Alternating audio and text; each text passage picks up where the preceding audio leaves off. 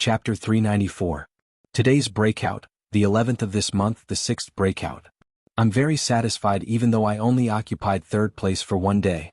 That moment of glory and glory was given to me by you. It was given to the evil monarch by everyone. So, leave the writing to me and the monthly votes to you. The glory belongs to us. The first chapter has arrived. 234, it's night time. Today I'm going to my aunt's house to look at the autumn. Haha. It's a local custom to visit relatives during the Dragon Boat Festival and the Mid-Autumn Festival. But don't worry, I won't go back on my word since I've said that I'll break out. I feel that my character is still very strong until now. I won't say anything else. I'll leave everything to you. Jun Moxie's thinking was very simple. He didn't want to run into a marathon debate and wrangle with the other party when it was inconvenient for him to act. You're not obedient, are you? Very well, send an assassin to kill him with a sword and then we'll talk. Do I have the time to waste with you guys? My time is very precious. Hai Chenfeng and Song Shang were stronger than Bailey Luo Yun, but Hai Chenfeng was a man who valued friendship and righteousness. His character was close to that of a chivalrous character, and he couldn't take on this responsibility. Song Shang was addicted to alcohol and that was his greatest weakness. Therefore, neither of them were suitable to be the core of the army. Therefore, Jun Moxie attached great importance to Bailey Luo Yun. Jun Mocie's silhouette passed through the commander's tent. Jun Wu Yi, Solitary Falcon, the 3 Dongfang swords, Duanmu Chao Fan, Sikong and Yi, and the others couldn't help but be startled when they saw him.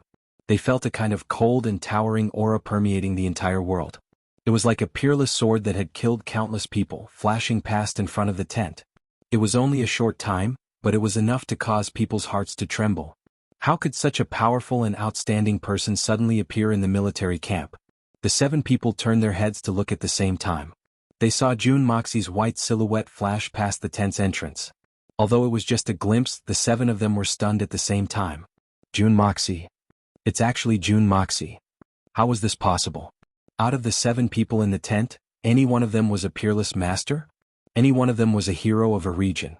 Their eyesight and senses were sharp. How could an ordinary person compare to them? Most people who encountered this kind of situation would only be surprised for a moment, but these 7 people immediately thought of the essence of the matter. This kind of awe-inspiring feeling, how many people must be killed to cultivate such a disdainful and cruel feeling?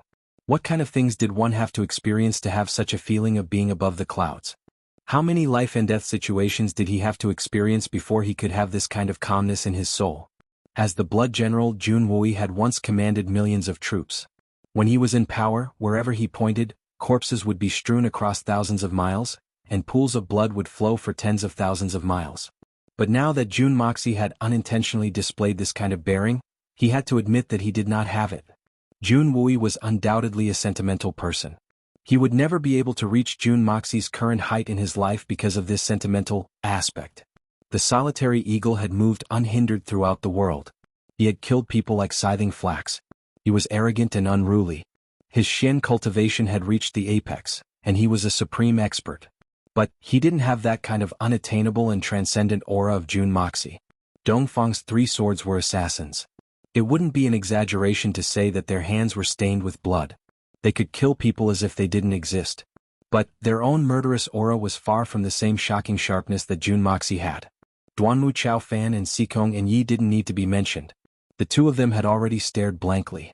In fact, everyone in the tent had stared blankly. No one had expected that the protagonist of the joke that everyone had been talking about last night would give everyone such a big shock today. This impact was too strong.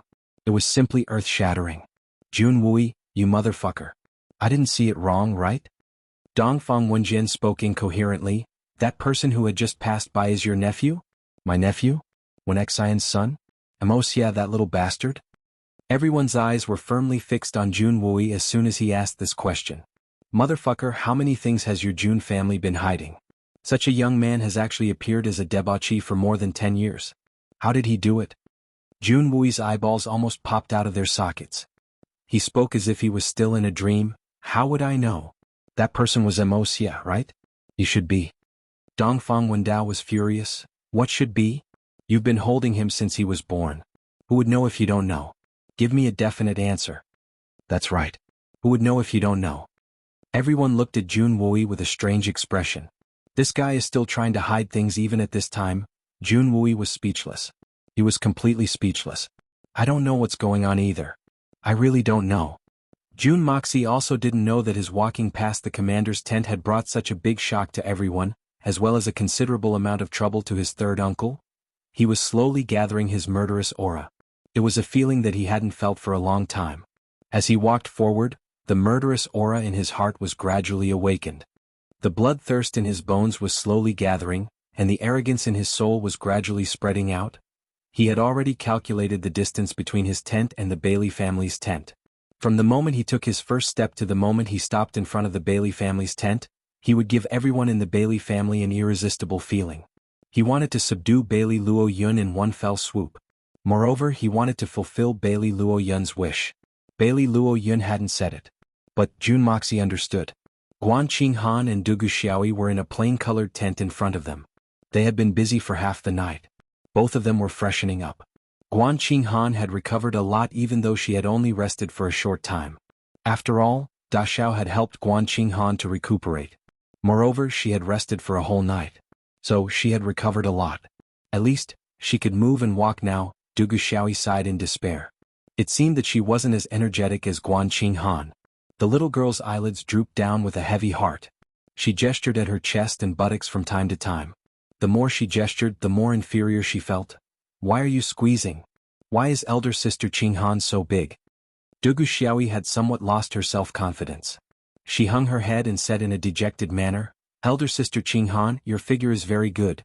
It's big when it should be big. How did you do it? Guan Qinghan blushed. She said angrily, what do you mean how did I do it? You're still young. You'll be big in 2 years. Perhaps you'll be bigger than me. Dugu Xiaoyi held her cheeks in her hands. Her soul had wandered away. She didn't hear what Gu Xiaoyi had said. She murmured, so big, so soft. Elder brother Moxie must be very comfortable to touch. I felt very comfortable when I touched it last night. Can I be that big in the future? Can I really? Guan Qinghan was embarrassed and anxious. She covered her mouth. Stupid girl. What are you yelling for? Dugu Xiaoyi's mouth was covered by Guan Qinghan's hand. Tears started to flow down her cheeks. Drop by drop, they fell on Guan Qinghan's hand. She looked very pitiful. Guan Qinghan was shocked. She thought that she had hurt her. She quickly let go of her hand. Dugu Xiaoyi's tears flowed more and more. They slowly formed a line. Her mouth was about to flatten. Her eyes were filled with helplessness. It was obvious that she was extremely sad. So, what's wrong with you? Quick, tell me. Guan Qinghan wiped her tears in a flurry. She asked worriedly. I know that elder sister is comforting me. My big place isn't as big as yours, and it's not soft, boo-hoo. Dugu Xiaoyi finally started to cry. Moreover, I let go of such a good opportunity last night. I'm so stupid. I'm so stupid. I'm so stupid. Dugu Xiaoyi cried so hard that she couldn't catch her breath. She was sobbing non-stop. Guan Qinghan was completely speechless. At this moment, Dugu Xiaoyi suddenly saw a figure. She stopped crying. She rubbed her eyes hard as if she couldn't believe her eyes. She exclaimed in surprise, Big brother Moxie? Dugu Xiaoyi had called out elder brother Moxie in an unfathomable manner. In fact, it seemed as if she had seen a ghost in broad daylight. Guan Qinghan didn't want to turn around. But when she heard Dugu Xiaoyi's voice, she couldn't help but turn around. Not far away, a figure in white was slowly approaching. He stepped on the rising sun. He was like a jade tree in the wind. But as he approached, a stifling aura assaulted his senses. At this moment, Dugu Xiaoyi almost thought that she had seen the emperor.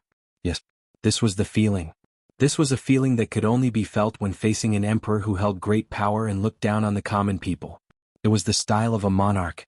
His light footsteps sounded like he was stepping on the drums of the mortal world. It made the millions of living beings in the world rejoice, fear, and worship him.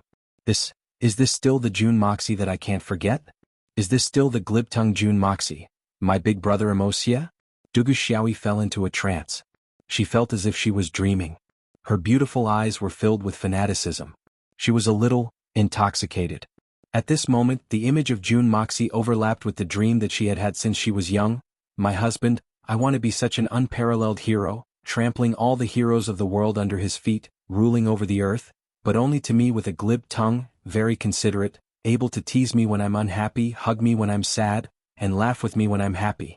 This is the kind of husband I'm looking for, On the other side, Guan Qinghan was also stunned. At this moment, the image of Jun Moxie made her forget the image of Jun Moxie as a playboy. She had originally wanted to turn her eyes away the moment she saw Jun Moxie. But for some reason, she was completely captivated by his elegant demeanor, and could not move her eyes away at all. At this moment, Jun Moxie's clear and cold gaze shifted over, and met Guan Qinghan's startled gaze. Guan Qinghan's body trembled. Since that night, this was the first time she saw Jun Moxie in broad daylight. The moment their eyes met, a thought suddenly popped up in her mind. Could it be that he had changed into another person? This domineering man was filled with an astonishing aura of supremacy, and filled with a resolute murderous aura. Was this really the man who took her virginity last night, the man who used to be a playboy? Why did he change so much? The two of them looked at each other silently. Jun Moxie's eyes seemed to convey something. But he didn't stop. His cold eyes regained their sharpness. He walked step by step towards the Bailey family's tent. His aura had risen to the peak. Chapter 395. Today's outbreak. The second chapter has arrived. The third and fourth chapters have been hard at work. They rushed back at 17 o'clock in the afternoon. Then they started to write with all their might. The Bailey family's people didn't need Jun Moxie to approach them. They had already felt this fierce aura. After all, Bailey Xiongfeng was at the level of Xin Xian. So, his Xian Qi cultivation was only slightly inferior to the three Dongfang brothers. The other two men from the Bailey family were also Sky Shen experts, and Bailey Luo Yun was at the peak of the Jade Shen realm. So, how could they not be able to discern such a clear murderous aura? It was very obvious that this formidable aura was coming towards their tent. And they were the targets. The curtain of the tent was lifted. Bailey Xiongfeng and the other three men stepped out at the same time. The pupils of the leader of the Bailey clan, Bailey Xiongfeng, contracted as he looked at the tall, jade-like silhouette that was slowly walking towards them. The young man before him was bathed in the golden light of the morning sun. He was giving him a great deal of pressure. How is this possible? He's only a young man. So, why is he giving off such a strong sense of pressure? That pair of indifferent eyes seemed to be able to see through all of his thoughts. Bailey Xiongfeng felt as if his life and death were in the hands of this young man. In fact, he didn't even have the slightest ability to act on his own. This was an extreme feeling of powerlessness. Why is this feeling coming from a young man whose cultivation is far inferior to mine? The third young master of the Jun family? Bailey Xiongfeng realized that his mind was trembling with restlessness. He didn't know when he had retreated a step. He then asked in a deep voice in order to conceal his restlessness, "May I ask why the third young master has come here?" In fact, even Bailey Xiongfeng could clearly sense that his voice had become indescribably hollow and powerless in the face of his opponent's magnificent aura. The three experts of the Bailey family had been forced out of the tent by Jun Moxie's imposing aura. So, they had fallen into an absolute disadvantage. They had lost the right to speak on equal terms. It didn't matter if they were Xin Xian or the Great Master. The result would be the same. Because they were forced to come out. If they could just stay inside the tent and wait for Jun Moxie to speak first, then no matter what Jun Moxie said or whether he wanted to see them or provoke them, their situation would be much better. Unfortunately, none of them managed to do so. There was another member of the Bailey clan behind Bailey Xiongfeng, Bailey Luo Yun. He had unexpectedly witnessed Jun Moxie's indifferent yet extremely arrogant and powerful appearance. He had also sensed the biting cold imposing manner that was enough to make the entire world submit to him. His eyes had suddenly erupted with an exceptionally fanatical radiance. Wasn't this the realm he had been dreaming of? This realm might not be the pinnacle, and this aura might not necessarily be the strongest in the world. But this was absolute confidence. This was true pride. He had always been proud of his arrogance, but compared to the outstanding aura of this young man in front of him, it was at most an extreme rebound from extreme inferiority. "Bailey Luo Yun, I've come to look for you. We've made an agreement before," Jun Moxie said in a dull tone. He didn't pay any attention to the leader of the Bailey clan, Bailey Xiongfeng. He only spoke to Bailey Luo Yun. In fact, he even smiled in a relaxed manner. It seemed as if he hadn't heard the question of Bailey Xiongfeng, the leader of the Xin Xian clan. Or perhaps he didn't even bother to reply. This was complete disregard. Undisguised disregard. The Bailey clan's self-destructive short-sightedness made Jun Moxie look down on them. From this moment on, the Bailey clan had been removed from the evil monarch's heart. For Bailey Luo Yun. For his own plan. Bailey Xiongfeng felt the anger in his heart burning. He suddenly felt as if he had lost his mind. This feeling had rarely happened even when he was an Earth Shen expert in Tianxian, let alone when he was a first-grade expert in the Shinshen clan. However, his decades of cultivation and the demeanor of an expert seemed to have been thrown out of the window in front of this youngster. Bailey Xiongfeng didn't know what was going on. He took a deep breath and tried his best to suppress his anger. Then he shouted, "Jun Moxie, I'm talking to you." Bailey Xiongfeng was extremely angry because of the Jun family's sudden strength. Moreover, they had the support of the second great master. However, he still acted appropriately. After all, the Bailey family couldn't afford to offend that man. Bailey Xiongfeng was well aware that even a colossus like the Silver Blizzard City couldn't afford to provoke that person, let alone the Bailey family. Therefore, Bailey Xiongfeng's tone remained gentle even though he was angry. "I've been thinking about our bet.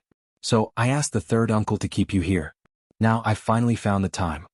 Jun Moxie smiled heartily. He looked at Bailey Luo Yun in a friendly manner. He then asked, "You're not in a hurry, are you?" Jun Moxie didn't hear Bailey Xiongfeng's words. This was equivalent to 2 resounding slaps on Bailey Xiongfeng's face. Bailey Luo Yun suddenly felt a trace of emotion in his heart. He felt a trace of enlightenment. Jun Moxie had spoken to him. In fact, he hadn't even glanced at Shinshen Bailey Xiongfeng out of the corner of his eye. In fact, he hadn't paid any attention to the leader of the Bailey family. This proved that the Bailey family didn't exist in Jun Moxie's eyes at this moment. What about Tianxian? What about Shinshen? He has no regard for anyone else. There's only one person in Jun Moxie's eyes at this moment. Bailey Luo Yun. Why? However, Bailey Luo Yun was very clear about this reason. This youngster understands me very well. In fact, he knows what I'm thinking. That's right. He's taking revenge for me at this moment. He's taking revenge for me. I've been bullied by the Bailey family for more than 10 years. He knows that even if I leave the Bailey family, I want to leave in a dazzling manner. I want to leave in a free and unrestrained manner. I don't want to sneak out like a dog. I'm a genius. I know my own worth. I would have left the Bailey family a long time ago if I wanted to. No family would refuse a genius like me to join them. But I didn't leave. I wanted the glory that belonged to me. I wanted to take revenge. I didn't want to steam the mantle. I wanted to take revenge. And now, the glory that I've yearned for even in my dreams has been bestowed upon me by this youngster in front of me. He didn't hesitate to offend a great family like the Bailey family for the sake of my glory, for the sake of the injustice that I've suffered, for the sake of helping me take revenge. Who else in this world would do this for me? Jun Moxie hadn't even spoken a word to recruit him. But Bailey Luo Yun was already filled with admiration in his heart. A ray of light flashed in Bailey Luo Yun's eyes. He didn't say anything. But he had made a promise in his heart. Jun Moxie is doing what I've asked him to do. Jun Moxie isn't afraid of anything for the sake of his promise. He's insolent. And I must also fulfill my promise. A promise of a lifetime. I'll never abandon him in this life. I'll swear loyalty and devotion to him. However, Bailey Xiongfeng's entire body was trembling in anger. Jun Moxie considers everyone beneath him. And this has made this Shinshen expert stamp with fury. Your Jun family has a peerless expert to oversee it. Even if your Jun family has washed away its decline. And even if your Jun family has regained its illustrious prestige. But you're still wet behind the ears. And you dare to look down on the Bailey family? You don't even care about me, Bailey Xiongfeng? This is intolerable. Your Jun family may be enjoying limitless glory at the moment. And no one would dare to touch you. But you can't bully others just because you've gained power. Bailey Xiongfeng wasn't a broad-minded person. He didn't care about the future of his family. In fact, he tried to push Bailey Luo Yun to his death. And it wasn't hard to see that. Moreover, he had personally escorted Bailey Luo Yun to the Southern Heaven City to die. So, it could be said that he had gone to extremes. And everyone could see his true colors. However, a person like that would always value his own face. Bailey Xiongfeng let out a low roar. Then he took a few deep breaths. He was worried about the people behind the Jun family. So he tried his best to suppress the anger in his heart. But it was a pity that the more he suppressed his anger, the more it burned. He clenched his teeth and spoke in a muffled voice, "Jun. Wuxia." Bailey Xiongfeng would have put on a fawning and flattering face if Da Xiao had shown him a little respect at this moment. In fact, it would have been the same as when he had flattered the Shuehan Manor back then. That was because the Jun family's prestige was far greater than that of the Shuehan Manor in the past. In fact, it was far greater than that of the Shuehan Manor. So, How could a trifling family like the Bailey family provoke them? Even if it's only an empty reputation. Unfortunately, Jun Moxie still didn't pay attention to him. In fact, it seemed as if he hadn't even heard that muffled thunder-like roar. Da Xiao didn't care about the existence of a trifling Bailey Xiongfeng. Jun Moxie looked at Bailey Luo Yun and smiled. I know that you're still worried. You're worried that your father will suffer unfair treatment from the Bailey family because of you. In fact, he might even be bullied and persecuted even more. But I can tell you that you don't need to worry. Jun Moxie smiled brightly. He lowered his voice in a serious manner. It seemed as if he was comforting Bailey Luo Yun. But it also seemed as if he was announcing something. I don't care about the Bailey family's trash. In fact, I've never cared about them. He had lowered his voice. But he had still spoken these words. I just hope that your worth is worth my effort. Bailey Xiongfeng's cultivation had reached the level of Shen Xian. So, he could hear Jun Moxie's words very clearly even if he lowered his voice. Jun Moxie had lowered his voice. It seemed as if he didn't see Bailey Xiongfeng as a human being. Bailey Xiongfeng felt a wung sound in his head. It seemed as if something had broken. He clenched his fists and his eyes turned red. His face turned purple like an eggplant. Then he suddenly faced the sky and roared, How dare you? You're infuriating me. Jun Moxie blinked his eyes. He clasped his hands behind his back and slightly frowned. Then he said to Bailey Luo Yun in a leisurely manner, The weather isn't good. The sun is blazing. But it's thundering. It's truly a drought. Chapter 396. Today's third update is here. Fourth update is in progress. Please give me some encouragement. Bailey Xiongfeng had completely ignored the fact that the Jun family had an unrivaled peerless expert behind them. It would have been fine if Bailey Xiongfeng had ignored the fact that the Jun family had an unrivaled peerless expert. After all, the expert wasn't in front of him. So he wouldn't be finished right away. But he had overlooked another fatal point in his rage. He was already at an absolute disadvantage in terms of aura. Right now, all of his actions were under the control of Jun Moxie's aura, and everything was within Jun Moxie's grasp. Jun Moxie could clearly sense where Bailey Xiongfeng was going to attack even if he closed his eyes and ears. Moreover, Bailey Xiongfeng had been enraged by Jun Moxie. So his attacks had lost the sharpness of a Shen Xian expert. His white robe flashed. Jun Moxie's agility was exceptionally graceful as he floated backwards. His hands were still clasped behind his back. But he suddenly moved his right hand behind his back, and gently raised it to meet Bailey Xiongfeng's palm. It seemed as if Bailey Xiongfeng had overestimated his own capabilities. But a golden light flashed in his hand. Then he spun around like a ghost and stood 30 feet away with his hands clasped behind his back. Everyone was stupefied. Then a streak of blood shot out with a chi-chi sound. It had come from the center of Bailey Xiongfeng's palm. One move. Only one move. Jun Moxie was a youngster whose cultivation level was lower than Bailey Xiongfeng's. But he had injured Bailey Xiongfeng, a Shen Xian expert, with only one move. This was simply unbelievable. Who would have believed such an incredible thing if they hadn't seen it with their own eyes? Even Bailey Xiongfeng himself couldn't believe that he had been injured until he felt a sharp pain in his hand. He had clearly experienced it himself. He had been injured by a 17-year-old youngster. Bailey Xiongfeng is finished. The 7 experts that had followed them were hidden in a corner where no one could see them. With their cultivation, they naturally did not have to worry about being discovered by others. Seeing everything that had happened here, they could not help but sigh. The one who spoke was Dongfang Wenjian. That Bailey Xiongfeng is done for. When he was forced out by Moxie's aura, he was already defeated. Solitary Eagle Lengling said, when he was angered by Moxie to the point of vomiting blood, his defeat was already decided. Bailey Xiongfeng was defeated by himself. His character is despicable, but his ability is still at the same level as that of Shen Xian.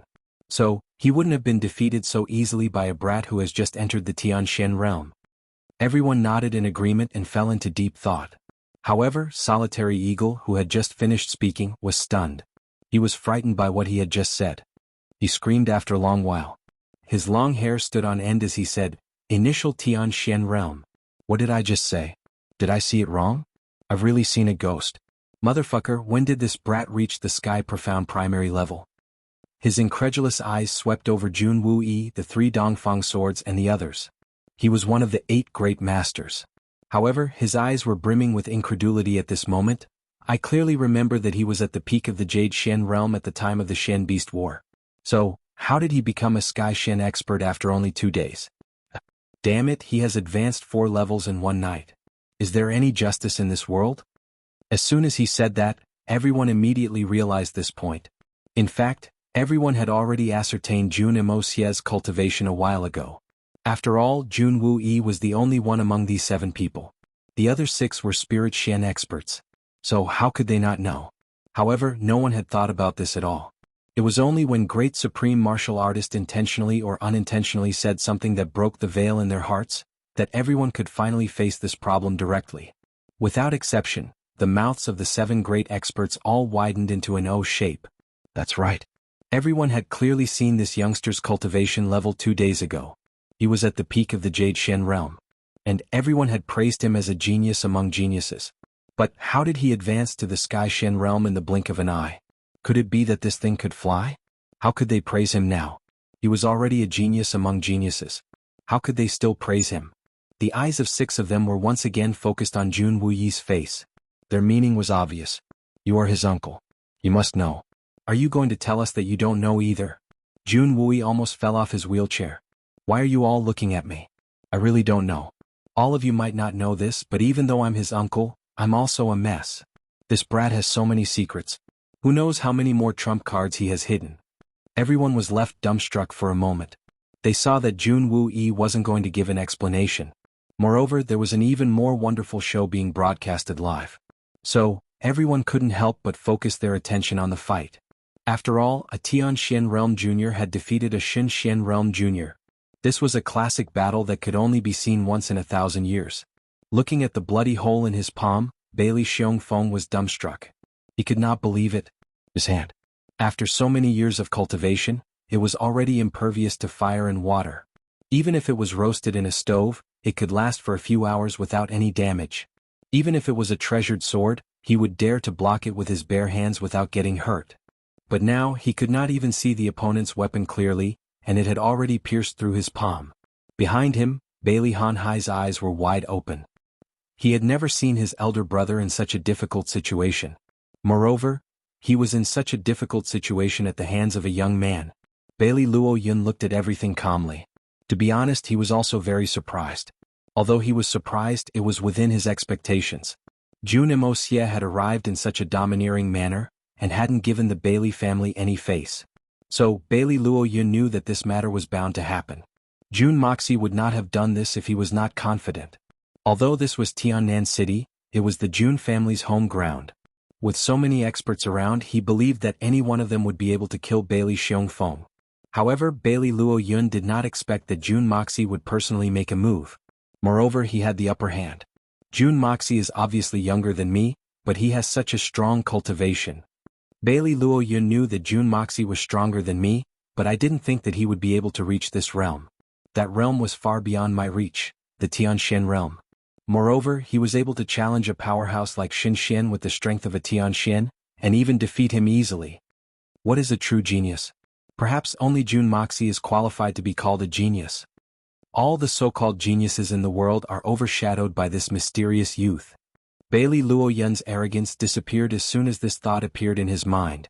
In terms of family background, Jun Moxie is the only descendant of the Jun family in Tianxiang. He is like a jewel. But what about me? In terms of Xian strength, Jun Moxie is only 17 years old. But he has already surpassed me by more than one level. In fact, the difference is like heaven and earth. They can't be mentioned in the same breath. I was still feeling complacent about Yu Xian's achievements. But this youth who is 6 or 7 years younger than me is already fighting with a powerhouse like Xin Xian. Moreover, he has the upper hand. What is there to be proud of? Can I be reserved? Bailey Luo Yun was thoroughly convinced. But Bailey Xiongfeng was completely enraged on the other side. In fact, he had gone crazy. He couldn't accept such a crushing defeat. Dealing with Jun Moxie with his Xin Xian cultivation and his status as an elder is the same as bullying the young. So, I wouldn't have attacked him if this youngster hadn't gone too far. I had wanted to teach him a lesson and then explain the reason to Jun Wui. Then I would have handed this matter over to Jun Wui. This way, I would have been able to maintain the reputation of being magnanimous. I wouldn't have offended the Jun family.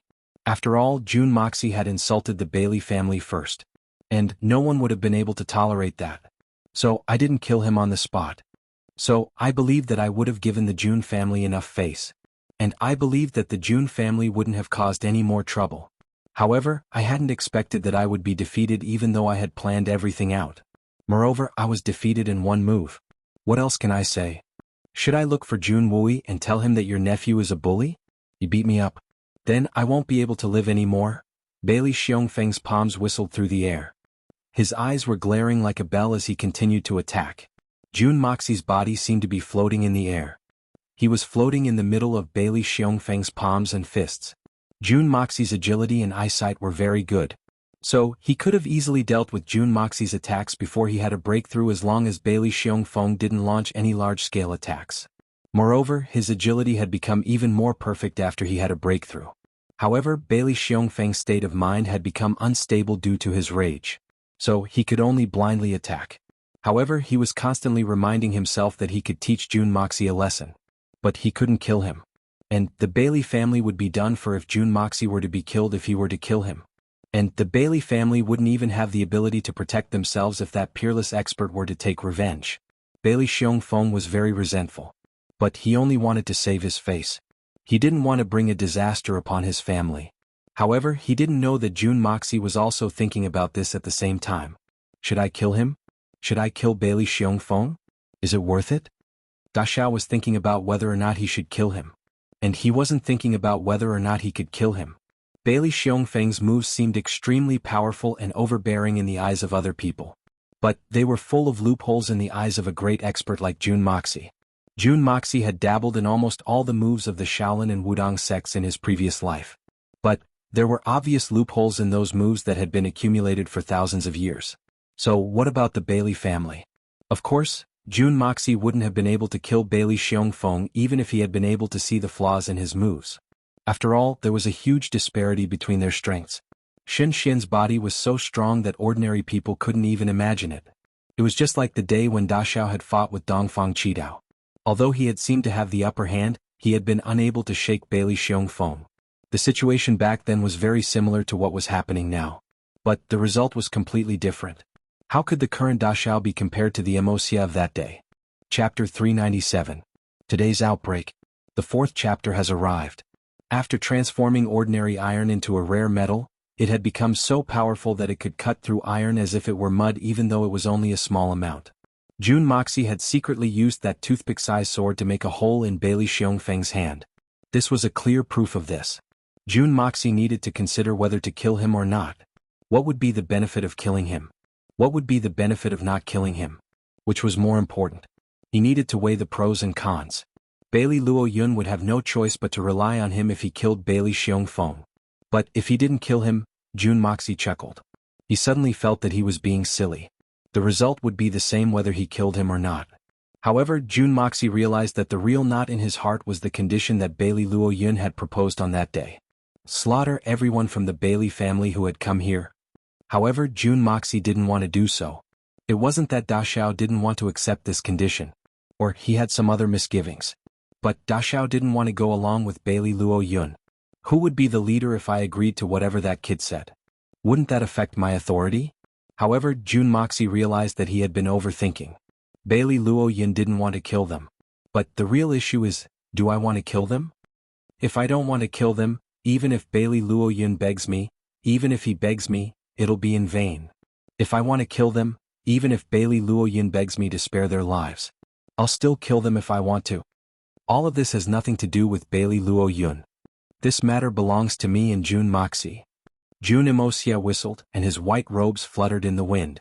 His agility suddenly accelerated, and in the blink of an eye he changed directions 3 times. He cut in and out like a ghost and then turned around to retreat. Lengling was standing 50 feet away from Bailey Xiongfeng. Her eyes were brimming with murderous intentions.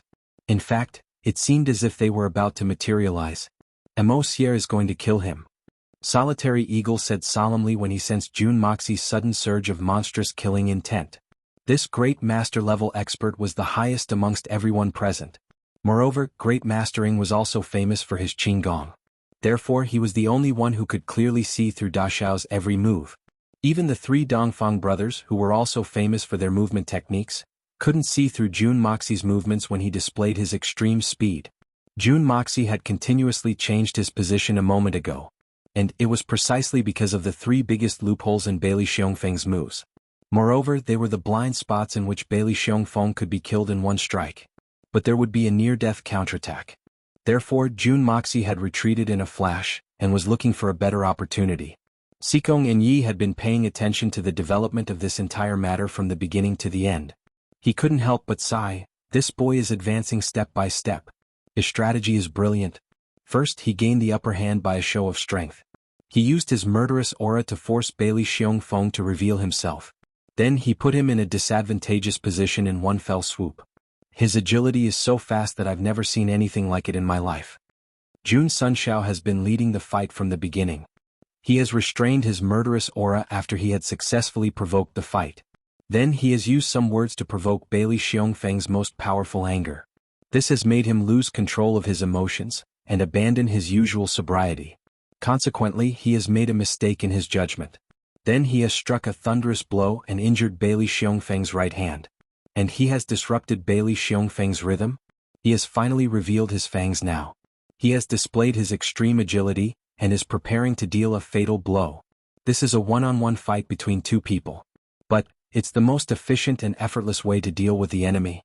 I can't believe that the rumored third young master of the Jun family, the #1 debauchee of the Tianxiang Empire, is actually such a ferocious person. Sikong and Ye's voice was full of envy. Jun Wui was beside him and he felt very happy. I won't dare to casually exchange pointers with my precious nephew in the future. His agility technique has improved. So, I'll be defeated by that boy if I were to exchange pointers again. Dongfang Wendao said with a lingering fear in his voice. You're an old man. Shut up. I find it strange that Bailey Xiongfeng. Why would he bother with Wuxia with his status? Wouldn't everything be fine if he went straight to Jun Wui to seek justice for him? The Jun family style is such that Wu Yi won't cover up his shortcomings. And this matter with Wuxia was indeed improper. But it's good now. He won't have the face to live if he loses. And it'll be a joke if he wins. The magnificent Xin Xian family is fighting with a 16-17-year-old boy. That's ridiculous. Dongfang Wenjian's voice was full of contempt. He didn't even try to conceal his contempt for the leader of the Bailey family. But he was thrown into confusion when Wuxia forced him to come out. And that's probably because of the attraction between the two of them. So, a third person wouldn't have been able to detect it. In fact, I wouldn't have been able to detect it if I hadn't been much stronger than them. Solitary Eagle was a great master. So, his knowledge was extensive. So, he had hit the nail on the head and pointed out the key point. The rhythm of the fight was completely under Wuxia's control after he came out. Wuxia wouldn't have been able to continue unless Bailey Xiongfeng turned around and went inside without saying anything. But, Wuxia would have been able to control Bailey Xiongfeng's anger as long as Bailey Xiongfeng spoke. Then he would have killed him. Bailey Feng is too lacking in self-restraint. Duanmu Chao Fan struggled so much that the veins on his neck bulged out. He then spoke with difficulty. He was angered by such a young man, to this extent. I don't look up to him. Sikong and Yi clutched his head and cried out in pain. He had become dizzy from this series of stuttering. You have good self-restraint? Why don't you try if you were in Bailey Xiongfeng's position?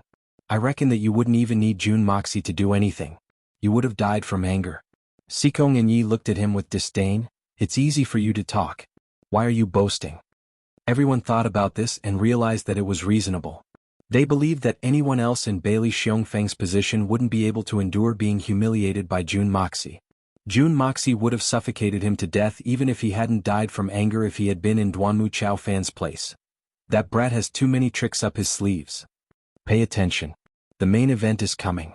Solitary Eagle's eagle-like eyes had been watching the battle closely. Then he suddenly shouted a warning. Bailey Xiongfeng could clearly feel Jun Moxie's cold murderous aura. This made his frantic mind suddenly sober up.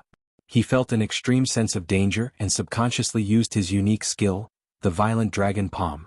Suddenly, the shadows of palms appeared in the sky with a whistling sound. Each palm had a tyrannical strength that could break a steel. They rumbled as they pressed towards Jun Moxie's direction. They converged into a mountain of palms in a flash, and came crashing down with a loud rumbling sound. Jun Moxie's white-clothed figure flashed once again amidst the palms. He left an afterimage in his original place and remained motionless. Then he got crushed by the palms. However, his real body had already arrived in front of Bailey Xiongfeng. In fact, he was almost face to face with Bailey Xiongfeng. Then he grinned at Bailey Xiongfeng. His spotlessly white teeth gleamed with a faint magnetic light. They looked like the eyes of a hungry wolf on a cold winter night. Bailey Xiongfeng was startled. He hastily retreated with all his strength. However, it was too late. A golden light flashed and a line of blood splashed out. Jun Moxie's silhouette retreated with a whiz sound. Everyone saw his silhouette retreating to his original position. However, Bailey Hanhai was standing 30 feet behind Bailey Xiongfeng. He was watching the fight in anger.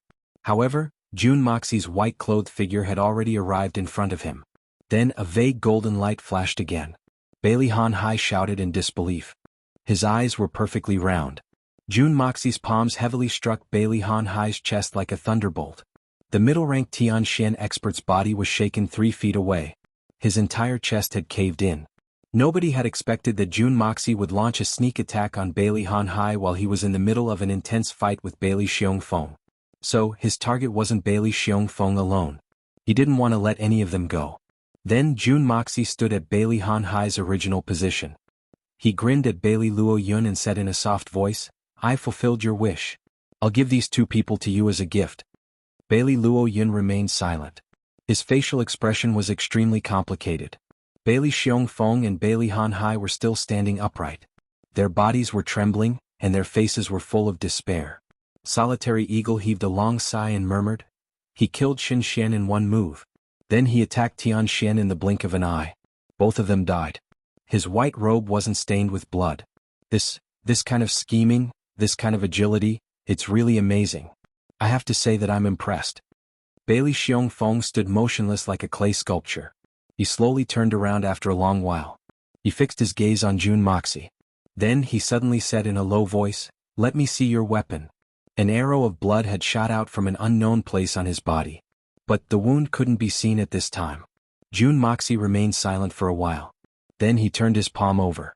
A toothpick-like sword appeared in his hand. It was only half the size of a finger. The sword emitted a dazzling golden light. Bailey Xiongfeng smiled miserably and said, "I saw that you had a sword on your waist, so I was on guard. I didn't expect that the real killer move was already in your hand." The 7 people who were watching from the side understood what he meant. Why did Jun Moxie not carry a sword with him? Why did he carry a sword today? So that's why. This guy has been scheming since that time.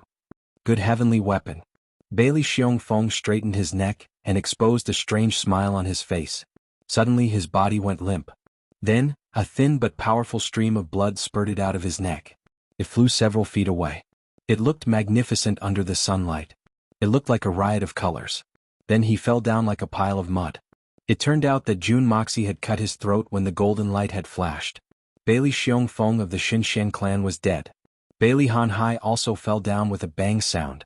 Beneath him, a pool of blood slowly flowed out. This Tianxian clan expert hadn't even had the time to say a word. He had been killed by Jun Moxie. Chapter 398. Today's first update has arrived. Preparing for the next explosion. Fight? Bailey Luo Yun forced a smile. His usually calm and pretty face showed signs of turning blue. It wasn't that Bailey Luo Yun was a coward. It was because Jun Dashao's battle record was too valiant. Big brother, you've killed Xin Xian in no time. And you've even sent Tian Xian to hell. So why would I fight with you? I, Bailey Luo Yun, think highly of myself. But my brain isn't flooded with water. Moreover, I haven't been kicked by an animal. So I won't do such an arrogant thing.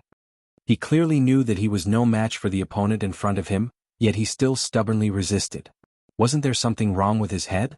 If Bailey Luo Yun had the tyrannical ability to challenge, defeat, or even kill Xin Xian, the Bailey family would have been annihilated by him a long time ago.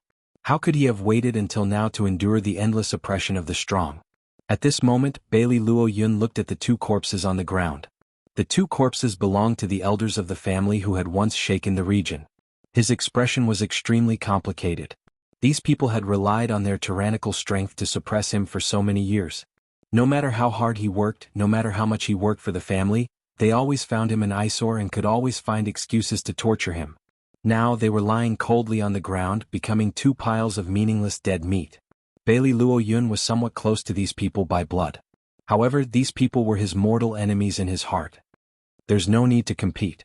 According to our agreement, I will follow you for the rest of my life. My life is yours from now on. Bailey Luo Yun straightened his body and fixed his eyes on Jun Moxie. His eyes suddenly became fiery. Burn.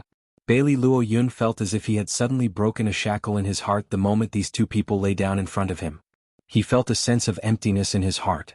But what followed was an endless will to fight. All the fighting spirit hidden in his heart was ignited. He believed that as long as he followed this young man in front of him, his future life would be even more colorful. What do you need me to do? Bailey Luo Yun asked. It's too early to ask these questions. Jun Moxie smiled faintly. He suddenly turned his head and said, I say you spectators should have seen enough, right? If you haven't seen enough, then there's no point in watching anymore. The show has already ended. Ha ha ha. There was a burst of laughter and the seven of them walked out one after another. Dongfang Wendao gave him a thumbs up. Wuxia, you're really amazing. Even Xin Xian was killed by you. Uncle is really curious, how did you do it? When did you reach the realm of Tianxian? You little fellow, you're really surprising. If you had this kind of trick that day, Uncle would have a tragic ending. Today Tianxian defeated Xin Xian. You have created a legend. As soon as he said that, everyone immediately focused their attention on Jun Moxie. Actually, it's not that magical. There's a mystery behind it. Jun Moxie rolled his eyes and said, My master has a unique secret technique. It can be said to be unparalleled in the world. It can unleash the maximum potential of a person in a very short period of time. Moreover, there's another advantage. It doesn't have too many sequelae. It can recover after 3 to 5 days of rest. It's not like those so-called secret techniques. It's easy to damage one's vitality and shorten one's lifespan. Ah, that's it. Moreover, I heard that Bailey Xiongfeng has been suffering from diarrhea for the past few days. He doesn't have any strength left. Otherwise, I wouldn't have been able to defeat him even if I had improved my strength. Everyone gnashed their teeth in hatred. What kind of **T explanation was this? Bailey Xiongfeng had diarrhea? Who the hell had seen a master Xin Xian suffer from diarrhea? Even a meal full of poison wouldn't necessarily be able to make a master Xin Xian suffer from diarrhea. However, they were greatly shocked by his previous explanation. This secret technique can unleash the maximum potential of a person in a very short period of time. This is astonishing, but it's secondary. The most astonishing thing is that the price to use this secret technique is to rest for 3 to 5 days. What kind of secret technique is this? It's no wonder that the secret techniques of the world are nothing to him. It's too overbearing. However, how can it be shown to people so easily since it's a secret technique? The 7 great experts were helpless for a time. After all, this secret technique was related to a peerless powerhouse that nobody could afford to provoke. Wuxia has a matter that I would like to request of the 2 seniors. Jun Moxie smiled as he cupped his hands towards Duanmu Chaofan and Xikong Enyi.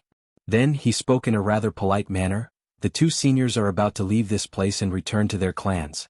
So, I don't know if you can help me with a small matter while you're at it? To the 2 seniors, this matter is really as easy as lifting a finger. What is it? Xikong Enyi naturally won't decline if it's within his capabilities, Xikong Enyi asked vigilantly. He had only seen this kid a few times, but he knew that this kid was a little fox. And he would fall into his trap if he wasn't careful. So he had no choice but to be careful. I won't decline if it's within my capabilities. Then I'm sorry if it's beyond my capabilities. No, don't ask, question. Just say it. Duanmu Chaofan was very honest. He hadn't thought of this much. He stroked his beard and assumed the posture of a senior expert. He had taken on everything. He had said that it would be a small matter if it was as easy as lifting a finger. Does this kid want me to commit murder and arson for him? I'll do him a favor if I agree. After all, the Jun family situation isn't the same as it used to be. Xikong Enyi looked at him in a bad mood. He thought, this guy is a typical piece of material that has been sold. But he still helps to count the money. I've been dragged into this calamity this time. Then he heard Jun Moxie happily say with a smile, it's really not a big deal. Well, I'll send 50 guards to escort the 2 of you in order to avoid the harassment of some ignorant juniors who don't have eyes. No need, the 2 of us don't have great skills. But we don't need anyone to escort us. So there's no need to trouble the 3rd young master. We appreciate it. Xikong Enyi hastily shook his head and refused. Everyone also felt that this kid's words were somewhat unreliable. What kind of talk is this? The 2 family heads and 2 powerful Xin Xian experts are traveling together. But they still need an escort? Could it be that there would be some blind little thief who would rob them? How stupid would that person be? Everyone was thinking this when they heard Jun Moxie continue to speak. Two seniors, please listen to me. The primary task of those guards is to escort the two seniors back. But they will conveniently pick up Luo Yun's family when they pass through the Bailey family. They won't delay the two seniors' time. I hope that the two seniors won't take offense to this small matter. After all, Wuxia doesn't mean to be negligent. Everyone was speechless for a while. Bah! This guy's shamelessness and the thickness of his skin should be re-evaluated. 6 of the 7 people fixed their gazes on Jun Wui. Their meaning was very obvious. Is this kid really the only descendant of the Jun family's direct line of descent?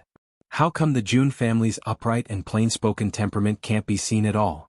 How is this passing through the Bailey family? Brother, don't you know that we'll have to detour for more than 1,000 kilometers if we're passing through? And he's talking as if he's doing us a big favor. And he's even saying that escorting us is his primary objective. This is too shameless. Xikong and Yi and Duanmu Chao Fan cursed in their hearts. Their faces looked somewhat bitter. Let's not talk about anything else. We've just witnessed you kill 2 of the Bailey family's experts with our own eyes. And now you're going to pick up someone from the Bailey family? Even if we have some status and strength, this matter will still be difficult to talk about. No. Duanmu Chao Fan shook his head like a rattled drum. The Duanmu family's head wasn't stuttering when he saw that a huge trouble was about to befall him. In fact, he had rejected them very quickly. In fact, he was so eloquent that he could even become a litigation master.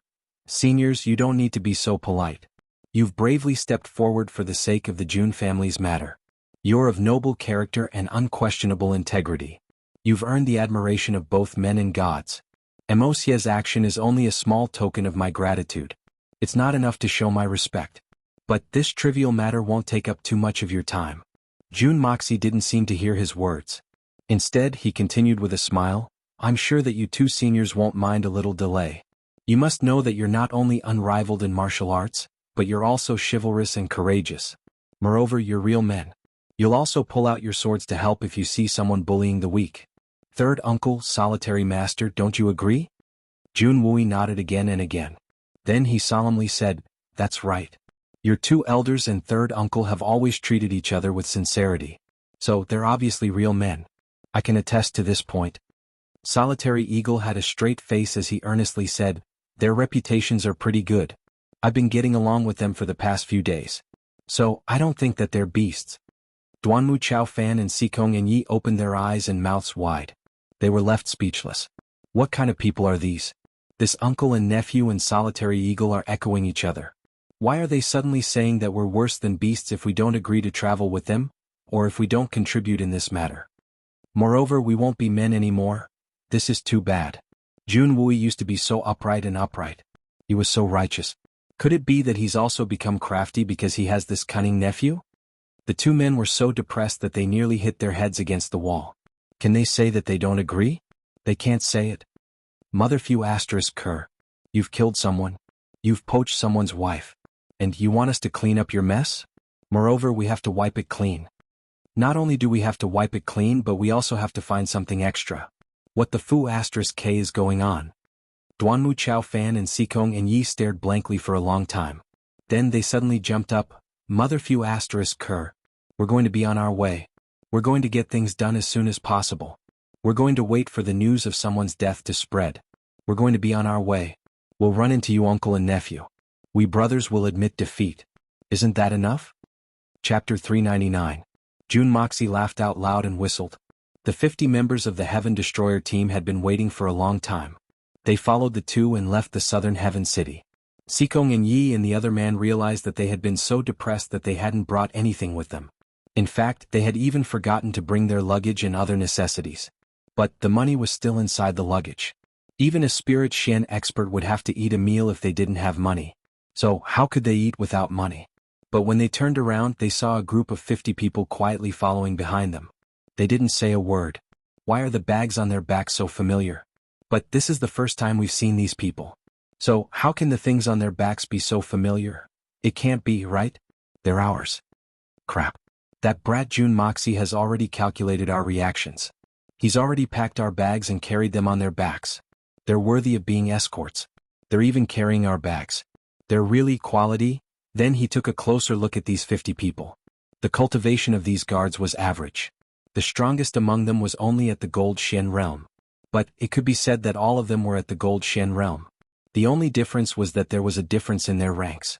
Their faces were dark and rough, and their eyes were sharp and glaring. They carried a fierce aura that seeped out of their souls. Are they a group of people? Are these only Jun Moxie's bodyguards? Crap. They're obviously a pack of hungry wolves on a cold winter's night. The bloodthirsty murderous aura on their bodies made Xikong and Yi and the other experts of Shen Xian feel frightened. It wouldn't be surprising if there were only one or two of them. After all, any aristocratic family would train some cold-blooded death warriors. And the highest quality ones would be like this. But Jun Sunshao had brought 50 of them. This was quite appalling. In fact, it was not strange at all. Under Jun Sunshao's super advanced training, these guards who had been idling around and waiting to die, had already completed the most essential and cruelest tempering. How could they be compared to ordinary men of sacrifice? It was no exaggeration to say that they were now a group of super-killing machines in human form. The leader of the group was a man with a cold expression and a body as dark as an iron tower. It was the leader of the Heaven Destroyer team, Li Tai. Just like his name, he really did look like him, especially the degree of darkness. Li Tai took a step forward and said respectfully, "Seniors, before we left, our young master asked us to bring a small thing for you two seniors, as a token of gratitude to you two seniors for standing up to help us. This small thing is enough to show our gratitude." As he said that, he took out 2 small jade bottles from his pocket and handed them over with both hands. "What's this?" Duanmu Chao Fan and Xikong and Yi took one each, and sized it up with curiosity. "This is the 10 years pill made by Young Master's sect. There are 3 pills in each bottle. Each pill can increase the cultivation of a Shenqi expert by 10 years. Li Tai's eyes emitted a blazing light. Not for anything else, but for the young master's trust. Who wouldn't treat such a rare and precious treasure as a treasure? He was afraid of losing it, but the young master handed it to him just like that. It wasn't just 1 pill but 2 bottles, a total of 6 pills. To Li Tai this was not only a great honor but also a great trust. "What? Is this true?" Duanmu Chao Fan and Xikong and Yi were gobsmacked. Eating 1 pill can increase one's cultivation by 10 years? Is this the legendary elixir of immortality? This matter is absolutely true. This lowly one has heard the young master say that this is a miraculous elixir personally refined by his master. I dare say that it's one of a kind in the entire world. The young master has said that the 2 seniors have helped us a great deal, and we are unable to repay them. Therefore we have specially gifted each of you 3 pills. I hope that the 2 seniors will not despise it." Li Tai said in a serious manner. "Despise it? This gift is too valuable. Why would I despise it?" Duanmu Chao Fan and Xikong and Yi were convinced when they heard that Jun Moxie's master had personally refined the elixir.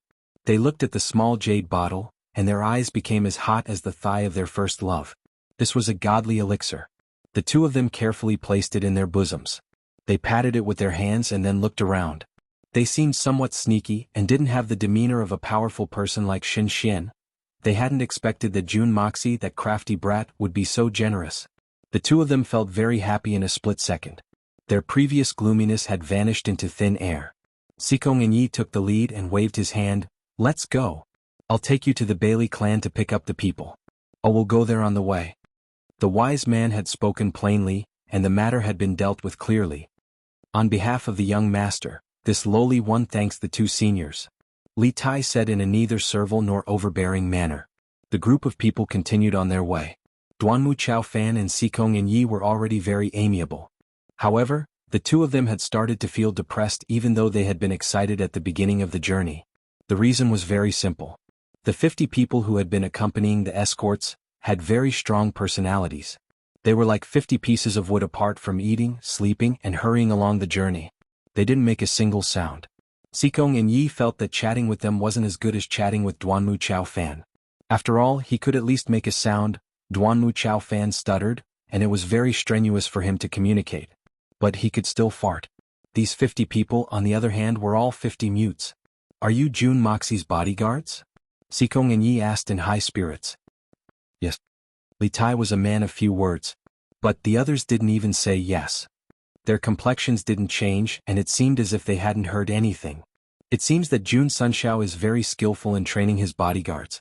"How did he train you? How did he train you to be so outstanding? Tell me so that I can learn from him," Sikong and Yi was very interested in this. Sikong clan, if I can master this training method. Li Tai stared. What kind of training do you do every morning? Sikong and Yi stared. Is the training very hard? Silence. There are many people like you under Jun Moxie, right? He was wooden. Jun Sunshao's master is very powerful. Li Tai had an impatient look in his eyes. Why is this Shen Xian acting like a sissy? There's no end to this, Jun family. Sikong and Yi was left speechless. What kind of subordinates are these? I'm going to suffocate to death. I can't even speak a word. I'm not trying to pry into your secrets. I'm an expert like Shen Xian. I'm asking you Gold Shen kids questions because I think highly of you. I'm condescending. But you're treating me like this. The real condescension is yet to come. Sikong and Yi had finally encountered a group of bandits with great difficulty. So he was extremely depressed. So he decided to vent his anger on them. Then he would reveal a bit of Shen Xian's imposing manner. And that group of little bandits would kneel on the ground and beg for mercy. Then he would let these Gold Shen kids know the tyrannical strength of Shen Xian. However, he hadn't expected that dozens of bandits would turn into minced meat in a split second. The entire battle had been resolved in the blink of an eye. Then the road had been swept clean, the corpses had been buried, and they had retreated. The entire process hadn't taken more than half a cup of tea's time to finish. Sikong and Yi was flabbergasted. However, he wasn't surprised by the fighting strength of these bodyguards. After all, the strength of a group of Gold Shen kids couldn't enter the eyes of a powerhouse like Shen Xian even if they were extraordinary. It was because he had discovered that one of the guys had been eating a meat bun while walking. Then he had rushed forward with a meat bun in his mouth during the battle. Then he had hacked 3 bandits to death with a cha-cha-cha sound. Blood had splashed all over his body. Even the meat bun in his mouth had been dyed red. In fact, it was still dripping with blood. Then this guy had come back in a leisurely manner. Then he had sheathed his saber at his waist. Then he had opened his big mouth and had chewed the meat bun twice. Then he had swallowed it. Then he had taken out another one from his bosom and had eaten it with relish. Blurg. Even a powerhouse like Shen Xian couldn't help but vomit. These guys are too abnormal. I swear that I'll never eat at the same table with them again. Are you relieved now? Jun Moxie asked Bailey Luo Yun as he watched Sikong and Yi and his bodyguards flee. Thank you very much, young Master Jun. Bailey Luo Yun's eyes were full of gratitude. His father's family was the only weakness in his heart. However, Bailey Luo Yun didn't have any misgivings anymore. The Duanmu family's lord and the Sikong family's #1 expert had come forward at the same time. So, how could the Bailey family dare to not give them face? After all, these 2 big families weren't inferior to the Bailey family. Don't ever say the word, thank you to me. You must understand that I wouldn't have spent so much effort on a good for nothing. Moreover, you can call me young master from now on. You don't need to call me young master, Jun Moxie smiled. Then, he took out a folded piece of paper from the long sleeve of his white robe. This is what you need to accomplish in the next 2 months. You must accomplish these things in 2 months. Then, come to the Tianxiang city and look for me, Jun Moxie smiled and said, I'll still take care of your family if you can't accomplish these things in 2 months. But you don't need to come back. Jun Moxie's eyes emitted a threatening sharpness. Bailey Luo Yun's body trembled. He took the white paper and unfolded it to look at it. Then he suddenly raised his head and looked at Jun Moxie in astonishment. Then he lowered his head and carefully looked at it. There are exactly 50 people on this list. There are officials, rich merchants, and Xian experts. There is evidence of their crimes behind each of their names. I demand that you kill all 50 of them within 2 months. Furthermore, you have to make a name for yourself, a name that belongs to you. Do you understand? Jun Moxie slowly said, good and evil will be repaid in the end. Heaven's justice can't be overturned. If you want to kill someone, let the clouds fall from the heavens. Bailey Luo Yun's body trembled. His eyes slowly became sharp, and a dense murderous aura blossomed in them. He finally understood what Jun Moxie wanted him to do. The only thing you must remember is that you mustn't leave any traces after you kill someone. You mustn't get injured and you mustn't let anyone know that you've done it. But you must create a huge sensation. Jun Moxie slowly said. You can come to the Tianxiang city to look for me after you've accomplished these 50 tasks. You'll be my arm for the rest of my life. Chapter 400. Outbreak today. The first update has arrived. The 7th outbreak of this month. Hee, it has already happened 7 times. That's more than the previous outbreak of a month, and it hasn't even been half a month. Bailey Luo Yun had a target and a plan in his mind in the blink of an eye. But he didn't say it. He only needed to do it. He only needed to say a few words before the completion of the plan. There was nothing to say. And it would be meaningless even if he did say it. He needed to kill 50 people within 2 months. So he didn't have much time left. Bailey Luo Yun cautiously put the white paper in his bosom. He then raised his head and looked at Jun Moxie. Then he smiled in a relaxed manner. I'm going. The sooner the better. Jun Moxie smiled. He then patted his shoulder. You can do it. Bailey Luo Yun nodded. He then turned around and started walking. He didn't want to waste any more time. Wait a minute. Take this. Jun Moxie raised his hand and a small jade bottle fell into Bailey Luo Yun's hand. There are 2 pills in this bottle. The yellow pill can cure hundreds of poisons. And the red pill can increase your martial power by 10 years. Bailey Luo Yun's fingers tightly grasped the small jade bottle. He didn't turn around. Instead, he held the hilt of the sword at his waist. His body paused for a moment. A trace of happiness and gratitude flashed across his face.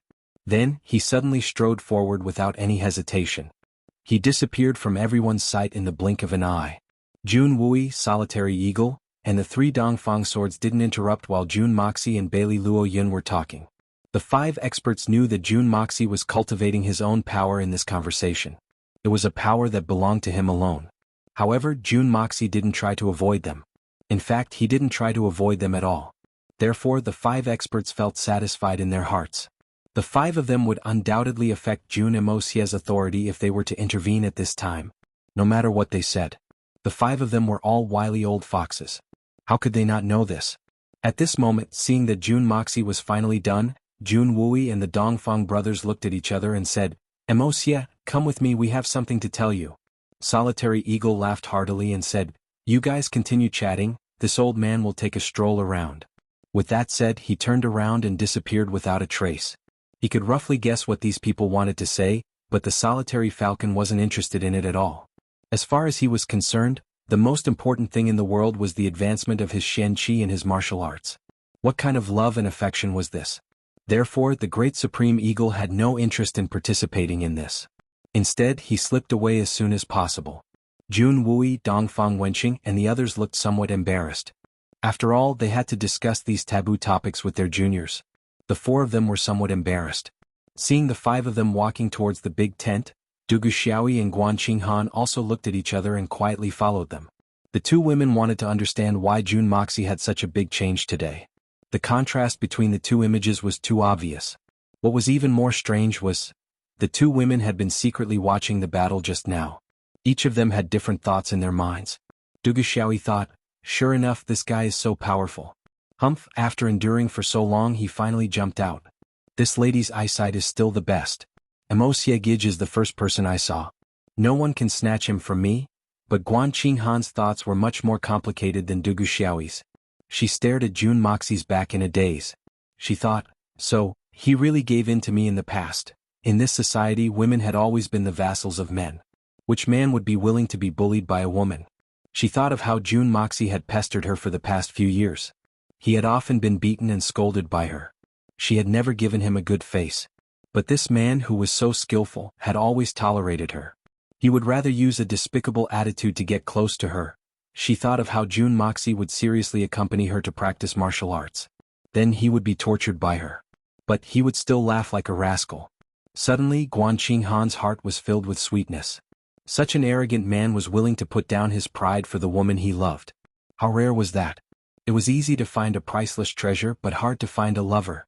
Now this man had already revealed his talent. He was ready to show off his peerless elegance to the world. And at this time, she had become his woman in a helpless and coincidental moment. She was also the first woman he had acknowledged. Could this be fate? But, how could this matter be so simple? How many things would she have to face in the future? Guan Qinghan was muddle-headed as she thought about her own matters. She was pulled by Dugu Xiaoyi. Intentionally or unintentionally, they quietly arrived outside the marshal's tent. Jun Wui and the others sat down with a heavy heart. The 4 elders looked at each other. But no one opened their mouths to speak first. They didn't know how to open their mouths. After all, they didn't know what to say. Even though they knew that the 2 women were eavesdropping outside the door, there was no need to hide this matter from them. After all, they were all involved. June Moxie looked strangely at his three uncles. What's the matter? Why do all of you have this expression? Did something happen to your family? What could happen at home? It's all because of you. The four of them scolded at the same time. They spoke in unison. Even if they were purely cooperating, they wouldn't be so orderly. After that, they couldn't help but look at each other.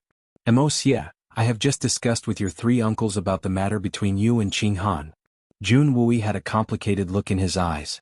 He said helplessly, although I have already adopted Qing Han as my daughter and cancelled the engagement between our two families, the outside world still doesn't know about it. Ahem, even your grandfather doesn't know about it? Huh? What's the matter? Third uncle, what are you trying to say? Jun Moxie wasn't stupid. He really didn't think of it. In his mind, Qing Han was with him. Even if there were some rumors, it wouldn't be too serious. No matter who this woman was, her husband, that is, his own brother, was already dead. Did he want such a beautiful woman to be a widow for the rest of her life? They had only met a few times. They hadn't even gone through the wedding ceremony. Yet he wanted her to be a virgin. What kind of logic was this? Who didn't want to pursue their own lifelong happiness? Since the Jun family intended to give Qing Han freedom, and had already given her freedom, then Qing Han would naturally have to marry someone else. Since she was going to marry sooner or later, she could marry someone else. Why couldn't she marry me?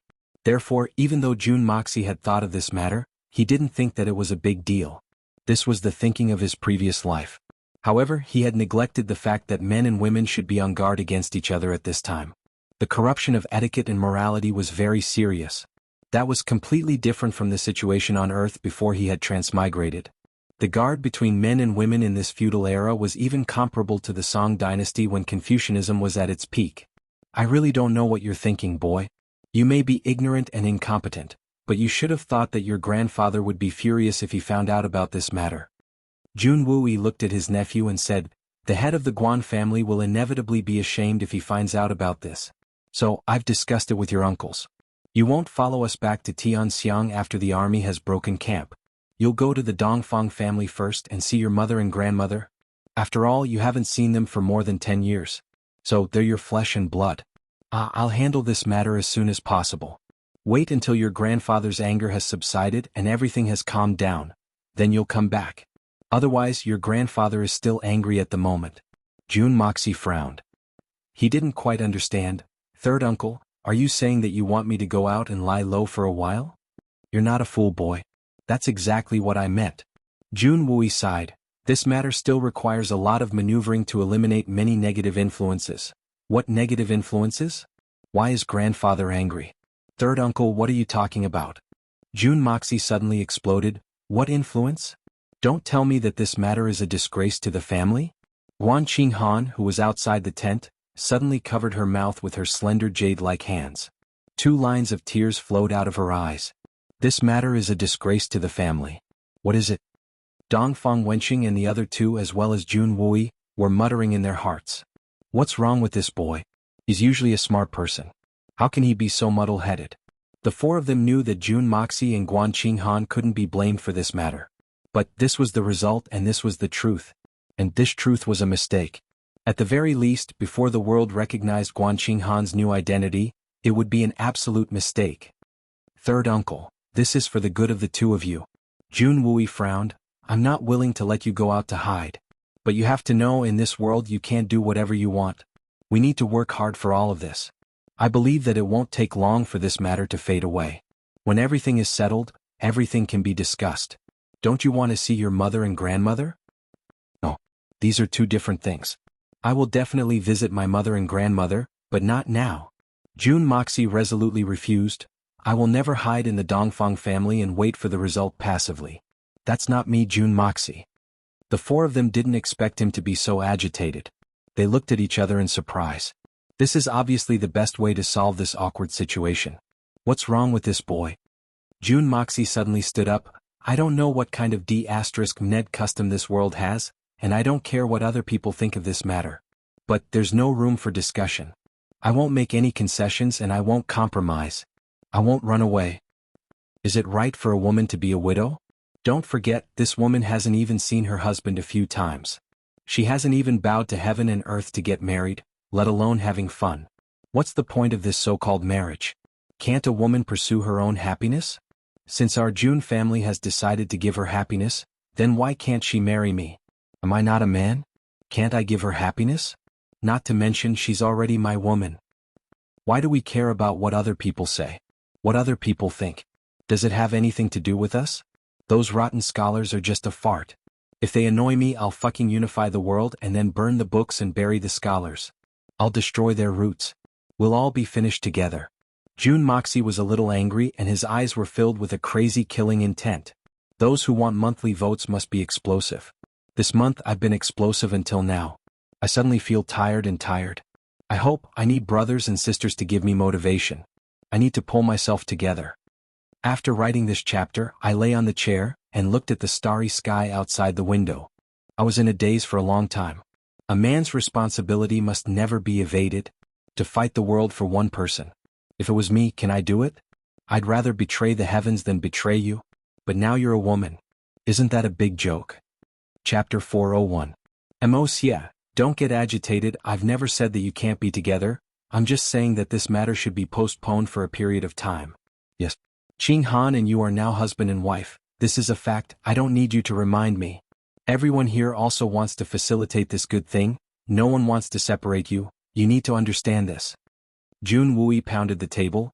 But this matter also needs time. You need to give us some time to mediate, right? Wait until Qing Han's identity is clarified and announced to the world. I'll immediately conduct a wedding for you, so that she can be your wife fair and square. Can't you even wait for a little bit of time?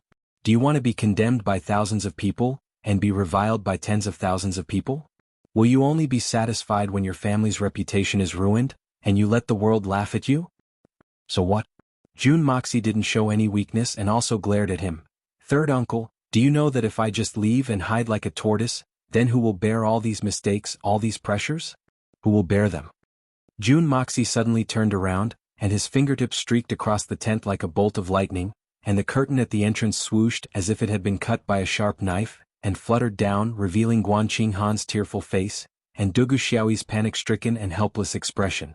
The tent was silent and no one spoke a word. Who will bear it? Is there even a need to say it? I've left, I've relaxed, I've also escaped all the punishments, and all the infamy afterwards has nothing to do with me. But this doesn't mean that all these things are gone. There still needs to be someone to bear it, and that person is her. Guan Qing Han. June Moxie strode over and grabbed Guan Qing Han's arm and pulled her in. My escape will cause this weak woman to bear the infamy for me. Let the woman who had sacrificed everything for the June family bear it. June Moxie's face turned red. He tried his best to suppress his anger but to no avail.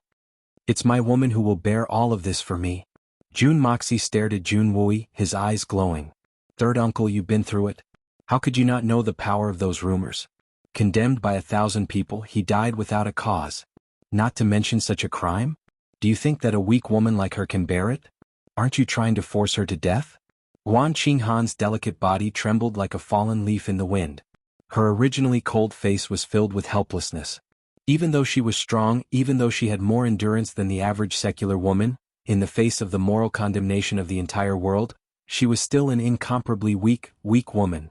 She is my adopted daughter and also the wife of my niece. I will definitely protect her. I will hide Qing Han at home and won't let her hear any gossip. By the time she can show herself, everything will have already calmed down. Jun Wui was a little emotional. Don't tell me that I don't even know about this? Will it really be calmed down? June Moxie snorted and said, let's not talk about those people with ulterior motives. There are so many people in the world who are bored. They are filthy and vicious in the dark. Secretly they are thieves and prostitutes. However, they can stand on the moral high ground and criticize others. Haven't I seen a lot of them? This storm, I dare say, if it weren't for my existence, perhaps it would never have subsided. Unless Guan Qing Han takes the blame and commits suicide. This matter can only be washed clean with blood. So, I'll protect my woman myself.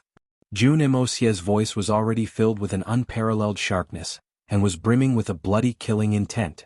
He straightened his body and looked at the four people proudly. I will never run away from my responsibility. I will never run away. I don't care who she was in the past. I only know one thing. She is my woman now. And she has become my woman to save me. June Moxie's eyes were shining with blood-red murderous intent. I don't care what happened in the past. I don't know what my feelings were like in the past. But right now I only know one thing. Guanqing Han is my Jun Moxie's woman. No one can hurt my woman. Jun Imosia's voice was resounding and resounding. If I, a man, am to hide like a turtle in its shell, and let a woman carry this mountain of infamy, and face the torrential criticism of the world on my behalf. Jun Moxie sneered and said, if I really hide and avoid my responsibility, can I still be considered a man? Can I still be considered a person? Don't forget the Jun family's teachings. If you have a bird, you must be a man. You must be indomitable. Go to hell. Even if the world is cursing and criticizing me, so what? Jun Imosia laughed arrogantly. My woman's world, I alone can hold it up for her. Even if I have to kill everyone in the world, I will still be stubborn. I won't retreat even if I have to die 10,000 times. Guanqing Han suddenly burst into tears. She cried loudly. Since last night, she had been worried about this matter. Guanqing Han really didn't know how she would face all of this if Jun Moxie really went into hiding.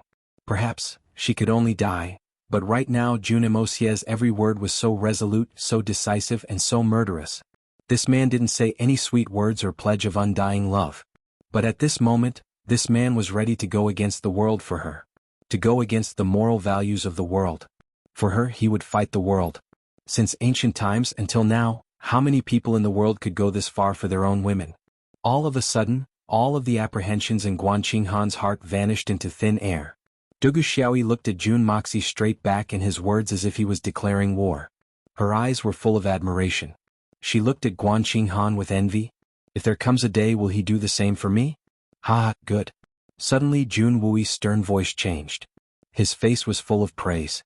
He clapped his hands and said, not bad. Jun Wui's nephew is truly worthy. This is an indomitable spirit and a man's sense of responsibility is worthy of praise. This is a real man. The three Dongfang brothers were also looking at Jun Imosia with endless gratification in their eyes. Dongfang Wendao laughed heartily and said, good spirit. You are indeed the son of the general in white Jun Wuhui. Only a few people in the world can match your determination. As expected of my nephew, his lofty sentiments really cover the heavens. Don't worry, even if the whole world goes against you, uncle will stand by your side. Jun Moxie was startled and said, so all of you are testing me? It's not just a test. Jun Wui looked at his nephew with satisfaction and said, there's a lot of helplessness in this matter. If you had readily agreed to go and hide, then it wouldn't have been a big deal. After all, the current etiquette is very strict, and no one dares to violate it. There is nothing wrong with going out to hide. But it will still lack the responsibility of a man. Especially for a man of the Jun family. But under the current circumstances, saying it was one thing, but there were only a few people in the world who could truly take on this responsibility. Imosia, uncle is very happy. My nephew did not disappoint me. You are indeed an indomitable man. Don't worry. Uncle will do his best to help you. There will definitely be results. But, with your grandfather you might have to suffer a little. I can't help you with this. Jun Wui smiled and said. Jun Moxie nodded and gritted his teeth. Third uncle, don't worry. I can still hold on. Since I have chosen this path, I, Jun Moxie, will walk to the end without any regrets even if I have to kneel. Good. Good spirit. Jun Wui and Dongfang Wendao cheered at the same time. Guanqing Han looked at Jun Imosia's resolute face from the side, and suddenly felt a surge of tenderness in her heart. An inexplicable sense of security filled her heart, and she silently lowered her head. Her cheeks started to flush red. Dugu Xiaoyi pouted at the side. Her eyes were filled with unwillingness. Jun Wui was excited. He bent over the table and wrote quickly. After a long while, he threw away the pen in his hand and shouted. Guards. A guard hurried in. Quickly send this letter to the capital. Hand it over to the old master. It's top secret. It's urgent. Jun Wui ordered Lengleng. Yes. Pass down my order. Every soldier in my army is to be silenced. If anyone dares to divulge any information about the Southern Heaven City, be it small or trivial, military or civilian affairs, they will be punished according to military law. Execute their entire families. Exterminate their 9 generations. Jun Wui's voice was full of murderous intent. For the sake of his nephew's lifelong happiness and the future of the Jun family, this blood general was using his authority for the first time in his life to issue an order other than war. Moreover, his murderous intent was soaring to the heavens. From his voice, it could be heard that if anyone dared to disobey, Jun Wui wouldn't mind killing them. Yes. The order was quickly passed down, and the 20,000 soldiers were in awe. Especially the two squads next to Jun Moxie's tent. They felt their legs tremble. Even today, some of them were still talking about it with reckless abandon. Although they didn't spread it out, they had talked about it quite a bit. Today, when the order was given, they were the ones who understood the meaning of the order the most among the 20,000 soldiers. Everyone felt as if they had taken a trip to the gates of hell. Suddenly, these two squads became the most disciplined people in the entire army. In fact, they could be regarded as role models. While Jun Moxie was speaking, two voices were whispering in a distant tree. Moreover, it was obvious that they didn't agree with each other. Elder sister, this is really unexpected. That Jun Moxie is so loyal and responsible.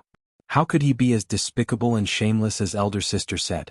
Elder sister, could there be some misunderstanding? How could I misunderstand? This kid is sinister and vicious. His actions are despicable and despicable. It's hard to list his crimes. He must be faking it. Really? She was unsure and doubtful. Of course, maybe he found out that we were outside and is putting on a show for us. How could this be? In any case, he's not a good person. He's definitely not a good person. But I still can't believe it. Such a good man, how could he, humph? Chapter 402. Today's eruption, the third chapter has been delivered. The fourth chapter is in the process of making great efforts. Jun Wu Yi and Wan Wu Yen bid farewell to the Southern Heaven City's General Wan Wu Yen before departing. It seemed as if they were very reluctant to part ways. It could be said that these two men had hit it off at first sight. Wu Yen appreciates 3rd General Jun's good intentions. But the people of Tiannan have been sharing weal and woe with me for so many years. We've been through thick and thin together. So, they're no different from my family. I can't bear to part with them. Moreover, if I leave, won't the people of Tiannan suffer if they start to levy taxes again? Wu Yen is willing to stay in Tiannan until I die of old age. Jun Wu Yi had proposed to transfer Wan Wu Yen after he had returned. But Wan Wu Yen hadn't hesitated at all. I won't mention it if that's the case. Wu Yen will try his best to retain General Wan's position in Tiannan if there's a transfer. Jun Wu Yi cupped his fists and bowed deeply. Many thanks for 3rd General Jun's help. Wan Wu Yen was overjoyed. He then stood up and solemnly said, Wu Yen won't be able to accompany the general as he moves unhindered across the world. But I have no regrets. I only wish for the general to display his heroic spirit. He will destroy everything in his path, and achieve the unrivaled prestige of our Tianxiang. Take care, General. We'll meet again someday. The two men bowed deeply and parted reluctantly. The sound of hooves rose like a whirlwind. It gradually formed a torrent of iron and steel. The army's flag fluttered in the wind as it faced the whistling autumn wind. The Tianxiang army was advancing rapidly on the main road like a long dragon. The army's appearance was unusually neat as it returned triumphantly. Not a single person had been lost in this battle of Tiannan. This had made the soldiers who had been prepared to bleed and sacrifice their lives. But they were now overjoyed. Before coming here, everyone was already aware that this expedition was equivalent to giving their lives away. Although soldiers lived an iron-blooded life, their orders were like mountains, and they faced death with equanimity. As long as they were human, they would fear death. No expert or brave warrior was an exception, and they couldn't help but feel a sense of desolation as if their lives were about to pass away and men were at the end of their road. If the nest was overturned on this expedition, no egg would be spared. It would be good if even 1 out of 10 troops could survive. But no one had expected that under such a vast and extremely destructive dark beast tide, it actually didn't cause any heavy casualties, and it was even to the extent that they didn't even have the chance to send out their troops to receive the enemy. Their skin wasn't even scratched in the slightest, and they could be considered to have started strong but ended weak. They returned to the capital just like that, and it wouldn't be an exaggeration to say that they went on a vacation. Everyone seemed as if they'd awoken from a nightmare, and they naturally rejoiced and danced. At this moment, their footsteps were extremely light as they walked on the road back home. As for those who had been singled out by their families and the emperor, they felt as if they had just escaped from death. Only a small number of guards had died on this trip. But it was like they had gone on a vacation, and they had even contributed greatly. Once this kind of thinking spread out, it immediately caused those surviving family guards who had gone out to battle to be extremely dissatisfied. They didn't even show the slightest bit of gratitude, and that young Master Jun even gave each of us 100 taels of silver. As for our brothers who had died, the Jun family had even made a promise, and it would all depend on what they would do after returning to the capital. You have to know that we had done this completely for you. Otherwise, who would come to this damn place to die? Who didn't want to hug their wife and sleep comfortably at home? The young master that they had served so loyally was actually not as good as someone they had never met before. There was indeed a gap between people. But these negative emotions were naturally not seen by those young masters who were in an extremely excited state. Even if they saw it, they wouldn't care. After all of these people had grown up in an extremely self-centered environment, and they knew that this expedition would be a trip of 9 out of 10. Everyone's heart was filled with grievance and resentment. Why are other brothers enjoying life at home and we have to come out to die? Which one of us isn't born from a father and raised by a mother? Could it be that we are worthless and you are precious? Not to mention, just a few days ago, there was news from various places in the capital that all the families were fighting for the position of the family head. There were also rumors that these people who had gone out to battle had already been abandoned, and some of them weren't even nominated. The words of 1 or 2 people might be false, but what about the words of hundreds of people? Right now, almost everyone in the capital was saying the same thing, so what? This couldn't help but make many of the young masters who had participated in the battle extremely angry. What? You bunch of trash can stay at home comfortably and wait to take over the position of family head. We came out to fight with our lives on the line and we took such a huge risk, and yet our nomination was cancelled? You are trash, but we are the heroes. The glory in front of us was all exchanged with our lives. Although we didn't go to the battlefield, it was because we didn't have the opportunity, and not because we didn't work hard. Well, since we've already arrived at the battlefield, we also used our lives to participate in this battle. We're here. This is 100% battle achievement. Therefore, on the way back, the young masters of the aristocratic families were like fighting cocks, and were even more high-spirited than when they had arrived. Everyone's eyes were filled with an awe-inspiring battle intent, and the target of this battle intent was naturally their brothers who were still sitting at home, enjoying the fruits of others' labor. Everyone had a common enemy and was gnashing their teeth in anger and sharpening their blades. It was easy to imagine that once these guys returned to Tianxiang, they would inevitably be like a pack of red-eyed wolves and mad dogs, and would mercilessly engage in a class struggle against those who had plotted for the position of family head. A battle of power that would never end until one side was dead. However, they didn't know that ever since the news of the army's safe and triumphant return had spread out, the brothers who had stayed behind in the capital had started to panic, and had become anxious. This was because the rumors hadn't died down yet, and everyone was still talking about how the people who had gone out to battle had gained honor and glory, and had returned as the ideal successor to the family head.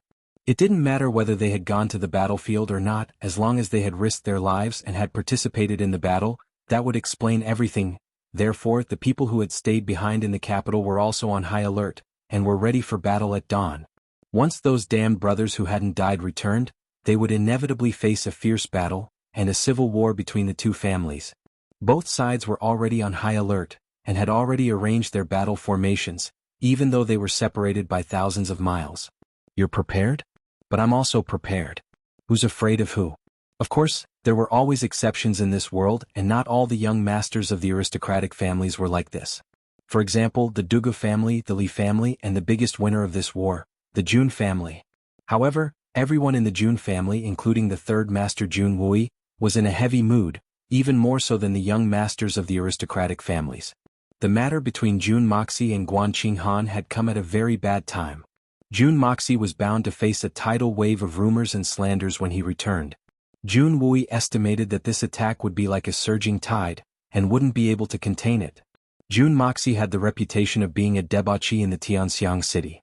Moreover, this guy had greatly offended those great scholars during the Scholarly Scholars Autumn Festival. One must know that those great scholars had enormous influence in the imperial court, and many of the imperial censors and imperial censors had come from their schools. Da Xiao was currently holding a military post, and it was a big taboo for him to commit lewd acts day and night in the barracks, and there was a risk that he might be turned around at any time. Moreover, Guanqing Han and Dugu Xiaoyi were not part of the military, and so it could be said that even the commander-in-chief Jun Wui wouldn't be able to escape the blame of the strict military order, let alone Jun Moxie. Not to mention that in this era, the relationship between men and women was extremely strict, and Jun Moxie's behavior was tantamount to bullying his sister-in-law, and the heavens couldn't tolerate it. With such a strong reason, how could they let Jun Moxie off easily? Moreover, the Jun family was an outstanding military power, and had always been at odds with the civil and military officials. This was a once-in-a-lifetime opportunity to attack, and he didn't know how this matter would develop in the end. In short, the prospects weren't optimistic. Moreover, Jun Wui could already confirm that this scandal had been spread back to the imperial court, and although he had issued a gag order, but there were many spies and informants of the imperial family in the army, so how could they listen to his military orders in private? Presumably, they had already made preparations to attack. Therefore, General Jun Wui, who was supposed to be proud of his success, was somewhat worried and frowned the whole way. Although his nephew was brimming with talent and was a prodigy, how could he remain calm in the face of the world's idle chatter? Moreover, Guan Qinghan was so delicate, so how could she face the countless raging waves? If the enemies of the Jun family were to launch an attack together, the accumulated hatred of several generations could be said to be as high as the mountains and as deep as the seas, and he believed that no one would let go of such a great opportunity. The more Jun Wui thought about it, the more difficult it became for him. On the contrary, Jun Moxie was leisurely the whole way, and was even calmer than when he had left, as if he didn't care about the upcoming attack, and the overwhelming public opinion he would have to face, and was actually more relaxed than anyone else, to the extent that he even chased out the remaining members of the Heavenly Destroyer and Spirit Devourer team before he set off. Jun Moxie's objective was very simple. You guys don't walk the same road from Tiannan to Tianxiang and change to another road. If you encounter any bandits, act on your own, and don't leave a single one alive, and exterminate them all. The more you kill, the better, but don't kill the innocent. Before I return to Tianxiang, you guys must clean up the road and go back. The young Master Jun didn't even leave a single follower behind. Instead, he just hung around in the group. During the day, he would smile mischievously and try to get close to Guan Qinghan. Then he would bicker with Dugu Xiaoyi. Sometimes, he would go to the middle of the group and brag to the veterans. He would tell a few dirty jokes. But he would disappear at night. So, no one knew what he was up to. There were no more major incidents along the way, and if there was anything strange, it would be that the weapons of the private armies and guards of the various families had been stolen every night, and what was even more bizarre was that there was no trace of the theft at all. It was as if the air had evaporated and disappeared without a trace. But these weapons were not under the control of the army, and even if they were stolen, it wouldn't be considered a major incident, and would only be recorded every day. If it was really the army's military equipment that was stolen, it would be a major incident. But even if there were people who went to record every day, and no matter how strict the guards were, and how diligent they were, the weapons would still be stolen every night. They used all the defensive methods, but to no avail. Not even the shadow of a ghost could be seen. After a long time, everyone finally gave up, thinking, "Motherfucker, if you want to steal, then steal. We can't catch the thief anyway. As long as he doesn't steal my head, it's fine. If he wants to steal, then so be it. It's not like it's some divine weapon. If it's lost, then so be it." Chapter 403. You really can't blame the guards for not putting in enough effort. A saber that was tightly guarded by as many as 50 people suddenly disappeared in front of everyone's eyes.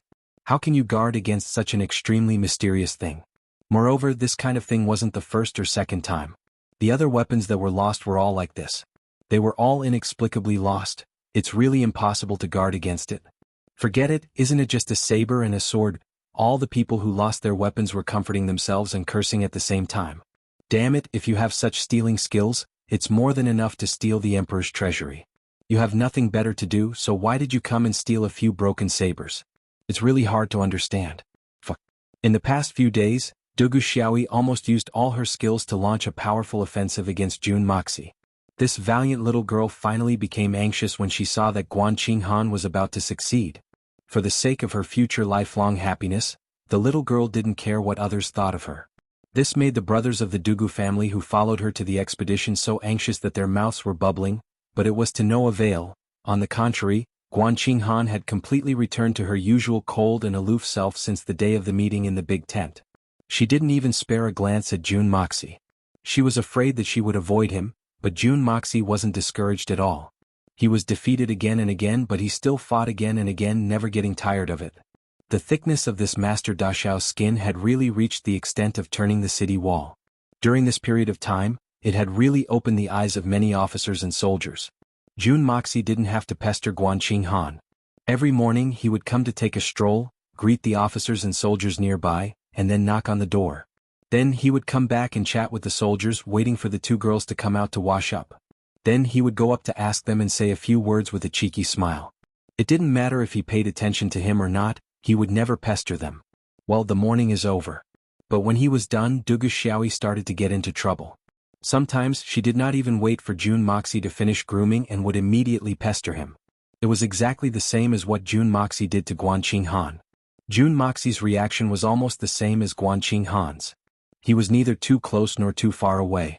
Therefore Dugu Xiaoyi became more and more courageous as she fought. She fought again and again, and the more she suffered, the more ferocious she became. Hence, the cycle of the three of them continued. At noon the cycle would repeat itself.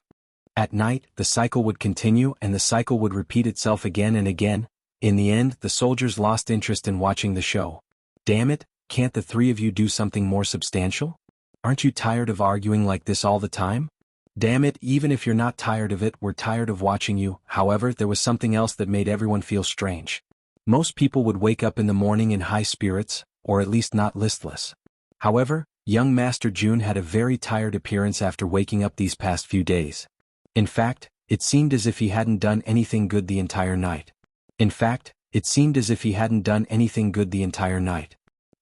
his face had become somewhat thin after a few days. He had to eat breakfast and rest for a while before he gradually recovered his spirit, and became lively again. Everyone was very strange. It seems that Jun Sunshao doesn't get tired at night. He lives alone. So, how can he be so tired? I don't see him working during the day either. What's going on? Miss Qing Han and Miss Dugu have gone to bed early these days. It can't be them. So, who else could it be? Uncle Dongfang Wenqing had endured for a long time because of this abnormal phenomenon. Finally, he quietly called his nephew to the side and stealthily told him, "Moxie, young people should know how to restrain themselves. I know that it's the first time you've enjoyed that wonderful feeling. But it's very uncomfortable to have nowhere to vent it. I used to be young, so of course I understand. But you have to restrain yourself for the whole night. You have to do it once every other night. You won't die if you do it once every other night. But don't do it several times a night. It's very satisfying, but it's very harmful to the body. Especially for us martial artists. Moreover, it's not a good thing for our future generations. So you must restrain yourself." Jun Moxie's eyes widened. He listened to his uncle's sincere and earnest teachings. He was dumbfounded and didn't know whether to laugh or cry. "Uncle, you're thinking too much." "I'm not." Jun Dashao hastily explained. "Oh my God, what's going on? What do you mean you're not?" Dongfang Wenqing glared at him and then softened her breath. She set an example and said, "We're all men. I'm your uncle. How can I not know your pettiness? Why can't I say it? What's there to be embarrassed about? It's normal for a young man to have that kind of need. I'm also an experienced man. I was also young at that time and I didn't have much self-control. In short, don't do this kind of thing anymore, okay? I'm doing it for your own good. Don't say no. Just listen and do it." Jun Dashao's face was full of black lines. He was extremely speechless and depressed. His uncle had set an example for him. What else could he say? What else could he say? We all understand. Young people are always a little angry. Try to control it. Don't make it public. Dongfang Wenqing patted his nephew's shoulder warmly. He recovered his usual solemn manner of a strong master like Xin Xian. He walked out slowly with the air of an uncle. He had a sense of satisfaction as if he was teaching and educating people. Fortunately, he had discovered it early. His nephew had not yet become addicted to it, so he had hurriedly taught him by example. If it had become a habit in the future, then it would have been really bad, just like himself in the past. The past was unbearable to recall. Dongfang Xinxian had a complacent look on his face, but there was also a bit of sadness as he leisurely walked out. Later, Jun Moxie inquired about it and learned from his other two uncles that although this eldest uncle had many wives and concubines, he had no children. He had no descendants and no one to carry on the family line. But the more it was like this, the more concubines he took. The more concubines he took, the less he had. It had become a vicious circle. Now, it was said that Dongfang Wenqing had 40 to 50 wives and concubines. It was a very terrifying number. Even if he took turns to take care of one wife and concubine every night, it would take about 2 months, so that was it. Jun Moxie secretly chuckled. Then he started to ponder in his heart.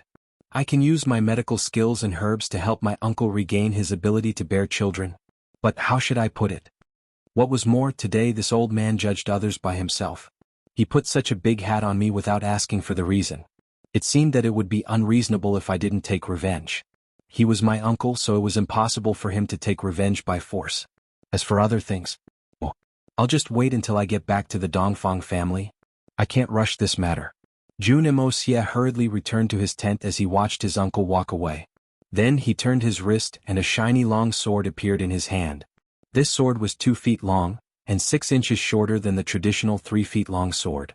The sword's width was less than 3 inches, and its thickness was moderate. The hilt of the sword didn't have the slightest bit of decoration. In fact, the shape of the sword was simple and unadorned. However, it radiated brilliance in all directions. As soon as this sword was taken out, the temperature in the tent seemed to suddenly drop. It was cold and gloomy. Even though it was noon and the sun was shining brightly, there was a feeling of dusk in the tent. From the body of the sword to the tip, it seemed to be swallowing and spitting out cold flames. In fact, it wasn't shining brightly. It just stayed quietly in Jianghu's hand, but it naturally had the aura of a king among soldiers. It made people unconsciously feel that the body of the sword seemed to be shining brightly. Jianghu's finger lightly flicked the body of the sword. Almost at the same time, an unusually clear and melodious cry was heard. It was as if a bloodthirsty poisonous dragon that had been sleeping for thousands of years had suddenly woken up from its dream, and was crying out thirstily. The sword's cry suddenly soared into the sky. Within a radius of a few hundred feet, everyone felt their heart palpitate. Countless horses panicked and neighed at the same time. It was as if an ancient demon had suddenly descended among them. It was inexplicably terrifying. Jianghu picked up a long knife that was hanging on the wall of the tent. He stretched out the body of the sword and pointed it towards the sky. Then he gently put the knife down from the sky. Cha! With a soft sound, this long saber that was shining with a cold light naturally split into two like tofu the moment it came into contact with the sword edge. It fell to the ground in a dispirited manner. This soft sound was like a sharp knife stabbing into a piece of wood. It was so soft that it was almost inaudible. However, the long knife that had been used for hundreds of battles had already been broken into 2 pieces. Jianghu let out a light sigh of relief. He caressed the ridge of the sword and said in a soft voice, "Compared to you, those so-called divine weapons that can cut through iron like mud, what do they count as? You are the real king among soldiers. The Emperor of Swords." The long sword was silent and soundless. 333 long knives, 333 sharp swords, 333 long halberds. A total of 999 weapons were used to create this sword of yours. How much blood do you need to feed yourself? Jianghu spoke as if he was talking to a living person, gently and slowly. He knew that this sword could understand him. Could really understand. A treasured knife had a spirit, and a divine weapon had a soul. The long sword trembled slightly. It seemed to not move, but a strange halo extended from the hilt to the tip of the sword. It swam back and stopped at the ridge of the sword, motionless. It was like the soul of a bloodthirsty venomous snake, swam back and forth on the blade of the sword. Jianghu carefully used the edge of the sword to gently cut his arm. A stream of blood flowed out and flowed onto the blade of the sword. The long sword turned around, and this stream of blood smeared the entire blade of the sword. Then it flowed down along the tip of the sword. The blade of the sword was like autumn water, spotless and bright. Jianghu did this very slowly, very solemnly, and very pious. Even very nostalgic. With my blood, I nourish my sharp weapon. With my soul, I worship my divine weapon. This was the tradition of the Chinese swordsman for a long time. It was an ancient ritual. Since there were swordsmen in the world, this ritual had been going on for thousands of years. After the rise of hot weapons and the decline of cold weapons, it was on the verge of extinction. But in this different world, at this moment, Jianghu used his supreme piety to perform this strange ancient ritual to himself and his sword. He wanted to use this method to express his love for the long sword. He also wanted to use this method to remind himself, no matter where I am, I still have the bloodline of Yan and Huang, a descendant of China. Chapter 404. There was no need to doubt and there was no room for doubt. The main culprit of the weapon thefts these past few days was Jianghu. This was the most obvious thing. Only he could create this kind of unparalleled godly thief reputation. Of course, this so-called obvious is something that only we are clear about. Others don't know. Jun Dashao, the supreme godly thief, would steal every day whenever he had nothing to do. With those methods of his, how could he care about the peaceful world? As long as he could see it with his eyes, it would be easy to grab it with his hands. No, it had already surpassed the level of grabbing. With the growth of Dashao's magical powers, his mental power had already reached a higher level. In the face of those ownerless weapons, as long as he thought about it, he would immediately store them into the Hongjun Pagoda. This method had already reached a godly level. Even if the four great detectives used the most advanced technology to investigate the case, they wouldn't be able to kill a sheep. As for the transforming ordinary iron into rare gold, in one's own tent after nightfall, it was nothing more than destroying the corpses and changing one's appearance, nothing more. He believed that no immortal would be so bored as to use the heaven-defying skills of yin-yang escape and five elements transformation to steal a few ordinary swords and sabers. Moreover, they were not top-notch divine weapons but ordinary weapons made of ordinary steel. Therefore, in a sense, the degree of squandering of Jun Moxie and Jun Dashao had definitely risen to an absolute peak that no one had ever reached before. Extremely flashy. Extremely wasteful. After a few nights of hard work and exhaustion, Beekeeper Jun used the power of metal to collect the 999 weapons. Then he used the power of metal to transform the ordinary iron into a strange metal. Finally, he transformed them into a sword. It could be said that this was the first sword that Jun Moxie had personally refined in this world. And it was also the last sword that he had refined using this extreme method. Because of this sword, his spiritual power had been continuously depleted over 300 times over the past few days and nights. This was an abnormally huge consumption. In the future, Dashao might use the method of turning ordinary iron into wondrous metal to forge swords and blades, but he would never pay such a huge price of emptying his spiritual power every time. Even the perseverance of Jun Moxie, the evil monarch, could not bear such a huge consumption. Besides, he didn't think that he would have the courage and time to do so in the future. As his strength continued to rise, the enemies he would have to face in the future would only become stronger and stronger.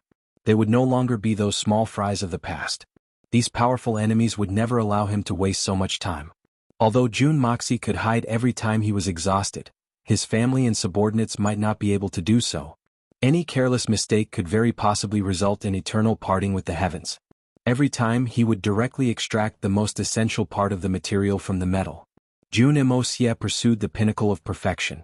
And this sword was such an existence.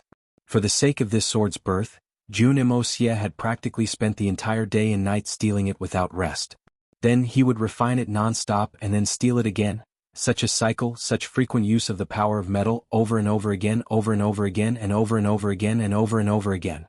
The spiritual power in his meridians and dantian was like a reservoir at the top of the mountain.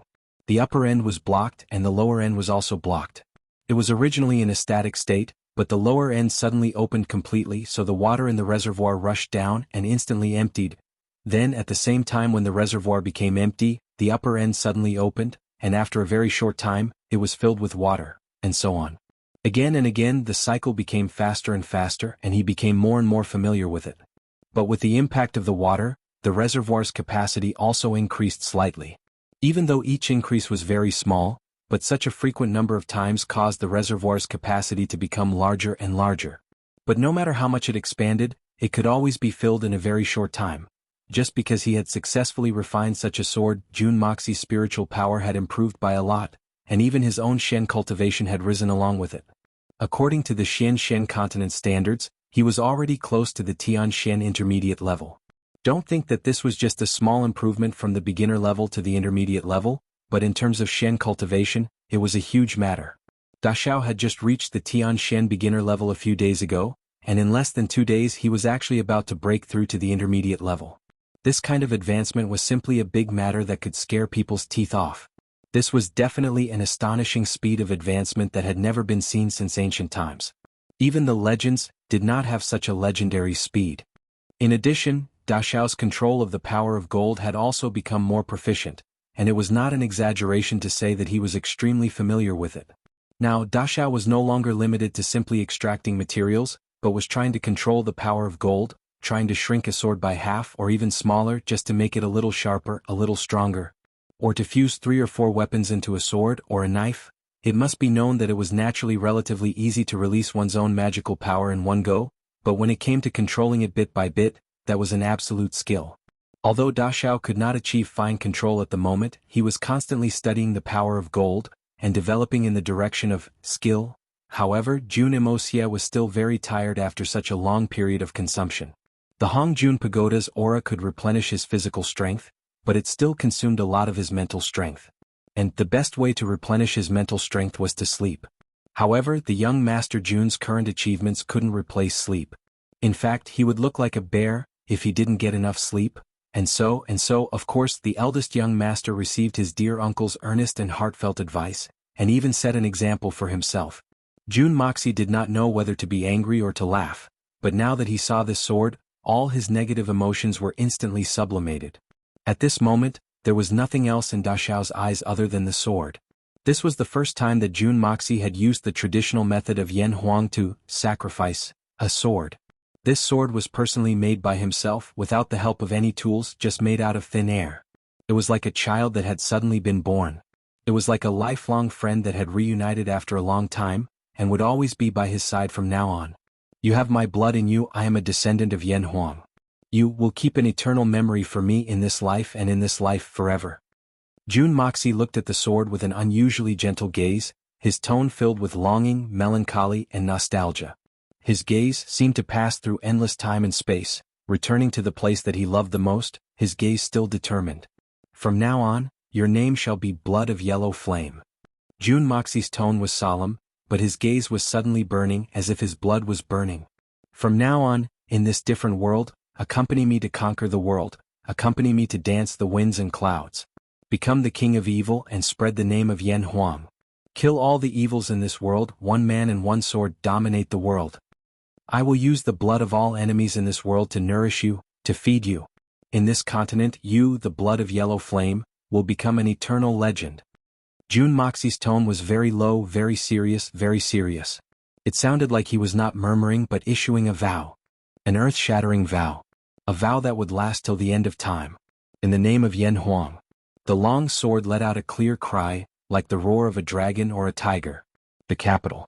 The Jun residence was unusually lively during this period of time. Ever since the expedition team left, Princess Raimu would come to report in almost every day, and she would stay for an entire day. After a period of time, the Empress would also come to visit from time to time. Grandpa Jun was well aware of the reason for this, but this matter could not be brought out in the open. So he simply waved his hand.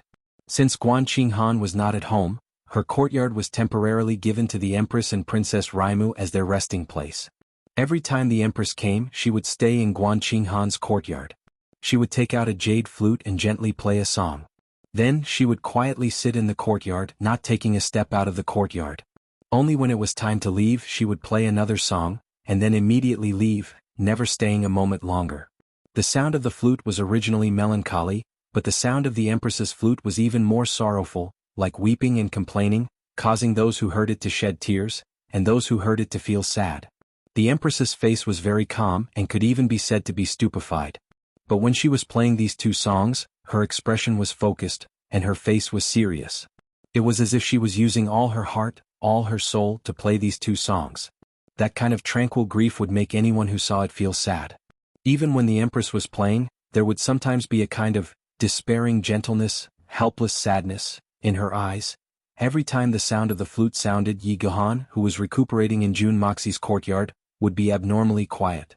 Now he could get up and even walk a few steps, but his body had suffered too much damage and his vitality was greatly damaged. His right hand, which was holding the sword, had also been cut off from the shoulder.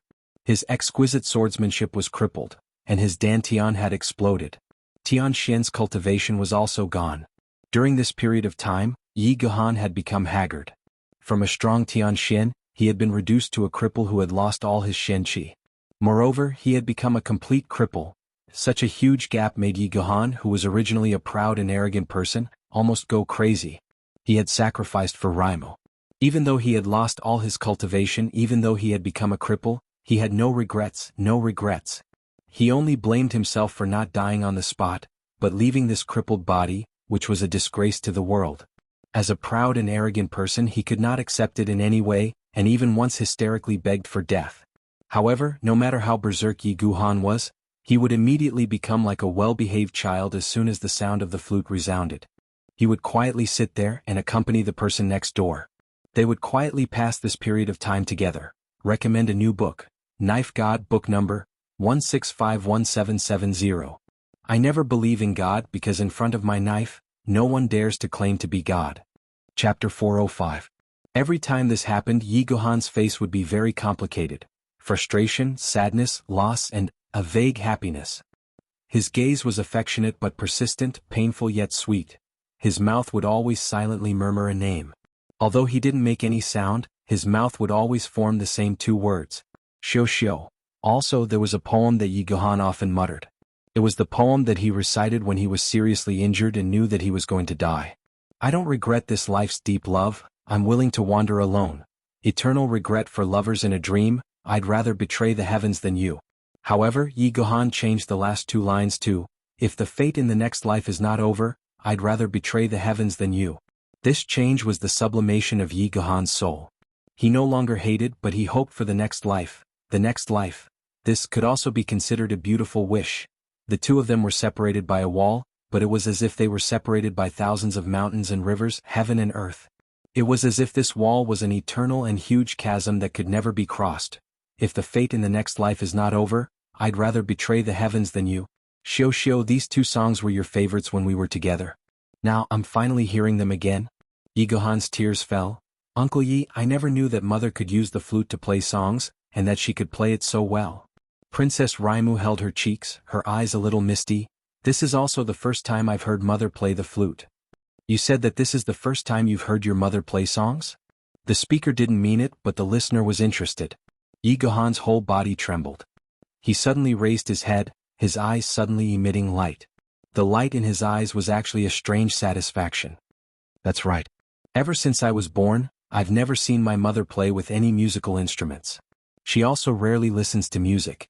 I thought my mother didn't like music. Today is really unexpected, Princess Ling Ming said innocently. Yi Gohan smiled from the bottom of his heart. At this moment he was already satisfied and didn't ask for anything else. When he came, he sang Listening to the Wind, and when he left, he sang Tears of the Horizon. Susu, thank you. It turns out that I still have the most beautiful thing in this world, and that is your affection. Thank you. It turns out that I've already obtained the reward that I've been longing for. Everything that I've done is worth it. I'm satisfied, I'm really satisfied. Yi Gohan leaned against the flowering tree. Leaves fluttered above his head. His expression at that moment suddenly became strangely tranquil and strangely serene. It was also from this day onwards that Yi Gohan, whose cultivation had been completely crippled and he had been reduced to a cripple, no longer had that desolate expression on his face, no longer did he become hysterical, no longer did he go crazy. Even though the pain was unbearable, he did not let out a single moan. Because at that moment Yi Gohan finally understood that all my efforts were worth it. I'm no longer lonely, no longer lonely, no longer lonely, no longer lonely, no longer regretful, no longer regretful. Because the world of mortals has you. The days passed by one after another. News from Tiannan also came one after another. From that day onwards, His Majesty the Emperor would often visit Junjian Tian and chat about old times. As a result, the Jun residence became even livelier. Naturally, the security became even stricter. Every time His Majesty the Emperor came, he would sometimes hear the faint sound of the flute. Every time that happened, His Majesty the Emperor would let out a long sigh. His eyes would blur as he quietly sat upright, sipping tea, listening to the wind. Sometimes, there would even be a trace of guilt and a trace of nostalgia, the entanglement of gratitude and grudges, the impermanence of the world of mortals. Just as the great families began to stir up the inevitable infighting, Grandpa Jun stroked his beard with an indifferent expression on his face. He watched one good show after another with a smile on his face, feeling as though he was bursting with joy. Grandpa Jun was in high spirits. Even his favorite drama couldn't compare to this. Watching his old friends and old rivals getting angered to the point where their hands and feet turned ice cold, Grandpa Jun maintained an indifferent expression on his face. However, his heart was rejoicing in their misfortune. Damn it, you old fools kept laughing at my grandson. Now you've all tasted the bitterness, haven't you? Grandpa Jun was very happy. Originally, he had decided not to go to the imperial court. But now he would wander around the imperial court every day. Almost everyone in the imperial court was frowning, but Grandpa Jun's hearty laughter never stopped. As for sarcasm and ridicule, he would casually come out of his mouth. As a result, when these old men saw Junjian Tian rejoicing in their misfortune, their hearts itched with hatred. However, they couldn't do anything to this old man, who asked their descendants to be so troublesome. There was even one time when Grandpa Jun saw the Murong family's old master, Murong Fengyun, angry to the point that his eyes and nose were crooked. I say, old Murong, why are you so angry, you old thief? What is there to be angry about? The direct descendants are all fighting for the position of family head. This is a good sign. What is it called? That's right, it's called a virtuous cycle. This shows that the Murong family is thriving. This shows that they have the heart to improve themselves. They have the spirit to strive forward. If you ask me, you old bastard, you should be happy. This old man is really envious of you. Look at me, I'm already so old, but I'm still bitterly supporting the Jun family. If Wu Yi or Wuxia wanted to usurp my position, this old man would definitely raise both hands and feet in approval. Right now, I'm only thinking, why haven't they come to usurp my position? They should hurry up and usurp my position so that I can retire and rest. Look at you, look at you. What is this called? You're about to enter your coffin, but you're still so attached to the family's position. You should also give the younger generation a chance. Don't be so stubborn. These eccentric words caused Grandpa Murong to tremble with anger. His eyes stared blankly and his hands and feet turned ice cold. Even the white beard on his chin trembled as if it was dancing. Old bastard Jun. It's easy for you to stand and talk. What else do you know apart from taking pleasure in other people's misfortune? Your Jun family only has a single strand of hair. What's there to fight over? But this old man here has more than 30 strands. Why don't you give it a try? Aha. Old bastard Murong, you really have a lot of hair. You actually have more than 30 strands. I admire you. Jun Tian laughed until his eyebrows could not be seen. He was overjoyed. Old bastard Murong, didn't you always run over to show off to this old man every time you had a grandson? Do you still remember what you said 3 years ago? You old bastard, in front of everyone you said, this old man's family is thriving. This old man's grandson has 33 guns. Jun Tian spat and said, now you're being annoyed by your 33 guns, right? Serves you right. Damn it. Look at those 30 or so guns of yours. Each and every one of them is a spearhead made of wax. Good to look at but useless. Grandpa Jun looked disdainfully at the other old men. He pointed his finger at them one by one and laughed loudly. You humph, you used to brag in front of this old man about your children's reproductive ability. Every time you gave birth to a child, you would come to this old man to ask for money. After asking for money, you would even make sarcastic remarks about this old man. How about now? What's wrong? All of you are dead, right? All of you are withered, right? Why aren't you showing off? Ha ha ha, this old man's heart is really happy. This old man's grandson only has one gun. He can win 10, he can win 100, ah ha ha. Grandpa Jun, who had lost his sense of measure and started to put on a show, incurred the wrath of the crowd. 7 or 8 old men with white beards rushed forward with red eyes.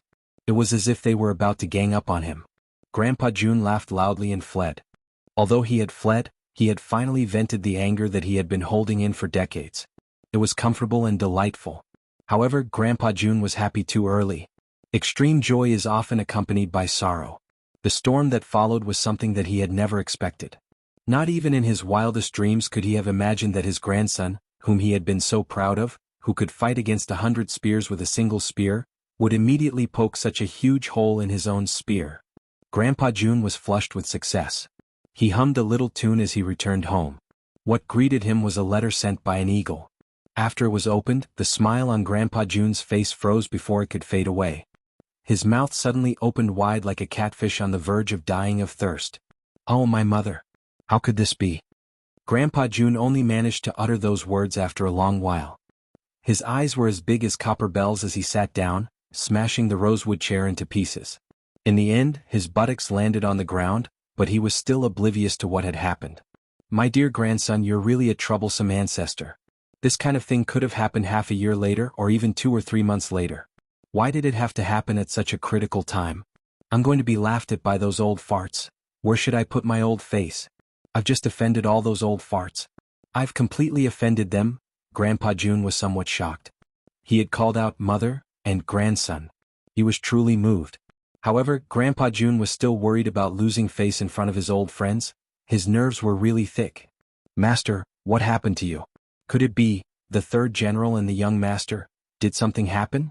Didn't we just receive news that they had safely passed the test and will be returning soon? Old Pang was shocked and hurried over to help him up. What happened? Something big happened. Grandpa Jun trembled as he stood up. He let out a long sigh and suddenly roared, "This is absurd." He raised his hand and smashed the table in front of him.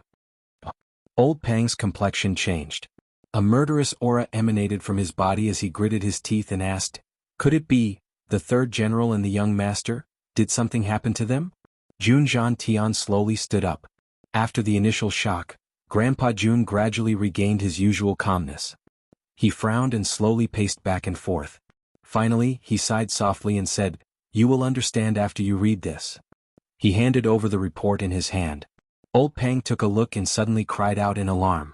The more he read, the wider his eyes became and the wider his mouth became. Suddenly a cha sound was heard, followed by a cry of pain. His jaw had been dislocated. Such an unimaginable thing was unheard of and unseen since ancient times. It was simply unimaginable. Old Pang hurriedly put his lower jaw back on. He was gasping in pain, but he couldn't help but laugh out loud. It was just too funny. Chapter 406. This old man is naturally addressing you as my in-law. Do you think I'm addressing anyone else? Apart from you, how many people in the Tianxiang city are qualified to marry this old man? Grandpa Jun's expression was very puzzled, as if saying, "Are you an idiot? Bah? When did I become in-laws with you? Why don't you take a piss and look at yourself? Your Jun family only has one son and one grandson. The son is crippled and the grandson is a debauchee. You want to claim kinship with me? You're delusional." Dugu Zongheng's facial muscles twitched.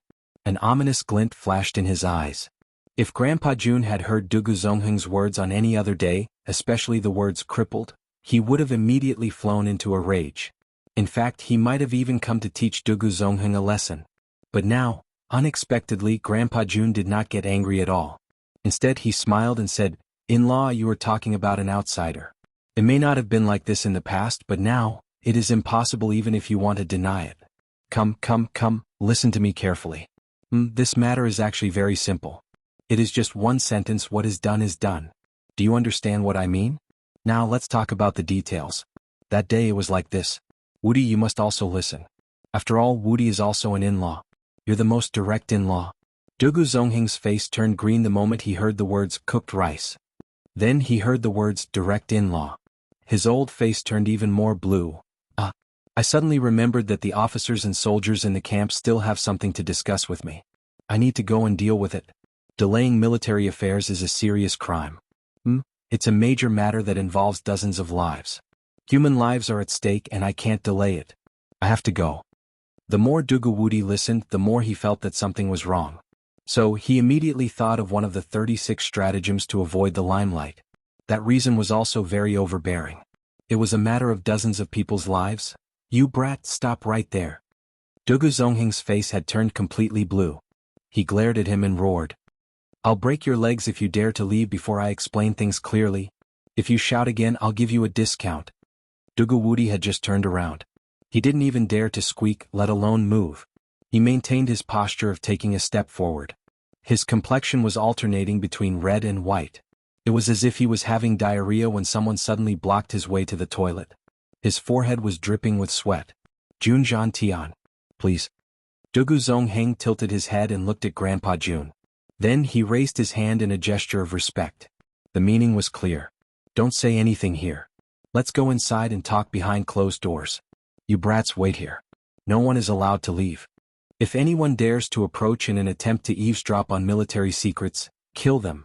Grandpa Jun turned around and gave the order. Hearing Grandpa Jun's order, Grandpa Dugu also felt that something was amiss. So he followed suit and ordered his own bodyguards to stand guard. The bodyguards of both families complied in unison, and quickly spread out to several key positions. Grandpa Jun took a step forward and followed behind Dugu Zongheng with large strides after finishing his preparations. Great General Dugu Wudi slowly followed behind them. The bad feeling in his heart was becoming more and more obvious. What's done is done. It can't be true, right? Good heavens. My dear daughter. Don't tell me that you've pushed me into a pit of fire. Old man Jun, if you have something to say, then say it. If you have something to fart, then say it. Don't beat around the bush. Don't talk nonsense. Dugu Zongheng's complexion had already turned black. He appeared very impatient. He looked at his son with an increasingly unkind expression. Dugu Wudi didn't have the usual air of a great general. He was extremely restrained as he sat on one side. In fact, he looked like a bullied wife. His tall and sturdy body seemed as if it wanted to shrink into the ground. He was constantly wiping his sweat. It was already early winter in Tianxiang. But Great General Dugu seemed to be in the middle of summer. Your family's granddaughter, Xiaoyi. That girl is a good girl. This time in the southern heaven city Jun Tian didn't hide anything. However, he was interrupted by Dugu Zongheng. Stop. Dugu Zongheng raised his hand. He then turned around to look at Dugu Wudi. Then he fiercely asked, "Didn't you say that Xiao Yi is in the imperial palace with Princess Raimo? How did she come to the southern heaven city? Is this old man trying to trick me?" Old man Dugu had decades of experience, so he could tell that Grandpa Jun was telling the truth. But he still held on to some hope. After all, Grandpa Jun's words of, "What's done is done," were too shocking. That. More sweat appeared on Dugu Wudi's forehead. In fact, it seemed as if it was flowing unceasingly. In fact, it had almost blocked his eyes. He kept on wiping his sweat. His dark complexion alternated between red and white. He was in an extremely sorry state. This and that, he couldn't even speak a complete sentence. In fact, he had almost caught up to Duanmu fried rice. General Dugu had only found out that Dugu Xiaoyi had secretly gone to the southern heaven city with Guan Qinghan a few days after she had left. But, wouldn't he have been skinned alive if his grandfather had found out about this? Therefore, Dugu Wudi had only arranged for his 3 nephews to look after his daughter. And he had prayed to God that nothing bad would happen to her. Then he had prayed day and night that this young lady wouldn't cause any trouble, and that she would quickly come back. However, it seemed that things had turned out contrary to his wishes. His precious daughter must have caused a lot of trouble over there. It was very clear from Jun Tian's expression. Dugu Zongheng saw that his son wasn't saying anything. He only knew how to wipe his sweat. So he knew that there was no hope. So he snorted angrily and said, "I'm old. I'm really old. Everyone in the family thinks that I'm an old blind man now, father. This, that." Dugu Wudi opened his mouth and explained with great difficulty. But he couldn't squeeze out even half a word after a long time. "You bastard. Shut your mouth. I'll break your legs if you speak any louder," Dugu Zongheng shouted. Then he turned to Jun Tian and said, "Elder Jun, you continue. You mustn't miss a single detail. You also know that Qinghan's daughter has a relationship with our Jun family?" Xiao Yi became anxious when she saw that Qinghan was no longer Emosia's sister-in-law. She also loves Emosia very much. So, she thought of a way to get some aphrodisiac from one of the family's guards. It wasn't a lot. It was only 1 packet. She didn't waste any of it. So she gave it all to Emosia. So, how could Emosia be on guard against her? Naturally, she drank it all without spoiling it. But she couldn't handle it alone. At the most critical moment, Guan Qinghan, that girl, was too kind. She was afraid that something would happen to them and went to look for them. In the end. Alas, she made a big mistake. That's how it happened. Old Dugu, you tell me? Aren't we relatives by marriage now? Your granddaughter took the initiative. Bah. It doesn't matter who took the initiative. In any case, the rice is cooked. So, that brat Emosia will definitely take responsibility. Jun Tian stroked his beard. He had deliberately made some of the less important points vague. He had emphasized that Jun Daxiao would take responsibility. Especially when Jun Tian had assumed the appearance of a victim. He couldn't help but sigh. In fact, everything that old man Jun had said was the truth. However, he had deliberately misled them. For example, but she couldn't handle it alone. So, at the most critical moment, those who knew the truth would naturally understand that nothing had happened to Dugu Xiaoyi. She certainly couldn't handle Jun Daxiao at that time. But nothing had happened. However, those who didn't know the truth would think too much. Especially those 2 men, Dugu Zongheng and Dugu Wudi, had naturally thought of something. Jun Moxie had been drugged with so many aphrodisiacs. So, a silly little girl like Dugu Xiaoyi wouldn't have been able to handle it. So, she wouldn't have been able to handle it. So, this thought had unconsciously formed a fixed pattern of thinking. Jun Moxie and Dugu Xiaoyi had already done that thing. Well, Dugu Xiaoyi couldn't handle it. At the most critical moment, Guan Qinghan had appeared and saved Dugu Xiaoyi's life. She had saved Dugu Xiaoyi's life. But she had also sacrificed herself. This was the most logical deduction. Since Dugu Xiaoyi had drugged Jun Moxie, it meant that she had already decided to cut off all means of retreat. So why would she run away? Dugu Zongheng and Dugu Wudi's eyes widened as Jun Tian narrated. The sound of their breathing became louder and louder. Eventually, their throats began to emit huff sounds. Even after Jun Tian had finished speaking for a long time, the father and son duo were still staring at each other with their eyes wide open. Jun Tian knew that his objective had been achieved. So he no longer paid attention to them. He picked up his teacup and calmly sipped his tea. "You're really infuriating me. Unexpectedly, the first one to jump up in anger was the great General Dugu Wudi. He had already become completely listless a moment ago. He could be seen dancing with joy. In fact, he had jumped 30 feet high. He was so angry that his entire face had changed shape. Jun Moxie, that little bastard. He actually dared to do such a despicable thing. I won't forgive him. I want to dismember his body into 10,000 pieces. I want to castrate him and then castrate him. He had said, for a long time. But he hadn't even finished speaking when a powerful slap landed on his head. The slap had sent him crashing to the ground. He had landed on his back like a gold ingot. You bastard, what's your name? What's your mother's name? What did I just say? If you speak again, I'll break your legs. My words are nothing but farts. Chapter 407. Today's third update. Fourth update in progress. You raised a good daughter. Dugu Zongheng is truly unfortunate. I raised a bunch of vile creatures like you. You deceived me, didn't you? Now that something has finally happened, you're happy. You're happy. Dugu Zongheng jumped up. He was like a starving wild wolf that was frantically circling around in a cage. However, he couldn't find anything after circling around twice. So, he suddenly shouted like a thunderclap, "This old man is furious." He jumped up and ferociously kicked Dugu Wudi's body. This kick was extremely powerful. Bang! General Dugu Wudi's majestic body smashed through the wall and flew out. Then, he landed in the courtyard far away, and prostrated himself on the ground.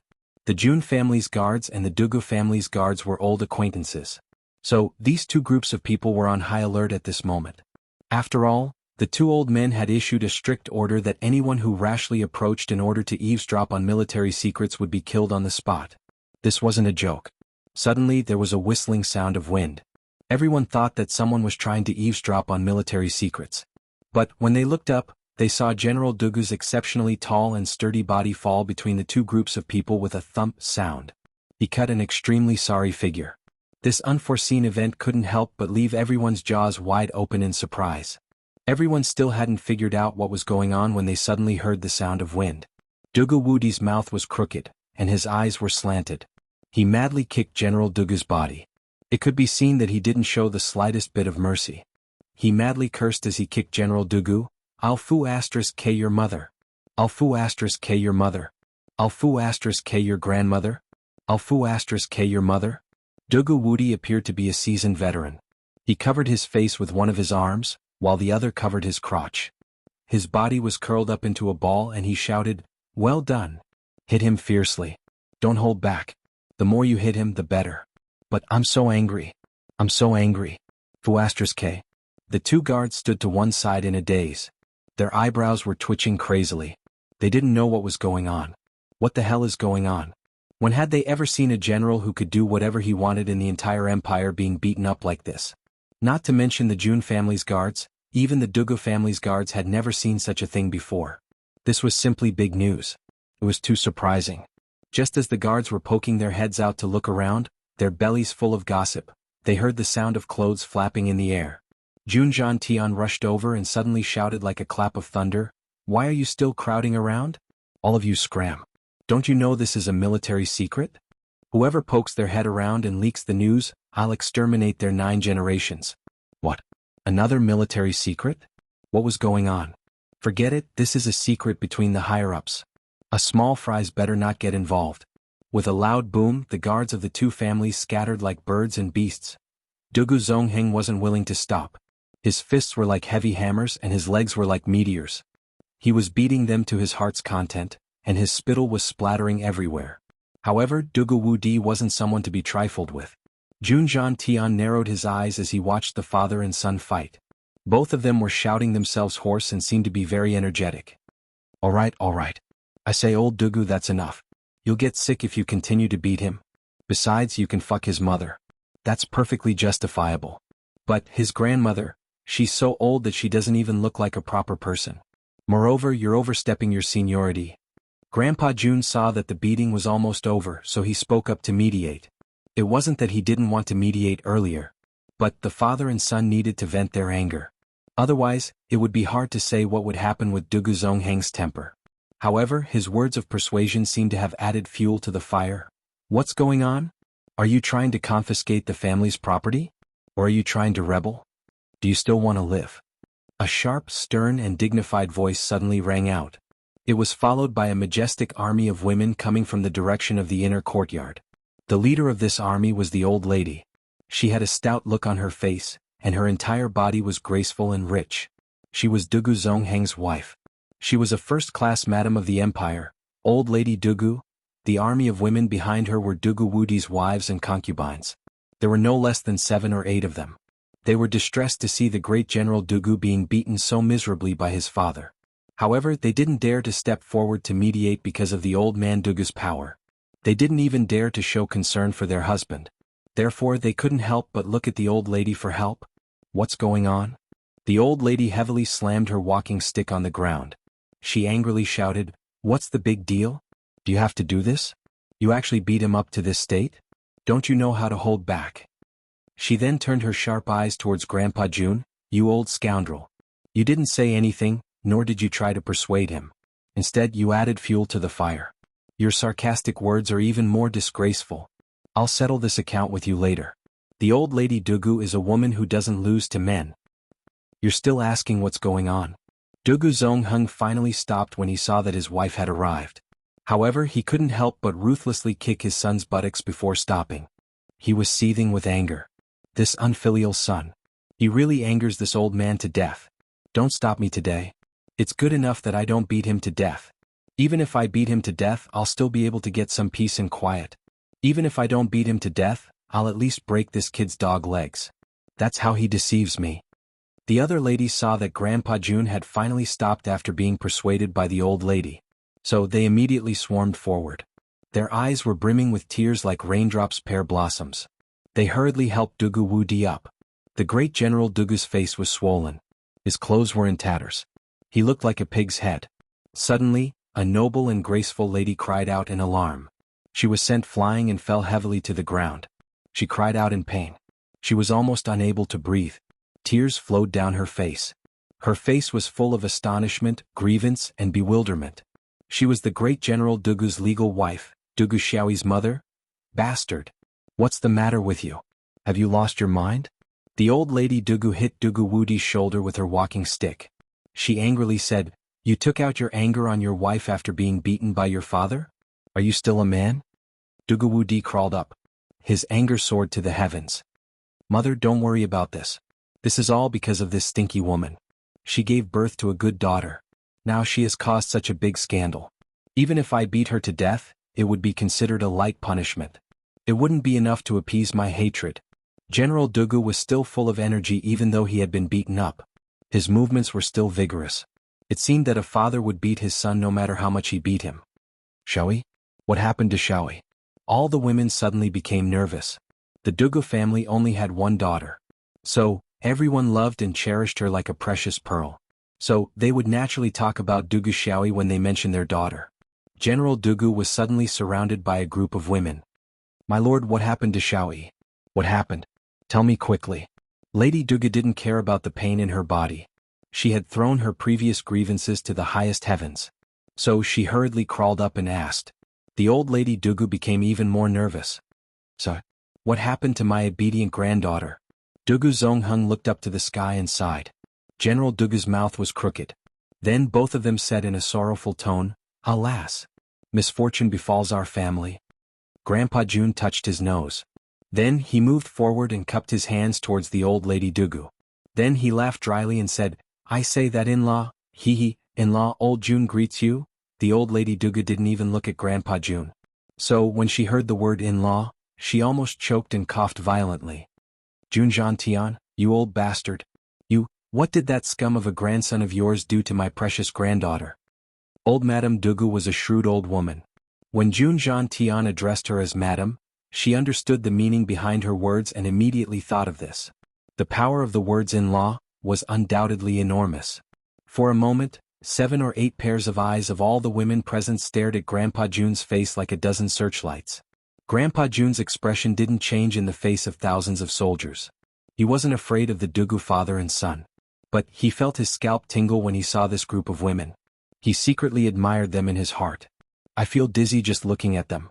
Dugu Wudi has to deal with every single one of them. His body is really good. He's almost as good as I was back then. Grandpa Jun coughed a few times before he finally said, "In-law, you must speak carefully. This time my grandson didn't do anything to your granddaughter. Instead, it was your granddaughter who did something to my grandson. Xiaoyi was the one who lit the fire and cooked the rice. This is a serious matter. So, you must clearly understand what's going on before you speak." The old lady Dugu's body couldn't help but sway as she heard these words. The old lady had experienced many things in her life. Her face suddenly turned cold. "Bring me all the information about the southern heaven city." Madame Dugu cautiously looked at her mother-in-law and said in a low voice, "I've read every single letter from the southern heaven city. But not a single word mentioned Xiaoyi." These words were reasonable. The Dugu family's 3 youngsters must have found out about this incident in the southern heaven city. But they wouldn't have dared to reveal this matter to their family even if they had the courage to do so. After all, everyone wanted to drag this matter out. So who would dare to take the initiative to poke this hornet's nest? Only report the good news and not the bad news? Those brothers are planning to slip away as soon as they return to Tianxiang. Or I'll go to the border and hide as far as I can. This matter has nothing to do with me. At least it's not directly related to me. Old man Dugu flew into a rage. Good. It turns out that your entire family knows that that damn girl has gone to the southern heaven city. But you've kept it from me. It turns out that this old man is an outsider. You're a family. Good. Bullsh T outsider. Take back your complaints. Wait until there's no one around before you vent your tantrum. Who else would I hide it from if not you? The old lady Dugu bluntly retorted. Hurry up and tell me everything. I want to know how I've become old man Jun's in-law. Chapter 408.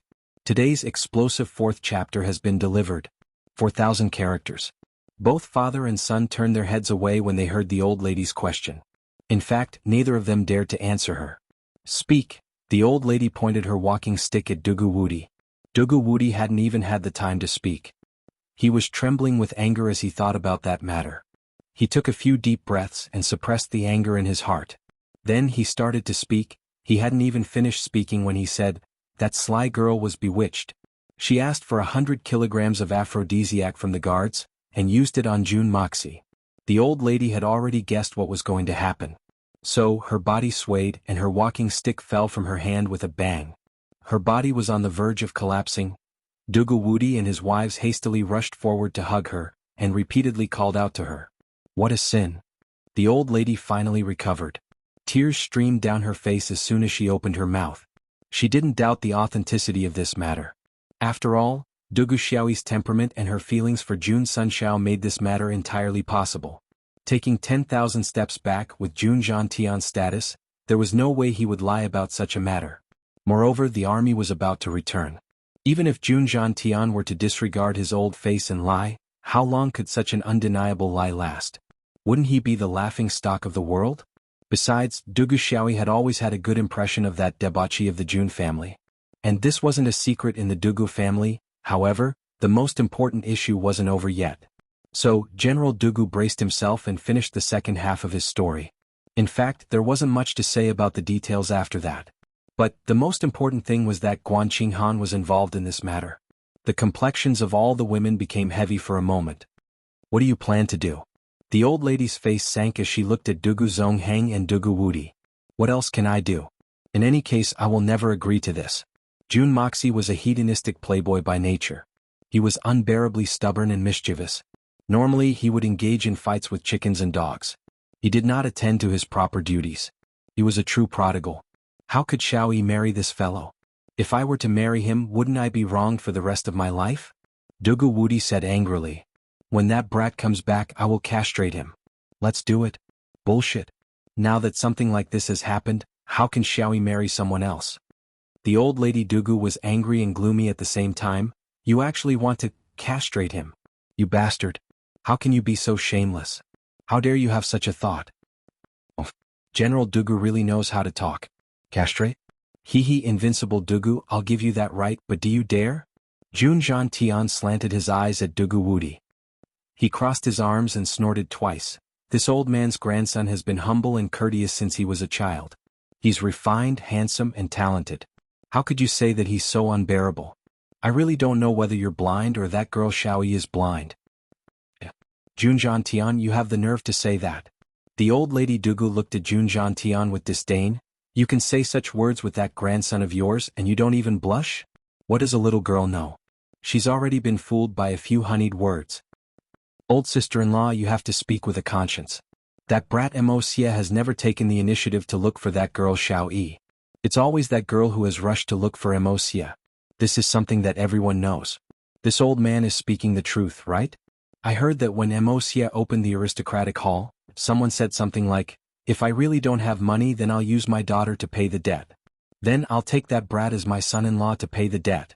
Old man Dugu said in a slow and unhurried manner. The old lady Dugu's eyes immediately locked onto her son. Invincible Dugu, you bastard, did you say such a thing? General Dugu was completely dumbfounded. But how could he dare to deny under the pressure of his mother? I was pushed around by that brat at that time. So I said it in passing. No one took it seriously. Bah, no one took it seriously and you still have the nerve to say it?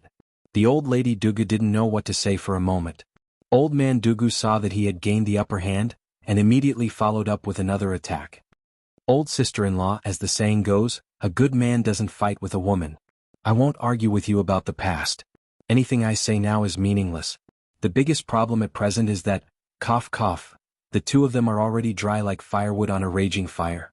I've come here to ask for your opinion, that's all. Grandpa Jun sneered. Then he quickly changed the topic and said, let's put it bluntly. If your Dugu family insists on not marrying off your daughter, then our Jun family may not necessarily want to marry your daughter. Besides, we may not be willing to marry even if you don't want to. If Moxia didn't have any objections, then why would he need your granddaughter's aphrodisiac? Three-legged toads are very rare in this world. But two-legged women are a dime a dozen. The Emperor's Princess Raimu runs to my house every day. And your Dugu family isn't the only one with a daughter in the capital. Becoming the prince's son-in-law would be considered as a relative of the emperor. Wouldn't it be better than becoming a son-in-law of the Dugu family? What's more, there's also Qinghan. That girl has suffered a lot, an undeserved calamity. Grandpa Jun was brimming with confidence. Moreover, he had been angered by Dugu Wudi's words. So, his words were very impolite. In fact, he was just short of cursing out loud. However, the effect of his words wasn't that much different from cursing out loud. I've come to you today to ask you what you plan to do about this matter. Secondly, your granddaughter's actions have implicated Moxia and Guan Qinghan. Qinghan's engagement with our Jun family has been annulled. She has even become Wu Yi's adopted daughter. But only a few people know about this matter. So, she is still the Jun family's eldest granddaughter-in-law in the eyes of outsiders. At least it's only in name. So we can't hide this matter any longer. So we must find a way to solve it. Moreover, this matter involves Uncle E and sister-in-law. This is a huge scandal. Even if the Dugu family doesn't want to marry off your daughter, you must give me an explanation for this matter.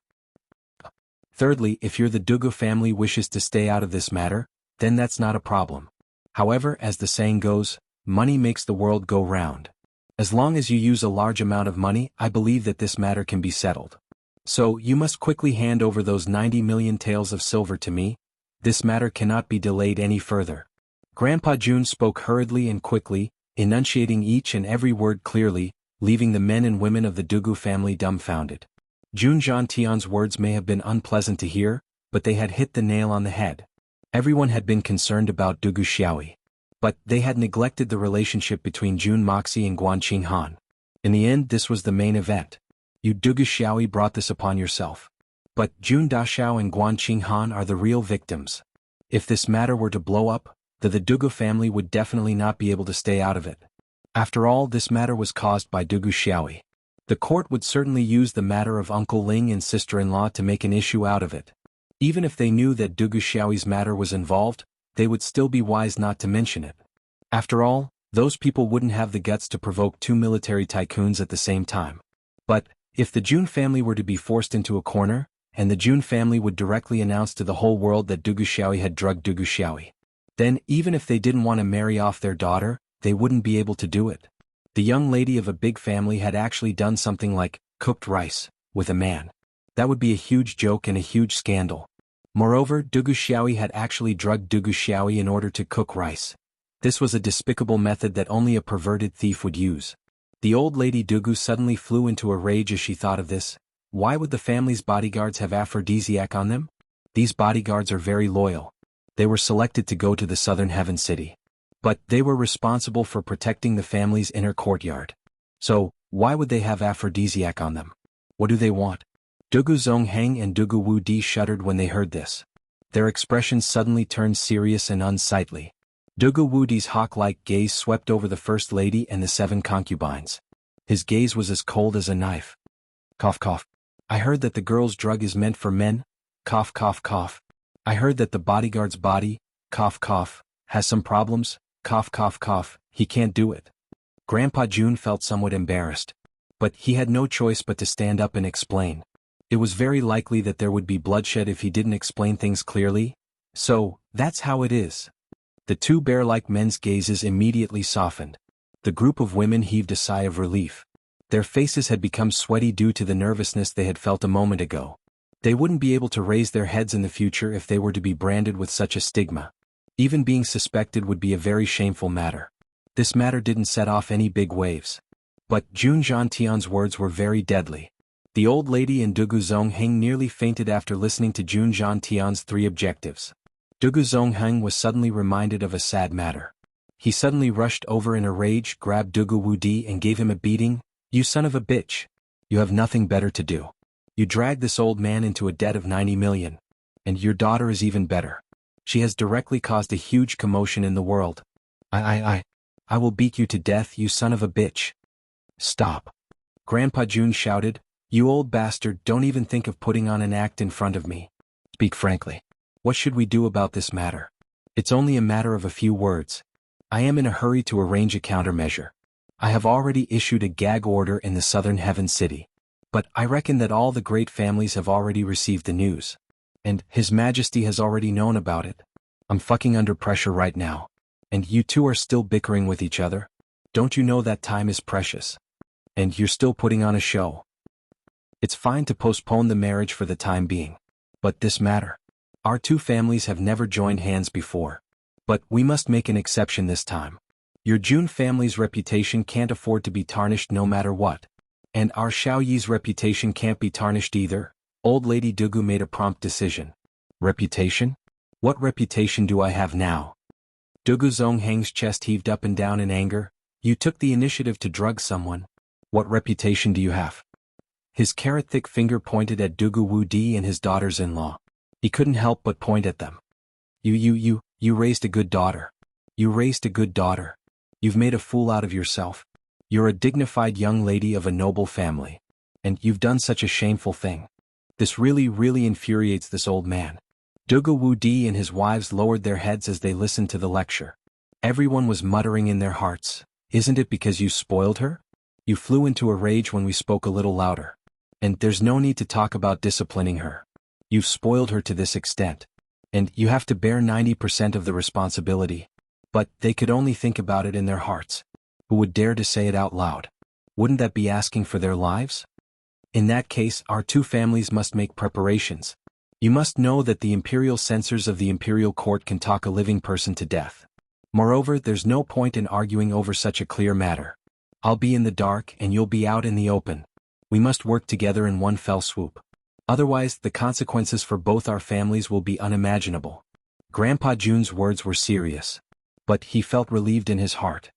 He had finally managed to swindle this family of troublemakers to his side. It hadn't been easy. But victory was already in his grasp. The alliance of 2 military families was unprecedentedly powerful. How could the rotten scholars of the world dare to resist? Old Jun? Old Jun is right. Our 2 families must work together to get through this crisis. As for the matter of marriage, it won't be too late to consider it slowly. Hey, slow down. The old lady had only spoken half of her sentence when she suddenly changed her tone. Slowly discuss it? No. The matter of marriage must be settled as soon as possible. It's better to be safe than sorry. What if that little girl becomes pregnant after this? What should we do then? It can't be, right? It can't be so coincidental, right? Dugu Zongheng and Dugu Wu Di looked at each other in dismay. They scratched their heads in uncertainty. Dugu Wu Di opened his mouth wide. Mother, you're worrying too much. How could such an unreliable thing happen once? Old Jun would have been overjoyed if the firepower had been so strong. Moreover, Xiaoyi is still young. She's only 16 this year. Is still too early? You two pig-heads. The old lady cursed. A young man and a young woman have their first taste. Do you think that they'll be idling along the way? It'll take them 1 or 2 months to reach the capital. You bastards. Let's see what you two bastards will say if she accidentally reveals her pregnancy. Besides, we know the Jun family well. That child Wuxia had a bad reputation a few years ago. But I heard that he's already changed for the better. Moreover, he's become the disciple of an otherworldly expert. It can't be considered as a disgrace to Xiao Yi. The old lady finished speaking in one breath. Her face was full of worry. The eyes of the madams suddenly revealed traces of shame when they heard this. But their complexions also turned deathly pale. This kind of thing wasn't impossible. Crap.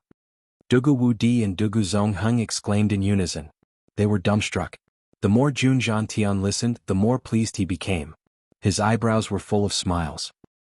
If that's the case, then this matter isn't entirely a bad thing. Chapter 409. There was an inconspicuous small town on the official road from Tiannan to Tianxiang. It was called Ivory Town. There were only a few hundred households in the entire Ivory Town. However, the tea house outside the town was particularly lively today. That was because a group of dignified, white-clothed people were sitting in a circle. They were looking towards the south from time to time. There were quite a few of them, and they were all dressed neatly and uniformly. Everyone wore clothes as white as snow. Such a group of people should have been more lively, but their faces were as cold as ice. Coupled with their snow-like white clothes, they could really freeze people to death. The tea-house's waiter only greeted them briefly and didn't come over again. Firstly, this group of people had clearly stated that they weren't to be disturbed. Secondly, these people seemed to be exhaling a cold aura, and no one would dare to provoke them. This group of people was naturally the Silver Blizzard cities Xinxian and Tianxian. The 7 swords and the 6 elders Xiao Han, Mu Shuetong, Han Yanmeng and Xiao Fengwu, and a total of 17 people. The Silver Blizzard city's trip to Tiannan could be said to be extremely depressing. The Jun family and Jun Wui had been plotted against, and there was no chance of survival. But in the end, the situation had turned into a blessing. Even the Silver Blizzard city didn't dare to act rashly. The main purpose of this trip was to deal with the solitary eagle of the prairie, but they didn't have the opportunity to do so. Finally, an extremely mysterious black-robed man appeared out of nowhere. His strength was so strong that even the 6 elders and the 7 swords were terrified. They were afraid that the mysterious man would cause trouble for the Jun family. So, they didn't even wait for the matter to finish before they left. They were preparing to pass through Tianxiang, and then set off from the aristocratic hall to return to the Silver Blizzard city. Everything that had happened here had already been reported back to the Silver Blizzard city through an eagle. The higher-ups of the Silver City who had received this shocking news immediately sensed an extreme danger from this unusual news. That black-clothed man had the strength to kill Supreme Master Zhu Tian with just a wave of his hand. One could well imagine how powerful he was. The Xiao family's great elder, Xiao Xingyun, and the Silver Blizzard city's lord simultaneously issued an order for all the people from Tiannan to immediately withdraw without delay. All the members of the Silver City who were outside retreated and clenched their fists, ready to react. The severity of this order was even higher than that of the time when the Blizzard Silver City was at a disadvantage against the Dongfang family. At that time, the Blizzard Silver City was confident that they could turn the situation around. Firstly, not all of the higher-ups of the Silver City had been mobilized. Secondly, the people of the continent wouldn't sit back and watch as Dongfang's assassins wreaked havoc in the world. But this time it was completely different. The degree of mystery and terror was far beyond that of the Dongfang family. Moreover, he wouldn't oppose the whole world. If he really wanted to deal with the Silver Blizzard City, he believed that the other countries, families and forces would only watch from the sidelines. No one would help the Silver Blizzard City like last time. Therefore, this order could be said to be extremely urgent. From this order, it could be seen that the Silver City's higher-ups were shocked, nervous, and even panicked. Along the way, Xiao Han was on the verge of going crazy. His eyes were bloodshot, and his mind was close to a state of insanity. Along the way, the number of innocent people who had died by his hand was no less than 10. At this rate, I'm afraid that he won't even need to return to the Blizzard Silver City before he goes completely crazy. An extremely insignificant person had actually stolen an excellent fiancé from someone as excellent as me. For many years, I've had an incomparable sense of superiority, and I've gotten used to beating this weakling for fun. No matter how heroic he is, no matter how unyielding he is, I'm far stronger than him. Moreover, my background is more than 10 times stronger than his. Therefore, I can naturally humiliate, toy with, and wreak havoc on him at will. I, Xiao Han, am the pride of the heavens. But who do you think you are, Jun Wui? Therefore, I've always had a kind of tyrannical pleasure for all these years. Who asked you to steal my wife? I'll destroy your family, cut off your descendants, and bring shame to the world. But I won't die. I'll humiliate you little by little and toy with you until you die. But now, this insignificant cripple that I can humiliate and toy with at will has transformed into an existence that I can no longer afford to provoke. And all of this had happened because of a mysterious man who had suddenly appeared. And that mysterious man had changed everything. This sudden and huge contrast was equivalent to a person who had been high up in the heavens. He had looked down upon the common people, and had suddenly lost all his advantages. And he had suddenly fallen to the basement of the 18th layer of hell. How could a narrow-minded person like Xiao Han bear such a huge blow? Moreover, the 13 elders who had followed him were all experts on the same level as Xin Xian. They were all top-notch people. So, their combined strength was enough to sweep away the entire secular world. But, such a tyrannical force hadn't dared to stand up for him in the face of this mysterious man's deterrence. In fact, they hadn't even dared to think of doing so. Therefore he had gone crazy. In fact, it could be said that he had completely collapsed. In fact, he didn't have any other thoughts besides insanity. Xiao Buyu, the leader of the Silver Blizzard City, had no choice but to postpone the journey because of Xiao Han's collapse and insanity. This matter had made the second master of the Xiao family, who had always been able to summon the wind and summon the rain, lose face. In fact, he hadn't even lost face like this when he had faced the old lady of Dongfeng, who was much stronger than his brother. Moreover, he knew what Xiao Han was thinking and hoping for. But he hadn't dared to make his grandson's wishes come true. Therefore he felt even more guilty towards Xiao Han. In fact, he would have been too ashamed to show his face if he had allowed his grandson to go crazy. Therefore the group stopped to rest. What does Jun Wui count for? He's just a good-for-nothing who borrowed the strength of an outsider. How can he compete with me? I'm nobler than him. I'm better than him. I should have trampled on him all my life. I should have trampled on him as I pleased. I should have toyed with him. He's an insignificant cripple. And he will always be. Xiao Han had gone crazy and was shouting incessantly. He didn't have the demeanor of a powerful Tianxian expert anymore. Nobody responded to him. That was because everyone knew that he was talking nonsense. What does Jun Wui count for? He's a dignified blood general. He's unhindered on the battlefield and has never tasted defeat. He has such outstanding achievements at such a young age. Who knows how much glory he would have had if the elders of the Xiao family hadn't intervened. But Jun Wui has been crippled for 10 years, but he hasn't become a cripple. His cultivation has reached the middle level of Tianxian. What kind of unswerving determination and willpower is that? And who do you think you are, Xiao Han? The Silver Blizzard City and the Xiao family have provided you with the best techniques, the best training environment and countless rare medicines. But you're only at the primary level of Tianxian. And you still have the nerve to say that I'm a nobody? I've decided to have a decisive battle with Jun Wui. I'm a man who's been robbed of his wife. Xiao Han realized that his words had no basis to back them up. So it was difficult for him to say them again. His eyes reddened, and his body trembled as he looked straight at Xiao Buyu. These words seemed to have been squeezed out from the bottom of his heart. They were hoarse and low and resembled a broken gong. Perhaps, this was the only explanation that Xiao Han could come up with. I don't care about life or death. I must fight with him. Jun Wui and I can't coexist in this world. Xiao Han was so excited that his fingers were trembling. His hair was disheveled and his face was pale. His eyes were crazed. I'll go alone if you don't agree. Otherwise I'll die here. I won't go back to the Silver Blizzard City. I won't have the face to go back.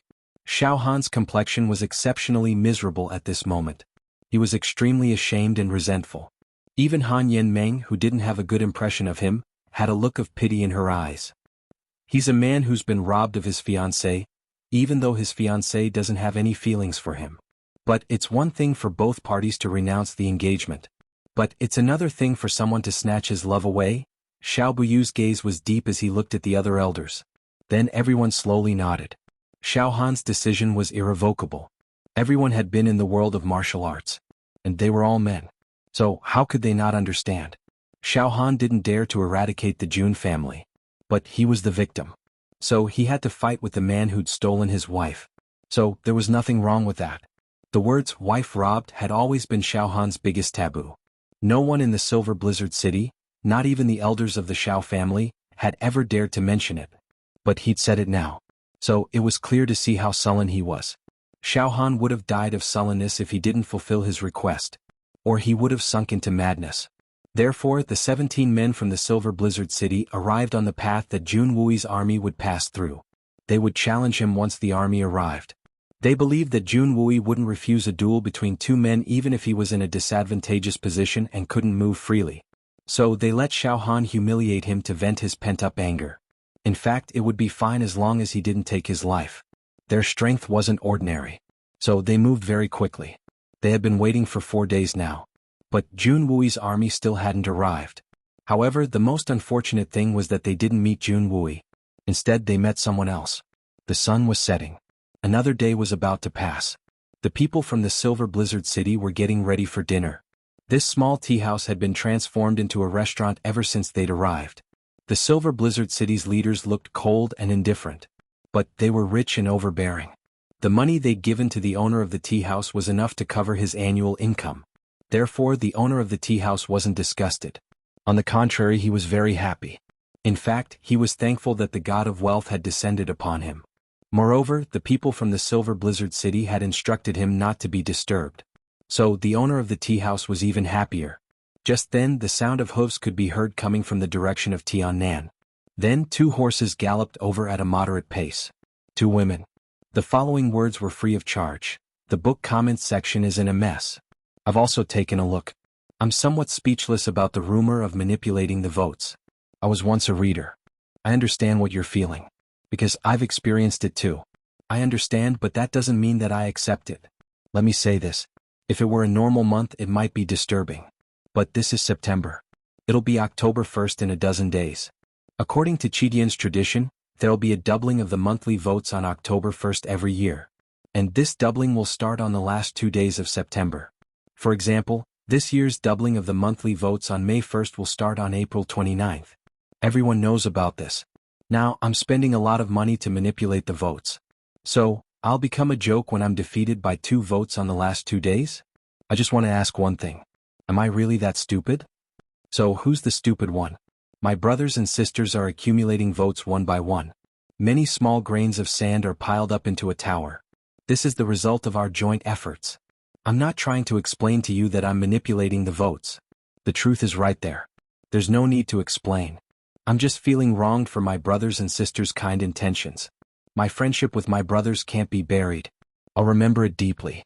Or this month, we'll suffer a huge loss if the votes are doubled at the end of the month. Because I've already squeezed too hard in the early stages. Or I might not be able to continue. But I'll fight until the end of the month. Even if I'm out of the top 10 or 20, I, Feng Ling Tian, will have a clear conscience. There's nothing else in this life. I only seek peace of mind. Every single monthly vote is an acknowledgement. Every single penny from subscriptions is pure. It's a kind intention. I'll be worthy of this acknowledgement.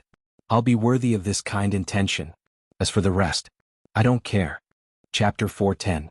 Today's second update has arrived. Well, it will break out tomorrow as per usual. This will be the 9th update of the month. Start preparing now. There should be another update at midnight. I've said that I'll fight till the end. So I'll fight till the end. Ticket. Everyone from the Silver City was left dumbfounded as they swept their eyes over the screen. Especially Xiao Fengwu. His eyes suddenly emitted a blazing radiance. He wasn't the only one. Even the 6 elders and the 7 swords of the Silver City couldn't help but have a look of amazement in their eyes. Even Xiao Han, who was on the verge of losing his mind, had a dull look in his eyes at this moment. 2 young girls, one dressed in white and the other in green, were galloping towards them. The green-clothed girl's complexion was obvious. Anyone with a discerning eye could tell that she had disguised herself. Her figure was graceful, but her face was dark. So, it was difficult to say that she was pretty. Only her pair of quick-witted eyes were like limpid autumn waters. They were curiously sizing up the surroundings. She looked like a little girl who was going out for the first time. She was full of curiosity about everything. She looked pure and adorable. Her face had been disguised. But everyone couldn't help but overlook this fact. Then they looked at the white-clothed woman on the horse behind them. This was the real reason why everyone had lost their composure. Her clothes were whiter than snow, her black hair was like the clouds, and her facial features were regular. But just when everyone wanted to see her face, they realized that in front of her peerless elegance, no one actually had the courage to see what this woman looked like. They could only feel that she was abnormally pure and holy. No matter how beautiful or peerless a woman was, in front of this woman in white, there was only one feeling: inferiority. She was like the bright moon in the sky. Her cold radiance had been sprinkled over the earth. But no one could ever approach her. She was unattainable yet elegant and graceful. She was like a fairy from the ninth heaven. She had floated down to the mortal world. Her figure was slender and well-proportioned. But everyone could only see her beauty. But they couldn't see how she looked or how beautiful she was. If one were to use the words used to describe women in the human world to describe this woman, then no matter how beautiful the words were, they would all seem pale and powerless. The beauty of this white-clothed woman couldn't be described with words. It should only belong to the heavens. It shouldn't belong to the mortal world. She was absolutely a devilish beauty.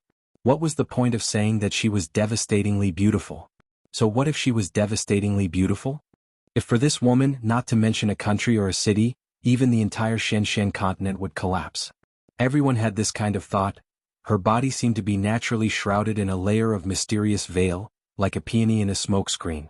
Looking at flowers in the mist, it was hazy yet incomparably clear yet indiscernible. This kind of feeling made everyone who saw her exclaim in their hearts, "So, there's actually such a beauty in this world." This was a peerless beauty, a peerless elegance. From the moment she suddenly appeared on the road, the setting sun in the west seemed to have stopped its footsteps, just for this rare white-clothed woman, emitting thousands of rays of multicolored light. Just as she flipped off the horse and stood gracefully on the ground, the rays of light behind her suddenly dimmed, and the ground beneath her feet seemed to have suddenly been dyed with an unparalleled immortal chi, glistening brightly. At this moment, no one from the Silver City realized that the white-clothed woman and the green-clothed woman had a strange look in their eyes when they saw the people from the Silver City. But they returned to normal in the next instant. "Elder sister, we've been hurrying all this time and we're really tired. Why don't we rest here for a while, and have a cup of tea before we continue on our journey?" The green-clothed woman's voice was like an oriole's, crisp and melodious. "Younger sister's words are reasonable. Haste makes waste. Let's rest for a while before we continue on our journey. In any case, they are still behind us."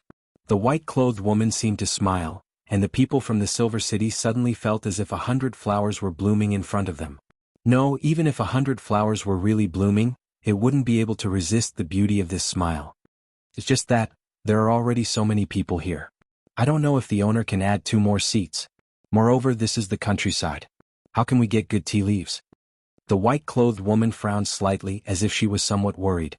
Ladies, please take a seat here. Cough cough. It's fine to stand here for a while. There's snow tea from the Han family here, it's also of the highest quality. Although it might not be able to catch your eye, this place is remote, so please bear with it." Xiao Fengwu had been infatuated with the white-clothed girl the moment he had laid his eyes on her. So, he hastily stood up with a fervent look on his face. He eagerly offered her the Silver Blizzard City's unique top-grade tea, snow tea. Then he politely brushed the chair with his sleeves. He didn't forget to impatiently say to Han Yenmeng, "Sister, your back must be tired after sitting for so long, right? Come, let's stand for a while and rest our backs." Han Yenmeng immediately pouted, her face full of displeasure. What did this senior brother of mine just say? The snow tea of the Silver City is one of the few heavenly tea leaves in the world. If this tea is not pleasing to my eyes, then I really don't know what other tea would be pleasing to my eyes. His words are so incoherent.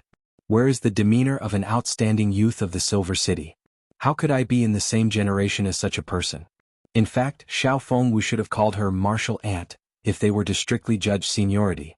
However, the elders of the Silver City had said that she was too young, and they had forcibly put her down by a generation. Wouldn't I have to call my sister martial aunt, if I were to calculate this in reverse? This is the truth. Han Yenmeng had vaguely come to realize that this seniority hadn't been randomly assigned. Instead, it had been deliberately arranged by someone. This had been done for the sake of her marriage. She was too young. Most of her peers were already in their 30s or 40s. And there were many outstanding men of similar age in the next generation. But there was still a gap in seniority between them. Anyway, the natural order of the world couldn't be disobeyed. Moreover, the Han and Xiao families of the Silver City didn't wish to marry outsiders in order to avoid unnecessary trouble in the future. Therefore, they had forcibly put her down by a generation. In particular, senior brother Xiao Fengwu, who was standing in front of him, seemed to be the husband of the two families. However, she hadn't been able to understand this due to her young age. Moreover, she was afraid that an embarrassing incident like what had happened to her sister would happen. But Xiao Fengwu would inevitably be the one to accompany her for the rest of her life if everything went smoothly. This approach was somewhat like burying one's head in the sand. But no one in the Silver City had ever said anything about it. After all, it would inevitably lead to a turbulence in the Silver City if she were to recruit an outsider as her husband. But it wouldn't happen now. But she had no choice but to consider the future generations. In fact, Han Yanmeng didn't have a favorable impression of this senior brother. But she didn't have a bad impression either. She was still in a state of ignorance. But Xiao Fengwu had been so attentive to a woman whom he had just met. The little girl found it funny. But she still felt somewhat uncomfortable in her heart. Then he had asked her to give up her seat. And it seemed as if he was afraid that she would offend that woman if she didn't give up her seat. And the elders of the Xiao family actually did not stand out to say anything. This man is like this. How could this unforeseen event not make the little girl feel extremely wronged? She tilted her head and pretended that she hadn't heard anything. You're acting cheap, but you're dragging me down with you? Who do you think you are? Who cares about you? Junior sister, please step aside. Xiao Fengwu anxiously looked at Han Yanmeng. Then he looked at the white-clothed woman in fear. He was afraid that she would get angry and leave in a fit of rage. So he called out again in a pleading tone. Fengwu, how can you speak to the little princess like this? Mu Shuetong couldn't stand it any longer. He shouted in an angry voice. This shout had made the Silver City's higher-ups realize that a conflict had arisen in this place. One look at Xiao Fengwu's appearance made them realize that the Xiao family's grandson had fallen in love with the white-clothed woman at first sight. Han Yanmeng was even more unhappy. She had always been the most pampered daughter of the Xiao family. So how could she endure this? Moreover, none of the elders who had always doted on her had opened their mouths to support her. She couldn't help but pout her small mouth, wrinkle her nose, stamp her feet and stand up in anger. She then said, Xiao Fengwu, you're good. I finally know you today. She angrily ran to Mu Shuetong's side, and leaned against him in an aggrieved manner. She couldn't help but shed tears. Young lady, please take a seat. I've been neglecting you since we've been living in the wilderness. I'll personally prepare some tea for you. Xiao Fengwu didn't seem to have paid any attention to Han Yanmeng's words. Instead, he deftly wiped Han Yanmeng's chair with an attentive look on his face. Thank you very much, young master. A trace of contempt flashed in the green-clothed girl's eyes. The two women gently walked over. The fragrance of the fragrant tea assailed everyone's nostrils as they passed by. And they suddenly felt a rare sense of contentment. The white-clothed woman didn't say a word from beginning to end. In fact, she didn't even have any special expression on her face. You're welcome, you're welcome. I'm Xiao Fengwu. May I ask the honored names of the two young ladies? Xiao Fengwu rubbed his hands. His face was brimming with honor. The green-clothed girl rolled her eyes and said, My elder sister's surname is Mei. And my surname is also Mei. Mei? That's a good surname. Mei.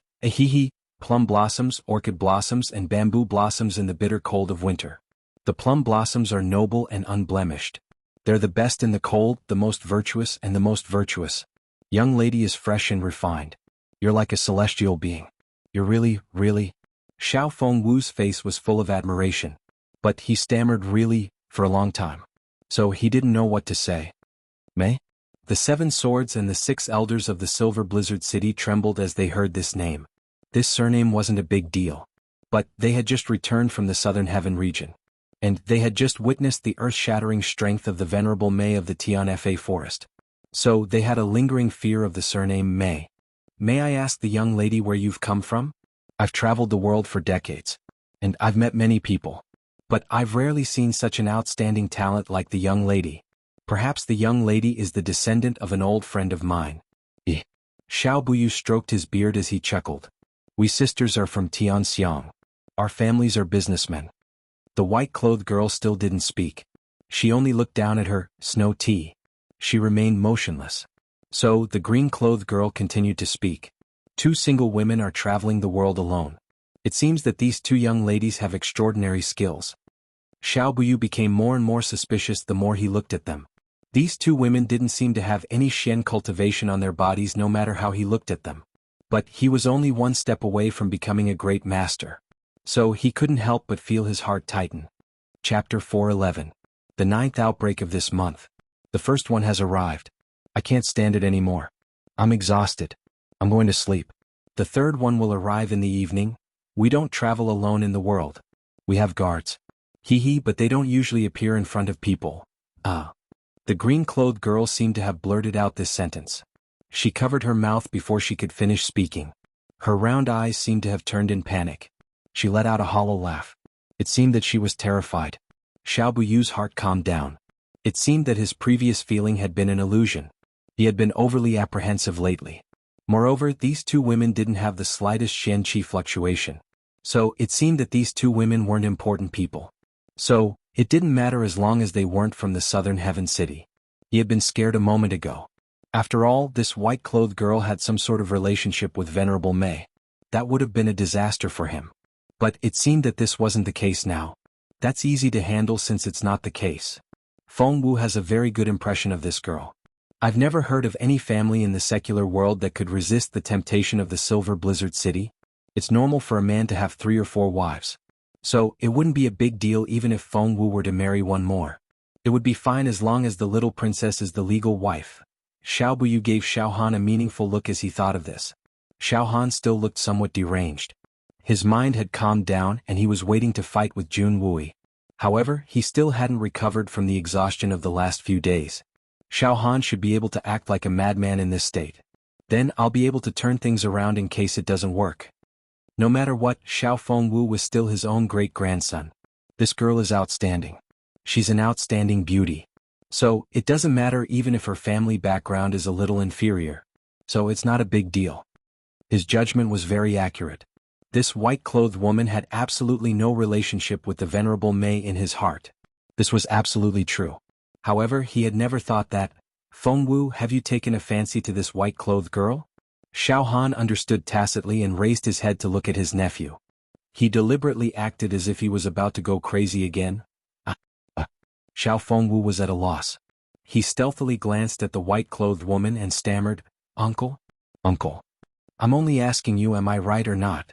Do you think this girl is very beautiful? You want to marry me? Xiao Han looked like he was drunk. He slammed the table and glared at him. The meaning was clear. If you like her, Uncle will help you be the bad guy. The green-clothed girl rolled her eyes. Marry my boss? You guys are really something. Yes, but... Xiao Fengwu was indeed a bit bossy and domineering, but he was still young after all. He was still a bit embarrassed after hearing such things.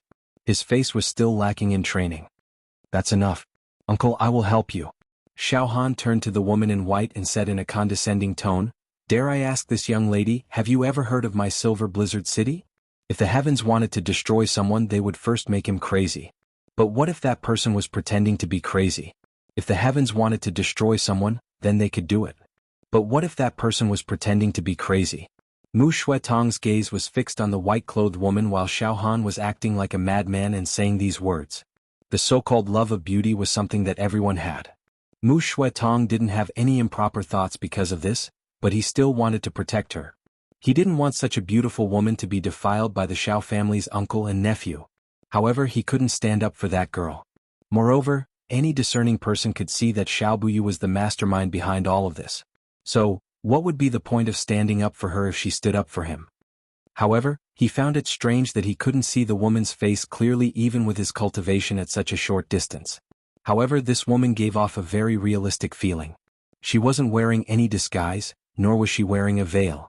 She was barefaced, but no one could see her face clearly. What's going on? What does this feeling mean? Moreover, Mu Shuetong was most puzzled by the conversation between Xiao Han and Xiao Fengwu. And he was afraid that anyone would have been able to hear the vulgar undertones in their conversation. Especially when they were talking about the white-clothed woman. It was believed that any other woman would have been so embarrassed that she wouldn't have been able to show her face. However, this woman's expression hadn't changed from beginning to end. In fact, it seemed as if she hadn't heard anything. She was still holding her cup of snow tea and was carefully savoring it. In fact, it seemed as if she only had eyes for that exceptional fragrant tea. Even if it was a simple and crude teacup in the countryside in her hands, it was like holding the golden tripod of the imperial palace. She didn't even bat an eyelid when Xiao Han asked her a question. It seemed as if she hadn't heard him at all. It seemed as if the words Silver Blizzard City were nothing in her eyes. In fact, they didn't even have any meaning. Silver Blizzard City? What kind of place is that? The green-clothed girl smiled tenderly. She then tilted her head in a cute manner. It seemed as if she was thinking about it carefully. Then she revealed an apologetic and sincere expression as she said, "I'm really sorry. I've never been to that place. I've never even heard of it. Is it very famous?" Xiaohan paused for a moment. He knew that these two people would look at him with admiration as soon as he mentioned the Silver Blizzard City. Then he would ask them a few questions and he would be able to easily find out the ins and outs of the matter. Then he would directly propose a marriage. And he believed that nobody would dare to refuse a marriage proposal from the Silver Blizzard City. However, the reality was very different from what he had imagined. The opposite party hadn't even heard of the Silver Blizzard City. This made Xiao Han and Xiao Fengwu, who had been accumulating their strength for a long time, feel as if they had punched into cotton. Not only were they unable to exert their strength, but they had even twisted their wrists. It would have been fine if he didn't know, but the other party didn't know, and had a sincere look on his face as if he had done something wrong. This made Xiao Han, who wanted to use this as a pretext to make a fuss, at a loss of what to do. Of course, if Xiao Han knew who the two women he was forcing to marry were, he probably wouldn't even be able to wait until Jianghu arrived. The Silver Blizzard City is our hometown. The two young ladies are not Xian experts. Moreover, they don't know any Xian experts. So, they haven't come into contact with this level. Xiao Fengwu hastily smiled. But there was a hint of arrogance in his tone. But I believe that there are no Xian cultivators in the continent who haven't heard of the Silver Blizzard City. The Silver Blizzard City is the pinnacle of the Xian continent. It's so powerful. The green-clothed girl exclaimed. She covered her mouth with her small white hands. Then she suddenly said in surprise, "The Silver Blizzard City? Is it made of snow? Won't it melt under the sun?" The Silver Blizzard City? Just a name. Of course it's not made of ice and snow. Xiao Fengwu stupidly explained. But why haven't we heard of such a famous place? The green-clothed girl looked at him suspiciously. Then she suddenly realized, "Oh, I remember now. The Silver Blizzard City?" Xiao Han and his nephew let out a long sigh. "You finally remembered? Then it'll be easy to talk about it in the future." "That's right. You should have heard of the Silver Blizzard City even if you don't have Xian Qi." The green-clothed girl looked at the white-clothed girl and said, "Elder sister, when we were playing in the slums during the New Year, didn't they make a big pile of snow? Elder sister, you made them build a wall and build a castle, didn't you? At that time you personally gave it a name. You said that this place should be called the Silver Blizzard City. Let it stay outside during the cold winter months. If it's inconvenient for us to travel, we can go in and relieve ourselves. Isn't that right?" The white-clothed girl smiled and slowly nodded. This was her first action. The green-clothed girl suddenly jumped up in excitement. Then she arrogantly looked at Xiao Han and Xiao Fengwu. "Humph! I was wondering where this place was. It turns out to be our countryside's latrine. Your names were given to you by my elder sister. What's there to be proud of? You're dressed so well. Don't tell me you've made a fortune? If you've made a fortune, why do you still want to live in a latrine? It's probably because you've just made a fortune. So you haven't built a new house yet. I think there's a word for this. What's it called?" "Oh, that's right. It's called nouveau riche." The corners of Xiao Han's mouth twitched. It seemed as if he was about to fly into a rage. On the other side, Xiao Fengwu was dumbstruck. The young master of the Silver Blizzard City couldn't react. He kept thinking, is there really such a coincidence in this world? "Impudent slut. You're full of nonsense," Xiao Han angrily shouted. He stood up, and the imposing aura of a Tianxian expert swept out. He had been mad and irritable all this way. So, it was as if oil had been poured on a fire when he heard these words. How could he care about these two weak women in front of him? In any case, he had killed at least 80 people along the way. So why would he care about 2 more? "Uncle, please calm down. Uncle, please don't be angry. This may be just a coincidence. You see, they're the daughters of a rich family. So, it's understandable that they don't know about the Silver Blizzard City." Xiao Fengwu hastily tried to mediate. He was so anxious that his forehead was dripping with sweat. He had been captivated by the peerless elegance of this white-clothed girl the moment he saw her. He felt that it would be good if he could even talk to her. It seemed as if he had completely lost his ability to judge. "Get lost. You evil creature. Can't you see that she's playing with us?" Xiao Han was very angry. He wanted to throw his nephew out. "What did you just say? Say it again if you have the guts." An exceptionally cold and awe-inspiring voice resounded. It seemed as if a cold wind had blown out of hell. Even the strongest expert of the Silver Blizzard City, Xiao Buyu, couldn't help but shiver. The smile on the face and eyes of the green-clothed girl, who was as pretty as a flower, had completely disappeared at this moment. What replaced it was actually a dense killing intent. Her pair of quick-witted eyes had turned into two bottomless pits at this moment. Xiao Fengwu had only taken a glance at them, and he felt as if he was about to be sucked into a bottomless whirlpool. Xiao Buyu was frightened. Great master-level cultivation. The aura of a great master-level cultivation. Even Xiao Buyu couldn't display such a formidable aura. Who is this green-clothed girl? It doesn't matter who this green-clothed girl is. But this matter has become very serious. The atmosphere in the field had become very tense. In fact, it seemed that a fight could break out at any moment. Xiao Han's lowly servant had finally brought about a huge problem. He couldn't deal with it. He couldn't solve it. And he couldn't even face it. Chapter 412. Please wait a moment. This is a misunderstanding. Xiao Buyu's body flashed as he faced the green-clothed girl. His expression had changed from careless to serious. He was bewildered as he said, "Young lady, please calm down. This is probably a misunderstanding. Please allow this old man to explain it to you." Misunderstanding? This joke isn't funny at all. If we sisters were really ordinary young misses from prestigious clans, then even if we didn't lose our lives at the hands of this idiot before us, we would probably be forcefully taken away by you, humiliated and ravaged as you please. Is this how the people of the Silver Blizzard City behave? Explain? Would you have explained if we hadn't been sisters? Is there even a need to explain? The green-clothed girl's eyes turned cold. Lengling looked at Xiao Buyu. Her murderous aura hadn't disappeared. Xiao Buyu was no match for Xiao Han. The green-clothed girl's aura had risen again, and her murderous aura had reached his head. But he wasn't completely powerless to resist. However, the pressure was too great.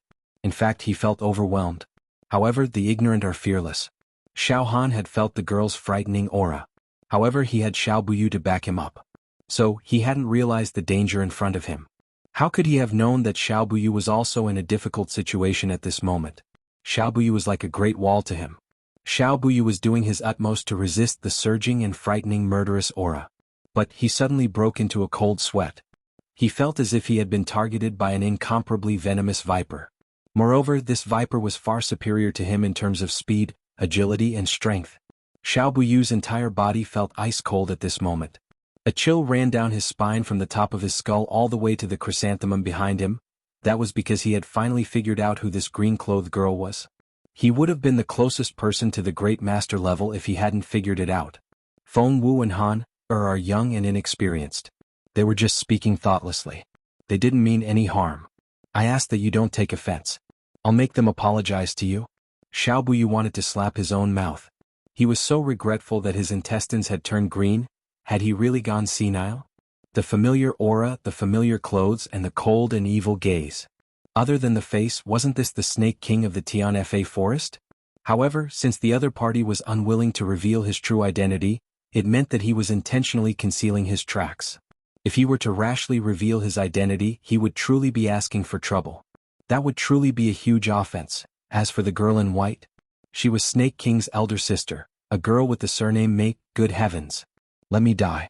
He had actually plotted to instruct his own grandson to take Snake King's elder sister home as his wife, or even as a concubine.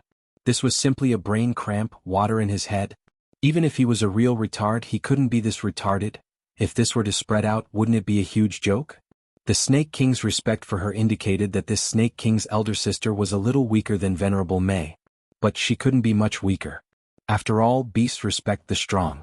So you're nothing if you don't have strength. Moreover, she's surnamed Mei. Could it be that she's Venerable Mei's younger sister? It wasn't surprising that he would think that way. After all, the Venerable Mei had always been a man in the eyes of the world. Moreover, he was an old man. But the white-clothed girl in front of him wasn't only a peerless beauty of peerless elegance. Moreover, she was very young and beautiful. Xiao Buyu didn't even glance at the approaching Junwui's army. In fact, he wasn't even in the mood to pay attention to them. In fact, he didn't even hear them. In fact, he had turned a deaf ear to them. He was dumbfounded. Oh my God. What have I done? I had just instructed my grandson to take liberties with Venerable Mei's younger sister, and he had even called the Snake King a lowly servant. Xiao Buyu was on the verge of collapsing. Mother Fu asterisk cur. I can't be this unlucky, can I? Why did I listen to that bastard Xiao Han's nonsense?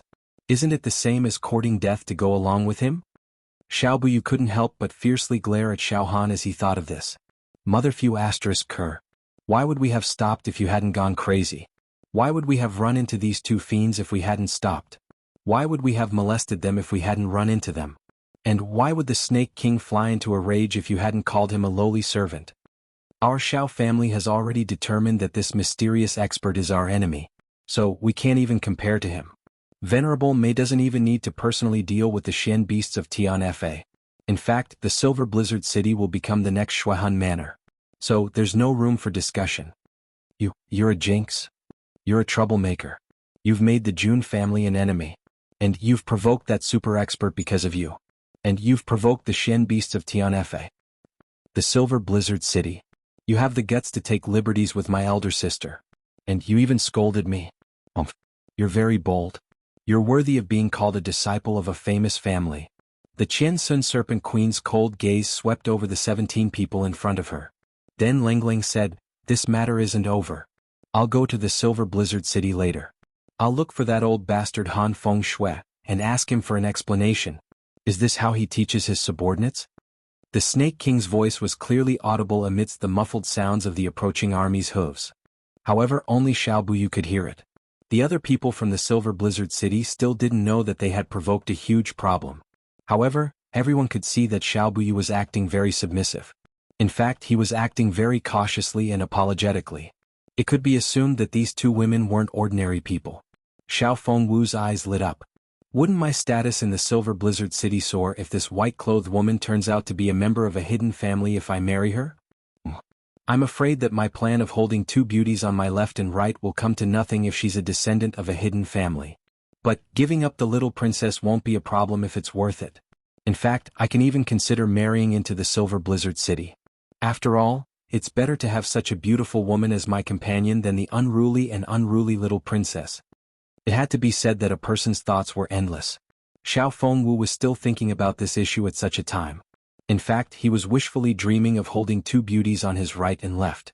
In fact, he was even thinking of marrying into the Silver Blizzard City's family. Although Xiao Han was at the beginning of the Sky Xian realm, he had relied on the help of his elders to open up his meridians. He had also consumed a large amount of elixirs to accumulate his strength. Very few of his achievements had been achieved through his own bitter cultivation. Therefore, although he could be considered as a genuine Sky Xian expert, he could not be mentioned in the same breath as those Sky Xian experts who had achieved their breakthrough through their own cultivation. Mu Shuetong could vaguely sense some clues about this. But he was still unaware of it. In fact, he believed that his grandfather was an indestructible backer. Therefore, Xiao Han's eyes hadn't been attracted by the green-clothed woman. He was completely unaware of the trouble he had provoked. His eyes were fixed on the dust rising from the south. His blood-red eyes were blazing with a crazed desire to fight. Junwui, you finally come. I've been waiting for you for a long time. Today will be the day you die. Xiao Buyu was the only one who understood the situation. He was left dumbstruck. He was burning with impatience. But he couldn't say anything to warn him. There was still room for adjustment in the current situation. But there would be no other way out if he were to reveal the other party's identity. Fight? Can we fight? Our strength is very strong. In fact, it's enough to show disdain for our generation. But it depends on who we're up against. The Snake King is at least as strong as the cold-blooded Master Lei Wu Bei. So we may not be able to take him down. Moreover, there's that mysterious and unpredictable Mei girl who seems to be even stronger than the Snake King. Moreover, we can't beat them. But would we dare to fight them even if we could? We can only lose if we fight them. And we're bound to provoke the Tian Fa forest if we suffer a loss. Moreover, the Silver Blizzard City's strength wouldn't be enough in the face of a more formidable force. It was true that the Silver Blizzard City was at the apex of the world. But the Tian Fa forest was the most dangerous place in the world. It was on par with the Three Holy Lands. Xiao Buyu was one of the top experts of the Silver Blizzard City. He was the second master of the Xiao family. He was the closest to the great master level. However, he was at a complete loss. Do you think these people are worth getting your hands dirty? Just go and look for Han Feng Shui to punish him for the crime of not disciplining him properly. The white-clothed girl who hadn't spoken until now finally spoke. But her words made Xiao Buyu and the rest of the 17 people so angry that they almost fainted. Ah, elder sister is right. This little sister will follow your instructions. The Qian Sun Serpent Queen nodded respectfully. Then she turned to Xiao Buyu and asked, "Tell me, why are you here?" "I won't hide it from you. It's a personal grudge between the Xiao family and the Jun family. Han has vowed to fight a decisive battle with Jun Wui in the name of a man." Xiao Buyu had wanted to say, "I won't hide it from the Snake King." But he remembered that the opposite party was in disguise. So he quickly changed his words. Xiao Buyu didn't explain the matter in detail. So he simply explained it. His eyes were fixed on the approaching army in the distance. His complexion was heavy and his tone was somewhat listless. How could he be in the mood to let Xiao Han challenge Jun Wui? The dangerous situation had been resolved because of the white-clothed girl's words. But this matter was far from over in the long run. She had said, "Go and look for Han Feng Shui to punish him for the crime of not disciplining him properly." This meant that the Silver Blizzard City had provoked an unparalleled enemy. This is like a fart that smashed your heels off. It's like drinking a mouthful of cold water to stuff your front teeth. A person's luck can be this bad. It's a wonder in the world. He wished that he could grow a pair of wings on his back and fly back to the Silver Blizzard City as soon as possible. Then he would have arranged a contingency plan. The Snake King is already an unrivaled fiend. And that Mei girl must be even more dreadful from her tone. This is extremely bad luck. Chapter 413. It must be known that once an army of several 100,000 was deployed in battle, the commander's tent would be located right in the middle of the battlefield. A distance of several tens of thousands of soldiers would be extremely tiring even if they were to rush there, not to mention continuously killing their way through. Even if they were to charge halfway to the commander's tent, how strong would they need to be to do so? Even if a supreme being expert could fly for a period of time in the sky, they would definitely not be able to fly for more than 10 miles. Such a long distance they would definitely land to take a breather. However, once they landed, they would at least be surrounded for a while before they could fly again. Even if they were to reach the commander's tent, they would still need to take a few breaths, which would consume a lot of their strength. However, as long as there was a disturbance, the commander's tent could be moved in time. Even if it was Solitary Eagle, it would be extremely difficult for him to assassinate Jun Wui in the midst of an army of 20,000 soldiers. Unless it was someone like Jun Daxiao who possessed the yin-yang escape technique, he would be able to take the head of the commander in the midst of an army of 10,000. However, Jun Wui clearly remembered that there were only a few people at the level of Tianxian who appeared in front of him. Furthermore, they suddenly appeared in front of him. There were no signs at all and he was caught unprepared. The security of the commander's tent was so tight that even a mosquito would not be able to fly in. How did they kill their way in? If there were no traitors, Jun Wui would not believe it even if he was beaten to death. However, if there were traitors, then where did they come from? Who would be able to arrange for such a traitor? Jun Wui had long had suspicions in his heart, and even had a direction of suspicion. However, that direction of suspicion was too frightening. Once it was triggered, the consequences would be relatively huge. Therefore, this suspicion needed to be confirmed, and he needed the most concrete evidence to prove it. This was the biggest difference between Jun Wui and Jun Moxie. Jun Wui was a true descendant of the Jun family. He was the same as Grandpa Jun. For the sake of the country, for the sake of the family, for the sake of the common people, he could delay or even give up on his vengeance. However, if the same thing were to happen to Jun Moxie, he wouldn't care so much. He would investigate whoever he suspected and even go to their door to extort a confession. So what if you have a strong background? My fists are the strongest. If you hurt my finger, I'll destroy your entire family. As for the impact of this incident and how many innocent people will die, it's none of my business. If you want to blame someone, blame the culprit. Don't tell me you want to blame me, the victim? Hehe, Jun Wui, are you puzzled? You can continue to be puzzled and depressed. Xiao Han laughed maniacally. Let me tell you, of course there is an inside story, but I won't tell you. Never ever. Go to hell with this question. Ah. My guess was right. There really is more to it than meets the eye. Xiao Han, because of these words of yours, I will fight with you today. I will first collect some interest from your Silver Blizzard City. Not for anything else but for my big brother, my second brother. Jun Wui's eyes were filled with murderous intent. A trace of pain flashed in the depths of his eyes.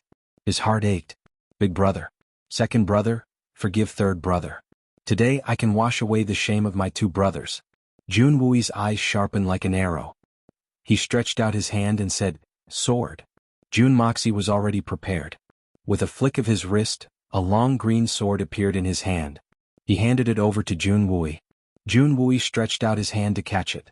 Unexpectedly, the weight of the sword was unexpectedly heavy. Even with his middle-level Tianxian's tyrannical strength, he almost couldn't catch it due to his carelessness. His wrist sank and he hurriedly activated his Xian Qi to stop the sword from falling. This sword looked ordinary, but its weight was more than 3 times that of an ordinary longsword. In fact, this sword wasn't the second batch of treasured swords that Jun Wuxia had refined. In fact, the young Master Jun had picked up 15 swords before he had come here. And he had refined them into one sword in a moment of panic. Because if he were to give Jianghu that sword that was made from hundreds of weapons, Jianghu's strength would naturally be able to bear the weight.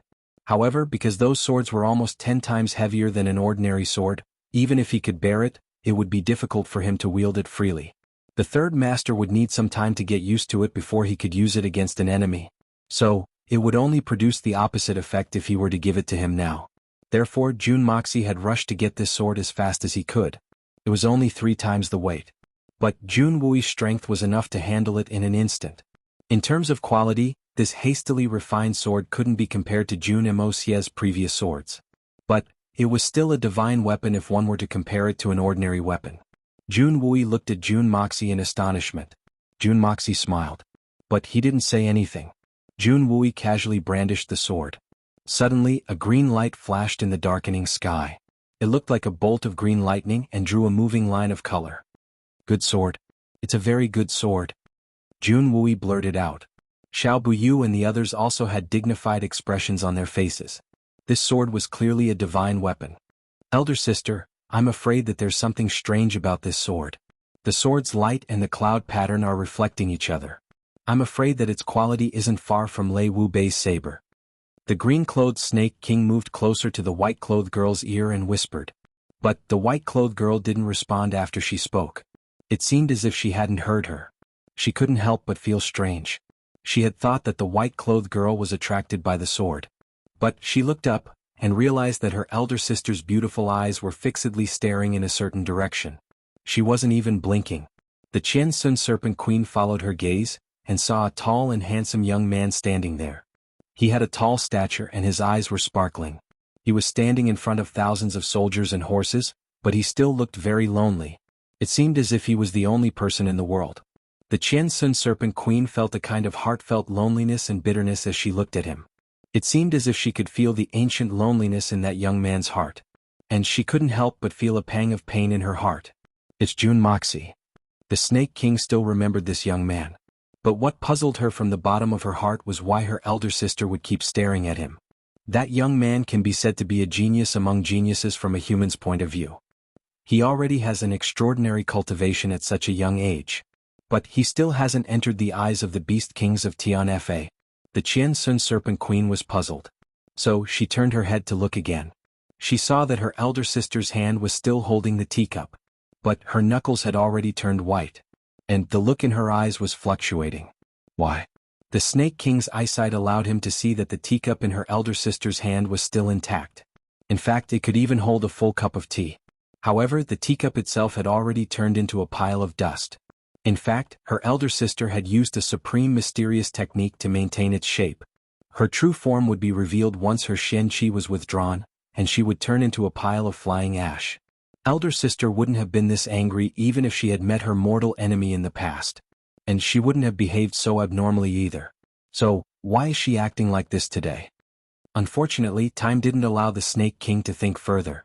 Because the two people in the field had already started fighting. And that was because Jianghu had said, "Good sword. It's a really good sword." Xiao Han's face suddenly turned red. That was because he had heard Jianghu say, "So cheap. So cheap." Therefore Xiao Han's hair stood up in anger. Many people in the Silver Blizzard City had been talking about him behind his back. There was only one word to describe him: cheap. Even the elders in the family would often say, "Why are you so despicable?" When they saw him like this. That woman obviously doesn't like you. She's never had any interest in you. She already has someone she loves. So why do you have to seek death? She's the daughter of the city lord. Do you really think that a child's marriage has such a strong binding force? You actually want to take revenge on her. Her family is ruined and you still won't let it go. Do you really care about the title of the city lord's son-in-law? You're degrading others, degrading yourself.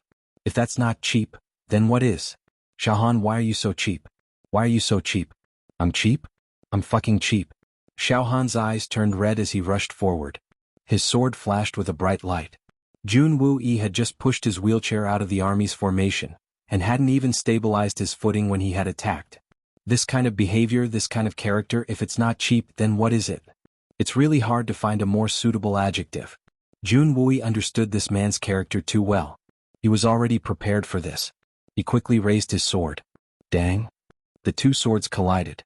Under the impact of the two swords, the wheelchair flew back like an arrow, while Jun Wuyi's body was already in the air. In a flash, he was already 50 feet away. Then he stabbed the ground with the tip of his sword and flipped another 50 feet. Jun Wuyi landed and sat on the ground. He looked at Xiaohan and said, "Come here and fight. Don't hurt my brother." Xiaohan felt a burst of heartache. When the two swords collided, not only did his wrist hurt, but even his sword had a grain-sized hole. One must know that Xiaohan's sword had been with him for 20 years. It was made with 10,000-year-old Xian jade as its main material. It was a godly weapon unique to the Silver Blizzard City. He had inherited it from the elders of his clan during his coming-of-age ceremony. With this sword in hand, it complemented the snow wind Xian technique, adding a bit of coldness to it. Moreover, it was made of a unique material and was extremely sharp. It was truly a top-notch divine weapon. Xiaohan had used this weapon to gain a lot of advantages in his previous battles. Even some people who were stronger than him in terms of Xian cultivation had suffered greatly because their weapons were inferior to his. But he didn't expect the tables to turn. Today the first thing to be damaged was his own sword. Looking at Jun Wuyi's sword, it was as clear as water. It was not damaged in the slightest. Could it be that the sword in his hand is also a rare treasure? Thinking of this, Xiaohan's heart skipped a beat. Moreover, from this sword he could feel that Jun Wuyi's Xian Qi was much stronger than his own. How is this possible? Even with the strength of Tian Xian and his godly weapon, he couldn't gain the upper hand. But looking at Jun Wuyi sitting on the ground, Xiaohan's confidence rose. No matter how strong you are in terms of Xian Qi, you are still a cripple. Don't tell me I can't even defeat a cripple? Xiaohan's lips curled into a cruel smile. He let out a shout of joy. His sword turned into a bright silver light and pierced towards Jun Wuyi. Today is September 18th, a national humiliation. He wanted to do something, but after thinking about it, he realized that he couldn't do anything. It was a feeling of helplessness. Hot blood surged in my chest, a spear in my hand, but I could only call my friends and get drunk. Which brother or sister has the same feeling as me? Chapter 4:14. Suddenly, the silver light transformed into a rain of petals that filled the sky. It gradually formed an arc and then exploded with a loud bang. It looked like a firework had been set off, and the brilliant petals of the sword surrounded Jun Wuyi's body. This move of Xiaohan's could be described as a deluge of heavenly flowers. It dazzled the eyes of the enemy, and made it impossible for the enemy to defend against it. To put it bluntly, he was attacking in circles. Every substantial attack was aimed at Jun Wuyi's back. To put it bluntly, this bastard was relying on his legs to bully the enemy. How could a man be so shameless? Sure enough, he was invincible when he was shameless. Xiaohan's despicable fighting style had undoubtedly proved this point. But no matter how shameless Xiaohan was, Jun Wuyi was indeed in a precarious situation because of Xiaohan's despicable attacks. He was in a sorry state. Many people couldn't bear to watch Xiaohan's fighting style. Among them were the 7 swords of the Silver City. What's going on? His legs aren't nimble to begin with. How can he still fight? How can he be so shameless? What's wrong with the Silver City? The third elder of the 7 swords frowned, and his face was full of dissatisfaction. Jun Wuyi's lower limbs are crippled, but he's not crippled. He has been concentrating on cultivating his Xian Qi for the past 10 years, and his progress has not been astonishing. He's already at the intermediate level of Tian Xian, and his Xian Qi cultivation is indeed higher than Xiaohan's. Moreover, the sword in his hand is superior to the Xian Jade sword. Xiaohan's method may not be honorable, but it's the most advantageous and correct method. Do you want to abandon your own strength and fight him? Isn't that courting death? The 6th elder Lengling said, fighting a life or death battle with a mortal enemy naturally requires extreme measures. What's the point of saving face at this point? Although Xiaohan's fighting style was despicable, it was still a life or death battle. Could be said that it was brilliant and brilliant. Therefore, whether it was the Silver City or the Tianxiang army, everyone was watching the fight with rapt attention. There were few exceptions. However, although there were few exceptions, it did not mean that there were none. For example, the little princess of the Silver Blizzard City, Han Yanmeng, was pouting as she leaned on Mu Shuetong's body. Her face was full of grievance. She wasn't even interested in watching the battle that was taking place in front of her. Mu Shuetong's complexion didn't look good, but he was worried about Jun Wui in his heart. So he moved closer to Han Yanmeng's ear and whispered, "Girl, why do you feel wronged? If you don't agree to this marriage, isn't this a great opportunity? Little stupid." Han Yanmeng's tender body couldn't help but tremble. Her eyes were shining and her face was shining. She jumped up with a wow sound and hugged Mu Shuetong's arm. Jun Wui's body was weak and it was difficult for him to move. On the other hand, Xiao Han had gained an overwhelming advantage in the battle.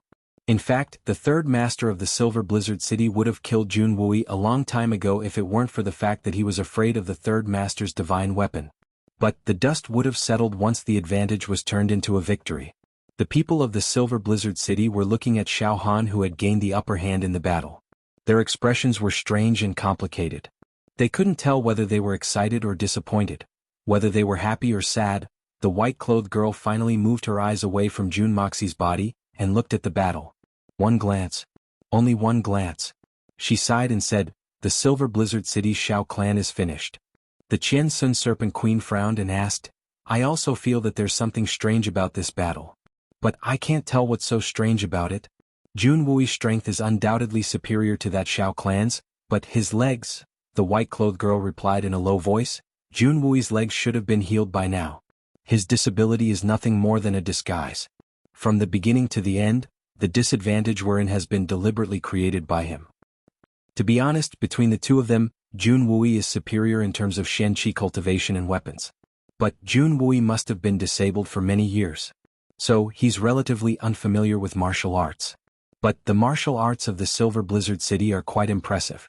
They're far superior to Jun Wui's. And this is also the only area where Jun Wui is inferior to that Xiao clan's. It wouldn't be difficult for Jun Wui to win if he wanted to. He could have easily knocked down his opponent's sword. But Jun Wui's true intention seems to be to take his opponent's life. There's not much of a difference in their strength. Moreover, there are many experts from the Silver Blizzard City watching the battle. So Jun Wui will inevitably be stopped by the Silver Blizzard City if he can't kill that Xiao clan's Shenqi. Therefore he has set up this trap.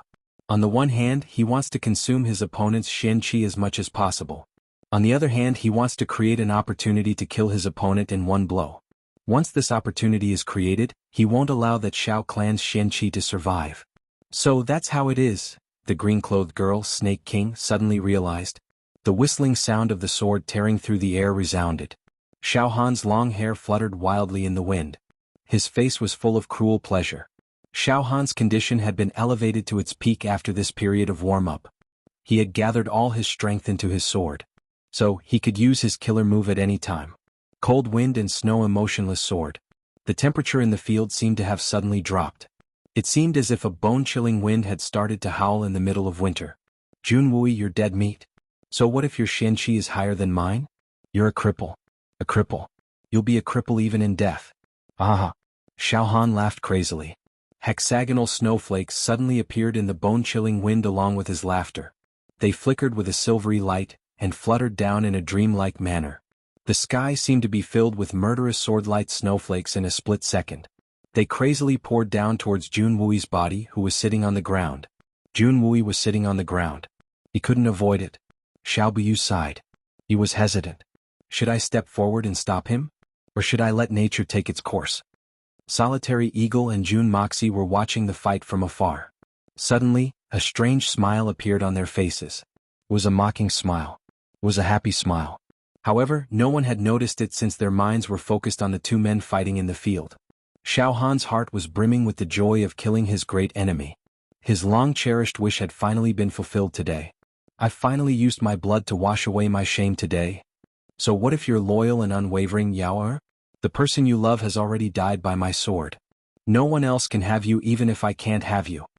Xiao Han's face contorted. He brandished his sword like a madman.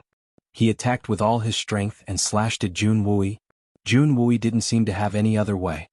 He drew a circle with his sword, and was sent flying in the air with a clang sound. Xiao Han laughed like a madman. He didn't relax and continued to thrust his sword forward. Suddenly Jun Wui's calm face broke into a smile. In fact, he seemed very happy and proud of himself. In fact, he even winked at Xiao Han. In fact, he made a grimace that no one could have imagined. Almost everyone cried out in alarm at this moment. It wasn't because of the blood general's grimace. It was because the scene before their eyes was too strange. It was too unbelievable. That was because Jun Wui suddenly jumped up and stood upright. His footsteps were exceptionally agile and vigorous. Jun Wui made an extremely simple movement the moment the sword approached his body. He ferociously kicked Xiao Han's belly. Xiao Han's attack wasn't vicious. He had concentrated all his energy on the third master's upper body. So, he hadn't thought about the lower half of his body. Why would he consider attacking a disabled man with his legs? That's something only a fool would do. Xiao Han had become even more relaxed after Jun Wuyi's sword had left his hand. In fact, he had even removed the guard on his upper body. In fact, he had assumed the attitude of a victor. His heart was filled with the desire to wantonly abuse and toy with his opponent. Jun Wuyi will always be trampled under my feet. I'll use whatever means I have. So, I can wantonly humiliate you, toy with you, and wreak havoc on you as long as I win. But Xiao Han didn't expect that the disabled man in front of him would suddenly kick him. And it was such a heavy kick. Why did Jun Wuyi kick me? Isn't he a disabled man? How can a disabled man kick someone? And he kicked me? This kick was very solid, very solid. Xiao Han's body was sent flying like a kite with a broken string. The sword light that had yet to reach Xiao Han's body was completely scattered as he was kicked away. Blood spurted out from Xiao Han's mouth and nose. However, his eyes were still filled with disbelief. Even his mouth was wide open in shock. How? Wasn't he a disabled man for more than 10 years? Why did he kick me? What? Xiao Han was still in a state of confusion, anger, and surprise even when he landed. Jun Wuyi didn't slow down. His body shot forward like an arrow as he chased after Xiao Han's retreating body. Then he ruthlessly kicked the man's chest. Xiao Han roared in pain as one of his ribs broke with a kacha sound. His eyes were filled with confusion and panic. The rare Silver City sword flew out of his hand and fell to some unknown place. However, Jun Wuyi wasn't going to give him the time to think. Jun Wuyi's fists had already ferociously pounded on Xiao Han's temples. Jun Wuyi's eyes suddenly turned red the moment his fists came in contact with Xiao Han's facial muscles. Was this what it felt like to take revenge with one's own hands and punch into flesh? 10 years of hatred. 10 years of hatred. 10 years of life and death separation. 10 years of grief and indignation.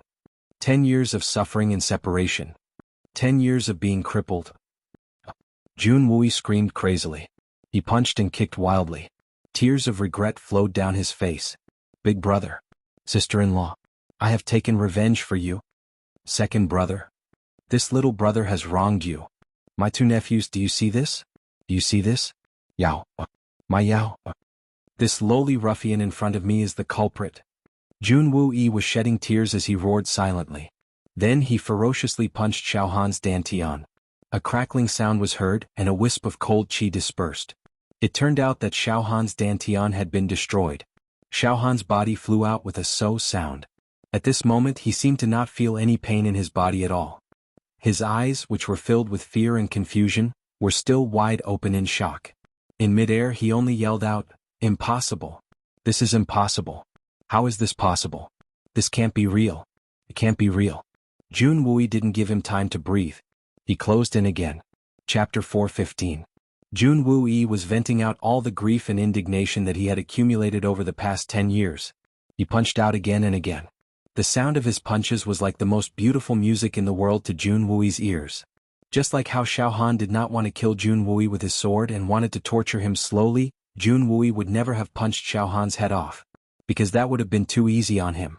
10 years of hatred, the death of his eldest brother, the death of his two young nephews, the death of his eldest sister-in-law, the death of his eldest sister-in-law, the death of his eldest sister-in-law, the death of his eldest sister-in-law, the death of his eldest sister-in-law, the decline of the Jun family. This hatred was like a mountain, like an ocean. All of this hatred was caused by this person. How could Xiao Han's death be enough to offset this hatred? Wouldn't that be too easy on him?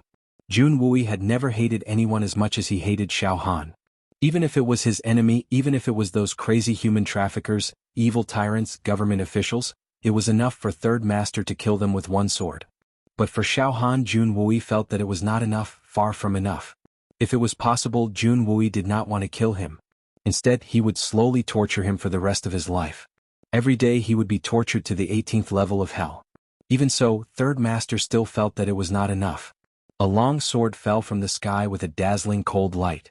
The sword edge cut through the sky and pierced into a big rock on the side of the road. With a cha sound, the sword went straight into the rock, leaving only the sword hilt outside. It was Jun Wui's sword. What a sharp divine weapon. Such a natural fall, piercing into the hard rock like tofu, all the way to the hilt. What kind of divine weapon is this? Almost all the warriors looked at this long sword with blazing sparks in their eyes. Even the solitary eagle, who never used a sword, was no exception. It had to be said that Jun Wui's leg had already recovered. This fact had thoroughly shocked everyone in the Silver Blizzard City. Before they could recover from the shock, Xiaohan was already in the middle of a storm of beatings. How dare you! At this moment, the onlookers had already recovered from their shock. Xiao Buyu shouted angrily and flew out. His hand was like a giant axe as he chopped towards Jun Wui. Xiao Buyu would have been heartbroken and furious if Jun Wui had killed Xiaohan. But he wouldn't have been in a position to do so. After all, the two of them had been engaged in a duel to the death. However, Jun Wui had the upper hand at the moment. So, he wasn't happy to end Xiaohan's life. Instead, he was deliberately torturing Xiaohan. And that was tantamount to losing the Silver Blizzard City's face. Old man. You're really shameless. A silhouette suddenly appeared in front of Xiao Buyu with an angry shout. Then a sword flashed with a cold light, and pierced towards his throat like a bolt of lightning. The sword hadn't arrived yet, but the cold aura of the sword had already caused goosebumps to appear on Xiao Buyu's throat. Then a murderous aura enveloped him. It seemed as if it could cut through the heavens and the earth. Divine weapon. Another divine weapon. Xiao Buyu was gobsmacked. How can the Jun family have so many divine weapons? Shen Xian's body was as hard as steel, and he wasn't afraid of ordinary weapons. But Xiao Buyu suddenly felt as if his life was as fragile as tofu in front of this divine sword. This was the prelude to death. Xiao Buyu didn't dare to be negligent. He quickly changed his direction, and moved horizontally like a bolt of lightning. He left a long afterimage in his wake and soared into the sky. He felt that he was already far away from the attacker's attack range. Then he finally had the leisure to see who this person was. However, Xiao Buyu almost somersaulted down from the sky when he saw this person. He rubbed his eyes and looked again. But it was still the same. He couldn't help but gape like his grandson. In fact, he couldn't close his mouth for a long time. How is this possible? A young and arrogant figure was floating in front of him. He held a sword that was overflowing with a cold light. His face had a disdainful sneer on it. Jun Moxie. The sword in Jun Moxie's hand was a divine sword. The blood of yellow flame. Jun Dashao was very proud of himself. The blood of yellow flame's first life will be taken by Shen Xian as a sacrifice to the divine sword's first blood.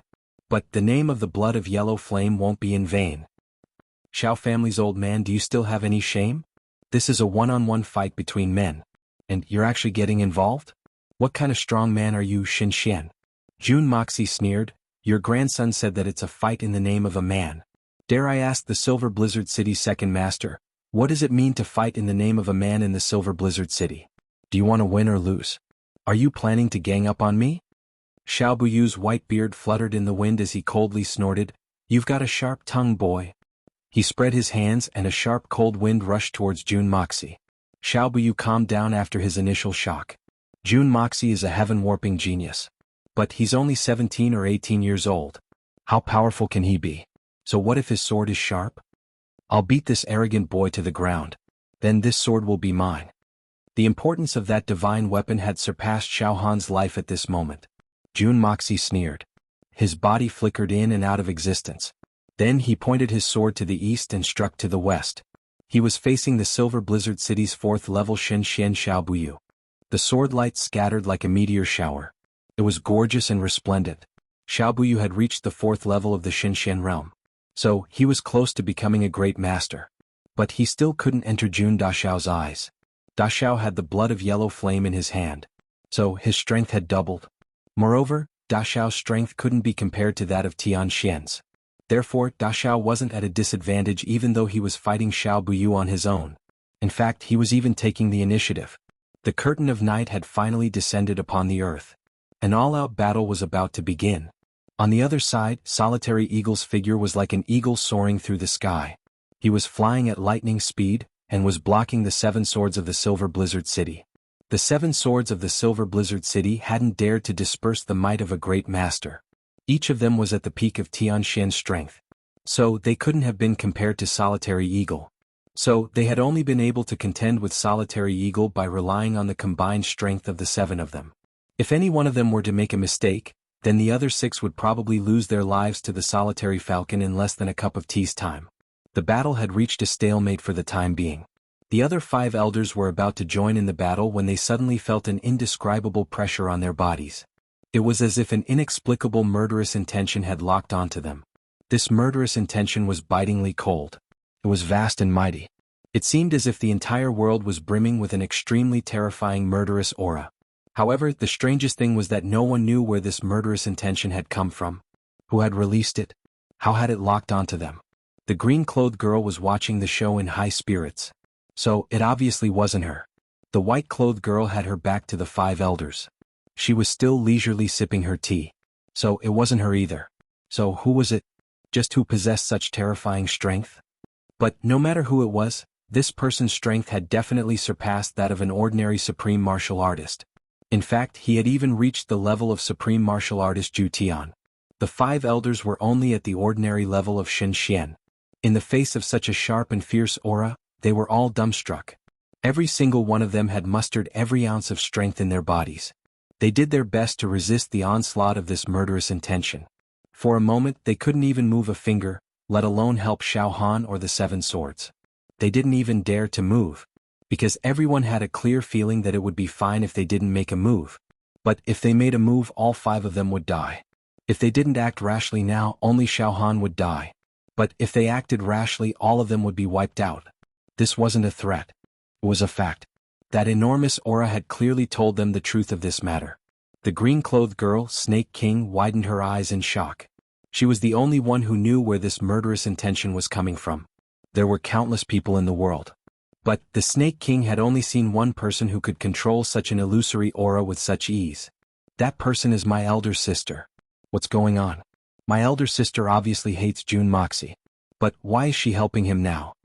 This is a very difficult matter to understand. The Snake King was extremely intelligent. But she couldn't figure out what was going on even if she racked her brains. Jun Moxie was fighting Xiao Buyu. Da Xiao's agility was marvelous and agile. He was flying in the air.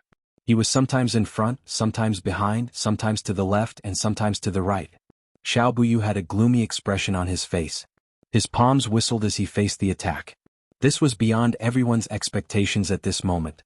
The rumored debauchee of the Jun family's young master was not only able to fight one-on-one with Xiao Buyu, who was a spirit Shen expert of the Silver Blizzard City. Moreover, he was even able to take 70% of the offense. Xiao Buyu's face was calm and collected. But he was extremely shocked in his heart. Xiao Buyu had never experienced such a fight in his entire life. Even when he had sparred with the old city's lord Han Feng Shui, he had never felt so restrained. In fact, he had never felt so dangerous. Could it be that my life and death are no longer under my control? This young man is giving me such a strong sense of danger. This young man's agility is extremely strange. I can't even guess where he's going to appear next. Moreover, he never gives me an opportunity to block his moves. His figure appears in a certain position for a very short period of time. Moreover, it's always in the most difficult position for me to exert my strength. It's the most unbearable position. And he would always counterattack with a sword move that he had never seen before. This young man's sword moves could be said to be marvelous to the extreme. In fact, they were far beyond the scope of Xiao Buyu's imagination. Each move was incomparably swift and fierce. And each style was filled with an awe-inspiring murderous intention. But he had never seen it before. It was like an antelope hanging its horns. But each attack was aimed at his weak point. The Silver Blizzard City had many exquisite moves under the heavens. So, most of the Silver Blizzard City's martial arts books had records of them. In fact, they even had corresponding methods to break them. However, this young man had already changed his sword moves a dozen times in a row. And he couldn't even recognize a single one of them. So, it was impossible to break them. Chapter 416. Today's second update has been delivered. The third update is being revised, and the fourth update is being diligently made. Moreover, The sharpness of the sword in this youngster's hand had reached a breathtaking level. Xiao Buyu had never seen such a divine sword in his life. It seemed as if it could be split open with just a touch. It didn't matter whether it was made of stone, steel, or shenqi. Under the sharpness of this long sword, the fourth-grade immortal shenqi that was slashed out consecutively was actually split apart from the middle. Xiao Buyu had no choice but to take the most stable defensive position. But he had gradually begun to feel powerless even if it was just a simple defensive position. The series of events that he had witnessed today had been unimaginable. In fact, it had been a fantastic story under the heavens. In fact, he would have felt very satisfied if this had happened to someone else. In fact, he would have exclaimed in admiration again and again. In fact, he would have been so excited that it seemed as if he had reached orgasm. But if it were to happen to him, then it would truly become a complete tragedy. Xiao Buyu wanted to cry, but he had no tears to shed. This feeling was like a living person fighting with a ghost. Even if this living person had the ability of a tyrant and had the strength to move mountains, the other party had form but no substance. No matter how much strength you had, it was useless. You couldn't affect the other party at all. So what if you had great strength? He knew that this ghost was only a ghost. But this ghost still had the power to kill him. Xiao Buyu was very sad. He was extremely regretful at this time. Wouldn't it have been better if I had returned with the Silver Blizzard City's orders? How troublesome would that have been? What a pity. What a pity. This old man is too late for regrets. Xiao Buyu was still persisting in his tactics. He was trying his best to hold on until Jun Moxie was exhausted. He believed that he couldn't attack Jun Moxie even if he was a heaven-warping genius. And his agility was superb. However, Jun Moxie was still very young. So how deep could his Shen Qi be? Xiao Buyu had determined that Jun Moxie's strength had reached the initial stages of the heaven level after their previous exchange. However, this level of cultivation at such a young age was truly shocking. But even this level of Shen Qi also depended on who it was being compared to. Jun Wuxia was a level 4 master of the Shen realm. He possessed hundreds of years of exquisite Shen Qi, and was only one step away from the great master level. Moreover, if one were to compare offense and defense, the defensive side would consume a lot of mental energy, but the energy consumption would be far less than that of the attacker. This was especially true when the Jun family's little thief was attacking like a violent storm, which consumed the most Shen Qi. The principle of martial arts was that one couldn't be too strong for long, and that one couldn't guard too much. He believed that as long as he fought steadily and didn't reveal any flaws, the final chance of victory would be his. Even if he took 10,000 steps back, he would be able to exhaust his opponent to death. Xiao Buyu's plan could be said to be flawless under normal circumstances. In fact, it could be said that his calculations were extremely wise. This kind of tactic was applicable everywhere. He believed that basically no one in the world could exceed this scope. However, it didn't mean that no one could. For example, his strategy of delaying Jun Moxie had been a big mistake. Because Jun Daxiao was a complete freak. And this freak wasn't afraid of any kind of exhaustion. Daxiao had the upper hand, but he still had some misgivings in his heart. Xiao Buyu was a level 4 master of the Shen realm. Perhaps he wasn't as good as Solitary Eagle. But there wasn't much of a gap between them in terms of Shen Qi. Xiao Buyu would be at a disadvantage if he were to go all out. And the gap between his Shen Qi and Xiao Buyu's Shen Qi was too big. So, it didn't matter how sharp or valiant Xiao Buyu's moves were. In fact, he might even inflict serious injuries on Daxiao. But it wouldn't be fatal. After all, how could Jun Moxie choose to go all out against an old fox like Shen Xian? Jun Daxiao was like the rising sun. He hadn't lived long enough. Wouldn't it be too much of a loss to risk his life against an old freak who was almost 100 years old? It was a pity that Xiao Buyu also cherished his life. In fact, he cherished his life far more than Daxiao had imagined. Moreover, he still wanted to maintain Shen Xian's reputation. So, he had put on airs even though he was facing a powerful enemy like Jun Moxie. He would rather fall into a disadvantageous position. In fact, he had been so passive that he hadn't even drawn his sword. After all, Shen Xian was a level 4 master. He was a level 4 master. And he had been famous for more than 60 years. So, it wouldn't be justifiable for him to use his sword against a 16 or 17-year-old boy. However, Xiao Buyu had never thought that he would make such a foolproof choice. But he hadn't expected that he wouldn't be able to exhaust his opponent to death. Instead, he was the one who couldn't afford to exhaust his opponent. Jun Moxie's imposing manner was like a rainbow as the battle went on for a long time. His offensive had become increasingly vigorous. But he had also begun to admire Xiao Buyu. His offensive had been tight and urgent. Moreover, every move he had used hadn't belonged to this world. So, he had believed that any one of his moves would have been able to cause a great shock. However, the second master of the Xiao family, Xiao Buyu, was worthy of the reputation of the first generation of Xinxian. He was an expert who was closest to becoming a great master. Xiao Buyu had cut a sorry figure under his violent offensive. In fact, he had even been forced into a fluster. But he had still been able to rely on his profound martial skills and valiant fighting wisdom to hold out for so long.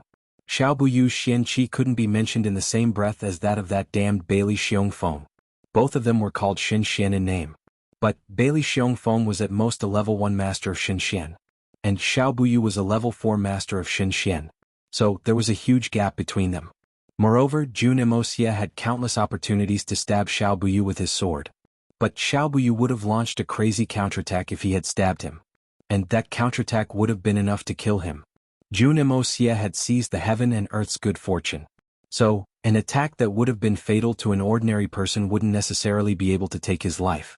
But his opponent's Xinxian Xianqi wasn't something that his body could withstand. The gains wouldn't make up for the losses. Therefore, Jun Wuxia could only continue to fight. Jun Moxie had the art of opening the heavens to protect his body. And he had the Hongjun Pagoda to back him up. Jun Moxie's spiritual power could be said to be endless. In fact, it wouldn't be an exaggeration to say that it was inexhaustible. Xiao Buyu's defensive line was shrinking more and more. He was blindly defending himself to death. And Da Xiao's spirit was trembling with excitement. So he became more and more courageous as he fought. And his attacks became more and more ferocious. His sword moves were like fireworks in the night sky. His sword light illuminated the 9 heavens in the middle of the night. Xiao Buyu became more and more cautious as he fought. He was afraid that he would be careless and reveal a flaw. Jun Moxie had become even more vigorous and lively as a result. He had become free and at ease. In fact, he had even assumed a few postures that made him look even more valiant and formidable looking. Jun Wui had already finished his fight on the other side. He had retrieved his sword and was standing with his hands crossed behind his back. Xiao Han was curled up on the ground like a lump of mud. It was hard to tell whether he was dead or alive. On the other side, Solitary Eagle was fighting the 7 swords of the Silver City on his own. However, the Snake King and the white-clothed girl's gazes were focused on the battle between Jun Moxie and Xiao Buyu. It wasn't because it was very intense. Rather, it was because Jun Moxie's sword moves were simply too marvelous. Every move and every style had left the two women dazzled. It seemed like a very ordinary and simple move. But they would discover that it was extremely profound and mysterious if they were to carefully analyze it. It could be fake or real. It could be advanced or retreated. It could be used to attack or defend. And the coordination between his sword moves and his footwork was even more breathtaking. It would have been very difficult to believe that such a marvelous move existed in this world if they hadn't seen it with their own eyes. They could naturally see the true might of Jun Moxie's sword moves with their outstanding strength. Jun Moxie was only at the level of Tian Xian. But he had been able to use these moves to fight a level 4 Xinxian to a draw. In fact, he had even taken the majority of the offensive. There were some additional factors involved. But most of it was the truth. Just think about it. What would the might of such moves be like if the Snake King and the white-clothed girl were to use them? Pfft. The Snake King laughed. That was because Jun Moxie had taken the time to spread his legs and raise his buttocks towards Xiao Buyu. He wouldn't be able to reach the ground. But this action was very unsightly. In fact, it was full of flaws. So he couldn't help but laugh as he said, "If you want to fight, then fight. But why do you have to make such a posture? Isn't it courting death for an insignificant Tian Xian to face a level 4 Xinxian?" "You're wrong." The white-clothed girl calmly looked at the fight between the two. Then she slowly said, "Xiao Buyu is a level 4 expert of Xinxian. His Xianqi is very profound. But that Jun brat has a marvelous method to quickly replenish his Xianqi. But his fighting strength is only at the level of Tian Xian's. So, it would be difficult to determine a winner or loser even if the fight were to drag on for another day and night. So, it would be very difficult to exhaust much of Xiao Buyu's strength. Therefore, Jun Wuxia must successfully provoke Xiao Buyu's anger as he attacks. Then he can take advantage of the situation. It was true that Jun Wuxia had the upper hand in this situation. But he would eventually run out of moves if he were to continue this intense and ferocious offensive for such a long time. And that would be the time when a fatal flaw would appear. Xiao Buyu can endure it once or twice. But he only needs one opportunity. And he only needs one opportunity to strike a fatal blow with his Xinxian strength. and he'll win in one strike. But Jun Moxi's strange movements can't provoke Xiao Buyu's anger. Xiao Buyu is a veteran of the world. He has hundreds of years of experience. So, how can he get angry so easily? The Snake King was somewhat baffled. Of course, Xiao Buyu is very experienced, so he won't be angered by his opponent's tricks. But have you noticed that Jun Wuxia always makes an inexplicable and insulting move whenever Xiao Buyu gets flustered? And Xiao Buyu gets flustered at that time. Jun Wuxia's agility can be said to be marvelous. So, Xiao Buyu will find it difficult to grasp the best opportunity to attack even if there's a flaw in his defense. But Xiao Buyu won't stop thinking about it. So this will disrupt Xiao Buyu's thinking about Jun Moxi's new move. And Xiao Buyu will still be unable to break it the next time Jun Moxi uses the same move. So he will be flustered once again. And that's where Jun Moxi's opportunity lies. And it's also an excellent way to protect himself. I have to say that this idea is very brilliant. Chapter 417. The third chapter has been delivered. The white-clothed girl smiled and said, I can conclude that Jun Moxi is hinting to Xiao Buyu that he will fight with him for a long time. The more Jun Wuxia acted in this manner, the more Xiao Buyu would fight steadily and surely. He wouldn't dare to risk a counterattack. He would only continue to exhaust Jun Wuxia's basic strategy. However, it seems that Jun Moxi won't die from exhaustion. But this gives Xiao Buyu some hope. So he won't make a desperate attack out of desperation. Therefore this battle will be a stalemate for some time. Elder sister, didn't you just say that Jun Moxi intends to provoke Xiao Buyu's anger? The Qian Sun Serpent Queen was even more puzzled. Aren't you contradicting yourself, elder sister? He had hinted at Xiao Buyu to give him a clear reminder. So how could Xiao Buyu get angry? How can he reveal any flaws when his mind is stable? Jun Wuxia will make his move when Xiao Buyu has completely calmed down. And he will have full confidence in himself. Only then can he provoke Xiao Buyu into a violent rage. And that's the only time he can create a real variable. The white-clothed girl smiled and said, I think you haven't noticed? Jun Moxi's eyes have stealthily glanced at the battle between the Seven Swords and the Solitary Eagle at least 3 times. Is he planning to mount a sneak attack on the Seven Swords? Is he planning to provoke Xiao Buyu's anger? The Snake King's eyes lit up as he said, It's a brilliant plan if that's the case. Xiao Buyu won't be able to keep his cool if Jun Moxi manages to cripple any one of the Seven Swords. The only thing I can't figure out is that Jun Moxi's movements are very secretive. But what kind of person is Xiao Buyu? No matter what, he was still a famous expert of his generation, a 4th-level Spirit Shen expert. In a battle, his eyes and ears would definitely be alert.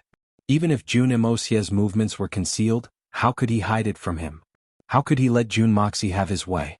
If Jun Moxi succeeded, the alliance of the Seven Swords would immediately collapse, and the Solitary Eagle would be able to kill the Seven Swords in a very short time. There would be no turning back for the Silver City's defeat. So Xiao Buyu must have taken precautions. But it seems that Jun Moxi's plan is wrong. The white-clothed girl seemed to have a clear understanding of the entire situation. But she revealed a trace of doubt for the first time. Hearing this, the Snake King was also puzzled. Suddenly the situation changed once more. Jun Moxi used the same technique that he had used twice before. His technique was just as marvelous as before. His agility also accelerated, and formed a circle of 10 or more afterimages of Jun Moxi in front of Xiao Buyu. It was as if dozens of Jun Moxi were attacking at the same time. The piercingly cold light of the long sword seemed to have merged into one. Xiao Buyu sneered. Junior, have you finally run out of tricks? You've used the same technique more than 3 times. You've dared to use the same technique over and over again in front of a level 4 expert like Xin Xian. You've used it more skillfully this time, but you can't change the fact that you've used it 3 times. Now it's time for your retribution. This old man will let you know the consequences of overestimating your own abilities. Xiao Buyu laughed as he suddenly slanted his palms to attack. His palms surged up like a mountain in an instant, and fiercely attacked the afterimages of Jun Moxi's sword lights on his left. This was where Jun Moxi had landed. And this was the starting point of his sword. There was no mistake about it. Xiao Buyu's judgment was correct. Jun Moxi would have landed there if he had used this technique. And he would have attacked there. Jun Moxi's tragedy would have come to an end then. It was a pity that Jun Moxi hadn't used this technique in its entirety. But he would have been able to predict the future. Jun Moxi had only used half of his sword technique when Xiao Buyu had taken the initiative. And that was the essence of the martial art of crossing the river before it. No one could have changed the sword technique's momentum under such circumstances. Not even an expert like Xin Xian or a great master would have been able to do so. However, Jun Moxi's art of unlocking the heaven's fortune had turned the impossible into the possible. Jun Mocie's sword was about to collide with Xiao Buyu's attack when a sudden change occurred. The momentum of Jun Mocie's sword didn't stop for even a moment. Instead, it turned into a long rainbow. Xiao Buyu was only separated by a hair's breadth. The tip of the sword issued a humming sound, and suddenly converged into a brilliant ball of light. Then it exploded and transformed into a long silver dragon mid-flight. The sword light looked like a rolling cylinder as it traversed a distance of 150 feet, and went straight towards the 7 swords of the Silver City. Man and sword become one. Jun Moxi had used his most powerful technique at such an impossible time. This sword technique was beyond everyone's expectations. Moreover, the 7 swords of the Silver City were in a critical situation at this moment. The 7 of them were already in a precarious situation against the solitary falcon, one of the 8 great masters. So, they were barely able to support themselves. Jun Mocie's sudden appearance on his flying sword had made them even more vulnerable. And the situation had turned extremely bad for the 7 swords. A camel's back could be crushed by a single straw. But, how could it be fine when it was suddenly smashed by something that weighed hundreds or even thousands of pounds? Xiao Buyu knew that he had fallen into a trap. So he shouted coldly. He didn't have the time to think about how the Jun family's little thief had changed his sword technique midway. His priority was to save the 7 swords. So he couldn't help but roar in anger as he chased after Xiao Buyu at full speed. Then he raised his Shenqi and channeled all of his Shenqi into his palms. He shot forward like a rocket. His speed was several times faster than his normal speed. Xiao Buyu was very angry at this moment. I've been fooled by this brat in such a situation. Therefore he had put all of his strength into this attack. He had concentrated all of his strength into this attack. Jun Moxi's move would have succeeded, and the 7 swords would have suffered some damage. But Jun Moxi would have still died under his next move. Xiao Buyu was very sure of this. Therefore he wasn't very anxious even though he was angry. That was because the 7 swords of the Silver City only belonged to the side of the city lord, and they were people with the surname Han. They belonged to the Silver Blizzard City, but they weren't surnamed Xiao. Therefore Xiao Buyu wouldn't necessarily feel sad even if Jun Moxi's attack was successful. In fact, he might even kill 1 or 2 of them. He only wanted to kill this brat who didn't know the immensity of heaven and earth. Therefore Xiao Buyu wasn't furious even though he was angry. That cylindrical sword light didn't stop there. It arrived behind the 7 swords like a bolt of lightning. Xiao Buyu's rapidly flying body was behind Jun Moxi's back. He was less than 15 meters away from Jun Moxi's back. For a Spirit Shen expert, this was a distance that could be easily reached. In fact, Xiao Buyu's sleeves were issuing a sharp whistling sound as he flew. His entire body had turned into a fuzzy gray shadow. It was evident that his speed had increased to the extreme. Da Xiao had spent a lot of effort to create this situation. But it didn't seem very advantageous now. Solitary Eagle's brows wrinkled. He was very dissatisfied with Jun Moxi's arrival. I have the absolute advantage. But you've suddenly attacked me. Are you here to support me? Or are you here to cause trouble? I would have been able to defeat the 7 swords if you could have held Xiao Buyu back for a while. But you've suddenly attacked me. But you've put yourself in danger even if you can speed up my victory. Isn't this not worth it? As for the 7 swords, their cultivations were 1 level lower than the solitary falcons, and they had to withstand Jun Mocie's sudden and ferocious onslaught. They were in a very difficult situation, and they felt as if their backs were being pierced. In fact, they even felt as if their skin was being torn apart. Xiao Buyu's face revealed an evil grin. He had been accumulating power for a long time. So he slashed out with a loud bang. However, the entire field was filled with cries of alarm. That was because Jun Moxi's figure had suddenly disappeared. He had suddenly disappeared. He had disappeared as if he had flown away. It seemed as if he had never appeared. That cylindrical sword light had also disappeared without a trace. It had quietly disappeared without the slightest warning.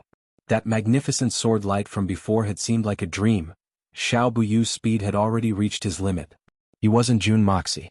So, he didn't have the luxury of time to change his moves. His palms carried a majestic strength that could topple mountains and overturn the seas. His target had suddenly disappeared. It was as if he had attacked the 7 swords. He had only managed to raise the angle of his attack in his haste. Then he whizzed over the 7 swords and fiercely attacked Solitary Eagle. The pressure on the 7 swords suddenly disappeared. They were overjoyed to see that Xiao Buyu had turned into a powerful reinforcement. So they counterattacked Solitary Eagle with all their might. Solitary Eagle had suddenly encountered a powerful enemy in a hurry.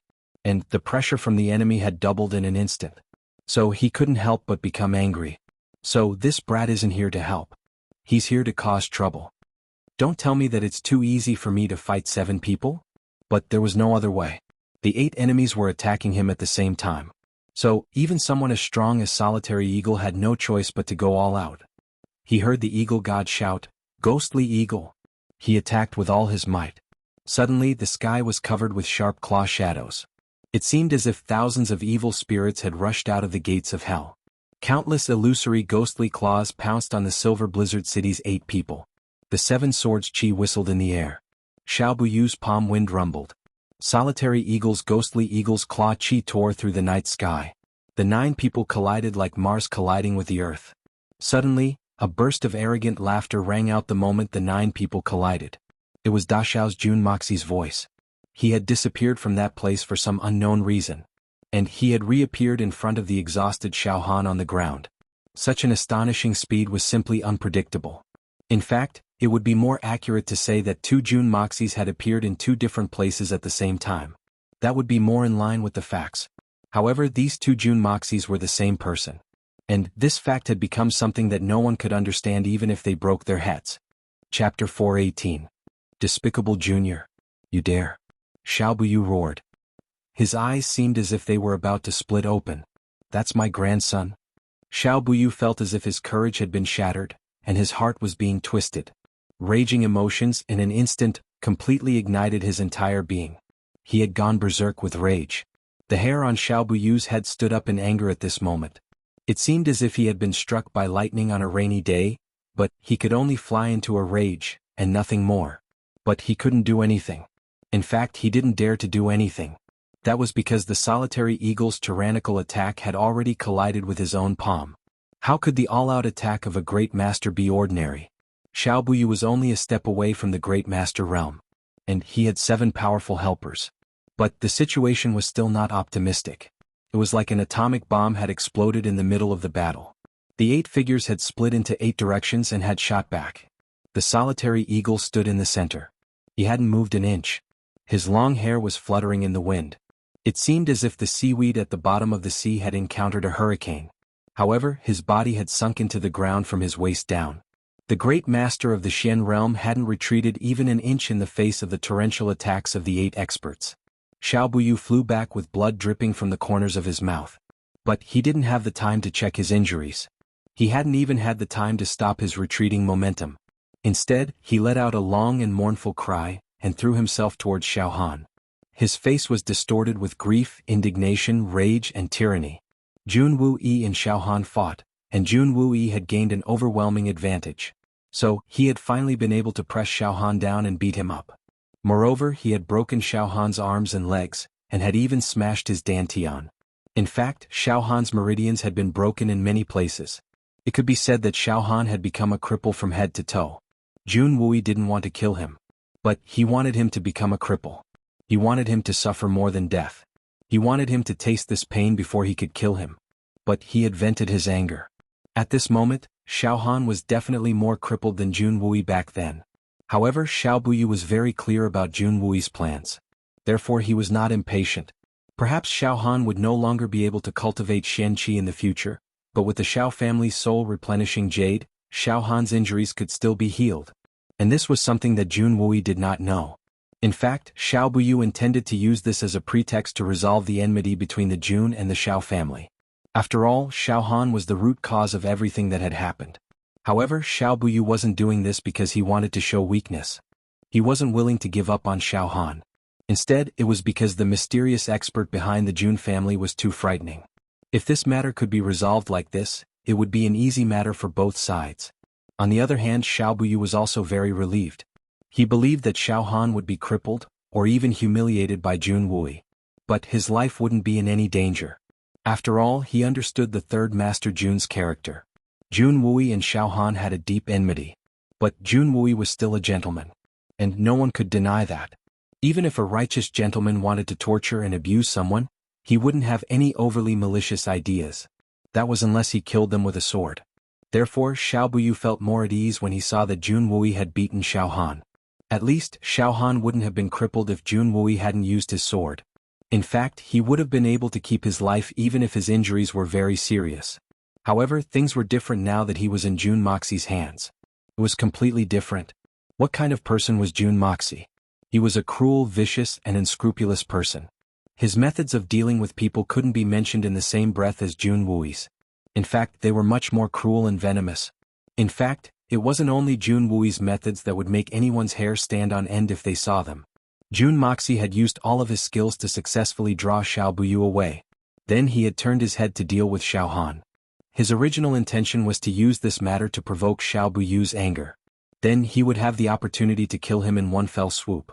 Da Xiao's original intention was to sacrifice the blood of yellow flame to the divine sword's first cry. However, Jun Moxi suddenly felt his mind churn as he arrived at Xiao Han's side. An extreme feeling of grief and indignation suddenly filled his heart. An extreme thirst for cruelty flooded his mind. His entire soul. It seemed as if a white-robed, scholarly and handsome middle-aged man had appeared in front of him. His gaze was gentle but sharp. He stood tall and straight like a mountain. He had waved his hand, and a magnificent army had been bathed in blood. He had been invincible and had never failed to conquer. He had been given the title of General in White. He had been the protector of Tianxiang's hundreds of millions of people. But he had been cruelly murdered by Xiao Han's narrow-minded heart. Jun Moxi's eyes had turned red. His heart was filled with indignation, rage, and an endless desire to kill. His anger had risen from his heart, and his courage had risen. Then, another mighty and handsome middle-aged man appeared in front of him. It was his second uncle Jun Wumeng, whom he had no chance to meet. The scene in his mind spun like a lantern. A gentle and virtuous woman was looking at him lovingly. Her eyes were filled with endless love and affection. It was a motherly love as vast as the sea. Mother? Two handsome young generals were looking at him. Their faces were almost identical to his. They were looking at him with great expectation. Revenge. Revenge. Suddenly, these two words resounded in Jun Moxi's mind like a tsunami. Only these two words. Only these two words. Jun Moxi didn't know how these images, scenes and voices had suddenly appeared in his mind. But they had suddenly appeared in his memory in such a strange and inexplicable manner. After all, those memories that had been fused still retained these beautiful past events. But now, these past events had turned into hatred as high as the heavens and as deep as the earth. A peerless hero and a peerless beauty had died unjustly because of a despicable villain like Xiao Han. Jun Moxi suddenly felt as if his blood vessels were about to explode at this moment. An indescribable feeling of grief and indignation welled up in his heart. It rushed into his mind and scattered his clear consciousness. Revenge. How can a hero die in vain? How can a warrior be wronged? Jun Moxi roared. His eyes were bloodshot as he raised his sword. Xiao Buyu turned his head to look, and saw Jun Moxi's sword poking out Xiao Han's eyeballs. Then he said something extremely ruthless. Xiao Buyu, I will make sure that your grandson can't see this. This sword is for the thousands of soldiers you've killed. Xiao Han had been unconscious. But he was awakened from his coma by the pain of his eyeballs being poked out. He screamed miserably. Then there was a cracking sound as he crushed one of his teeth. His face was covered in blood as he screamed miserably in pain. He was incomparably resentful. Jun Wui? I, Xiao Han, will take revenge. I will turn your Jun family's men and women into prostitutes. The murderous intention in Jun Moxi's eyes intensified. The murderous aura on his body became even thicker.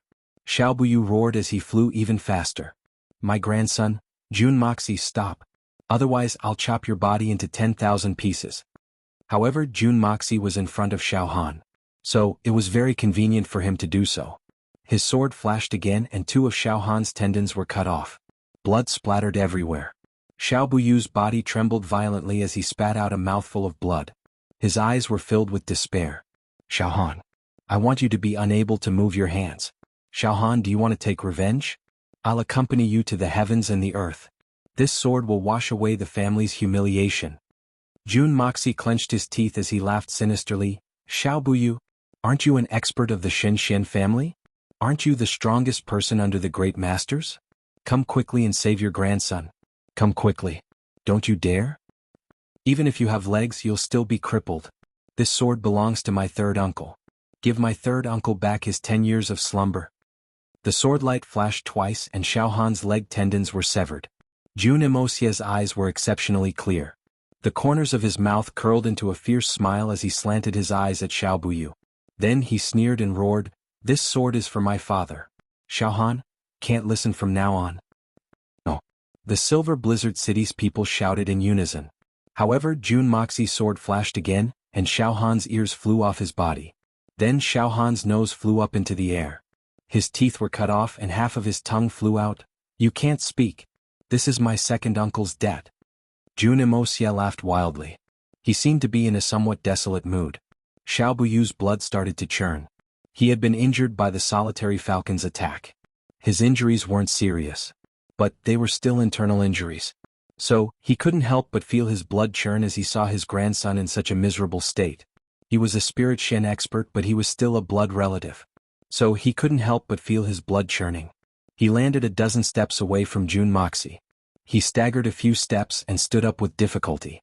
Then he raised his head and spat out a mouthful of blood. He could only see a golden light flashing before his eyes. He looked powerlessly at Jun Moxie. Then he clenched his teeth and spoke in a low voice, "Jun Moxie, you're very ruthless. Aren't you afraid of karma? Aren't you afraid of retribution?" Jun Moxie looked at him cruelly. Then he laughed sinisterly and said, "Xiao Buyu, you still have the nerve to talk about karma? Didn't you think that this day would come when your Xiao family was plotting against our Jun family? Didn't you feel ruthless when hundreds of thousands of soldiers were turned into piles of bones because of this animal's selfish desires? When countless families were broken up because of him, you were happy, weren't you? Weren't you happy? What qualifications do you have to say that I'm ruthless?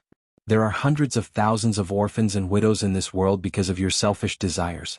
How many of them have been bullied to death? And all of them are the descendants of those brave and loyal soldiers. Countless heroes of this world have suffered injustice because of you. Because your fists are big. Big? Big your mother's head. Fu*K. You're a bunch of trash. A bunch of trash. A bunch of green-haired turtles. Now you're watching your grandson turn into a monster under my hands. Isn't that satisfying? Isn't that satisfying? You old bastard. I'm telling you that your grandson alone isn't enough. It's far from enough. Just you wait. You'll see your own descendants die after you try it a few more times. Then you'll be even more satisfied. Jun Moxie burst into laughter. His laughter was mournful. An ominous glint flickered in Xiao Buyu's eyes. He had already made up his mind. He was crazily determined for Jun Moxie. My two elder brothers are watching from heaven. I'll make sure that the main culprit has eyes but can't see, mouth but can't speak, ears but can't hear, and limbs will be crippled. I'll make sure that he doesn't have any descendants. I'll make him a laughingstock for all eternity. Jun Moxie faced upwards and screamed. He pointed his sword towards the sky. The blood on the blade of his sword quickly flowed out. Then the sword flashed and blood splashed out from Xiao Han's crotch. A large piece of flesh flew out. Jun Moxie had kicked it into pieces in the air. It had turned into a bloody dust. Xiao Han didn't even have the strength to move. But he wasn't dead yet. But he would have been happier if his body had been smashed to pieces. Chapter 419. The Snake King was known as the King of Poisons. He had always been vicious and merciless. He was confident that he wasn't inferior to anyone in this world when it came to viciousness and cruelty. But at this moment, he was trembling all over, and his eyes were filled with intense shock. There was actually such a cruel punishment in this world. Such a cruel and cold-blooded person. Could it be that Jun Imosia's heart is made of iron? He could be so cold, callous, almost cold-blooded, and so ruthless. It was only right and proper for him to do such a thing. Even the expression of the white-clothed girl, who had always remained calm even if Mount Tai collapsed in front of her, had changed. It had become deep and unfathomable. This guy was really ruthless. The so-called death by 1,000 cuts, dismemberment by 5 horses, dismemberment by 10,000 pieces, and chopping into meat paste, were all ruthless words that most people knew. In fact, they had said it more than once. That was because many people had 1 or 2 targets of hatred in their hearts that they couldn't wait to do so. But when it came to this point, there were really too few people who could really do such things. Humans were humans. There was always a limit to how much hatred and mental pressure a person could endure. It could even be said that there might not be 1 in 10,000 people who could do such a thing. This was perhaps another meaning of, knowing is easy but doing it. Moreover, saying it was one thing and doing it was another. It was another thing to actually do it and still be able to maintain a straight face after doing it. It was almost impossible to find someone who could do it to this extent in this world, because it involved exceeding the limits of a person's endurance. Anyone could talk ruthlessly. In fact, many of them had done so before. However, there were far fewer people who actually took action.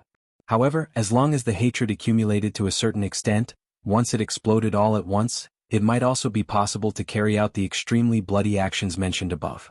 However, for someone like Jun Moxie to do it in such a methodical manner, to finish it step by step, to the point where his expression didn't change, to the point where he could talk and laugh as if nothing had happened, that was really rare.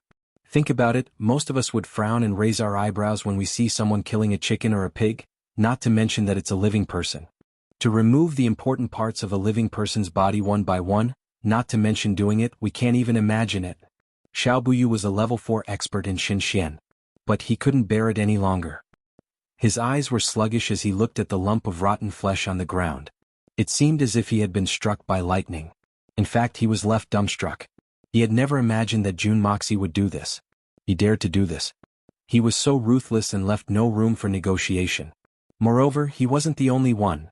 The dozens of Xianqi experts who were watching from the sidelines, as well as the high-ranking military officers who were used to seeing bloody scenes, couldn't help but hold their breaths. In fact, it was so quiet that even a pin drop could be heard. The Silver Blizzard City's little princess, Han Yenmeng, could only let out an "oh." Then her eyes rolled back and she fainted in Mu Shuetong's arms. However, being able to faint at this moment was also a very fortunate thing. Xiao Han didn't see the pile of rotten flesh squirming on the ground. He was on the brink of death. So he wanted to faint.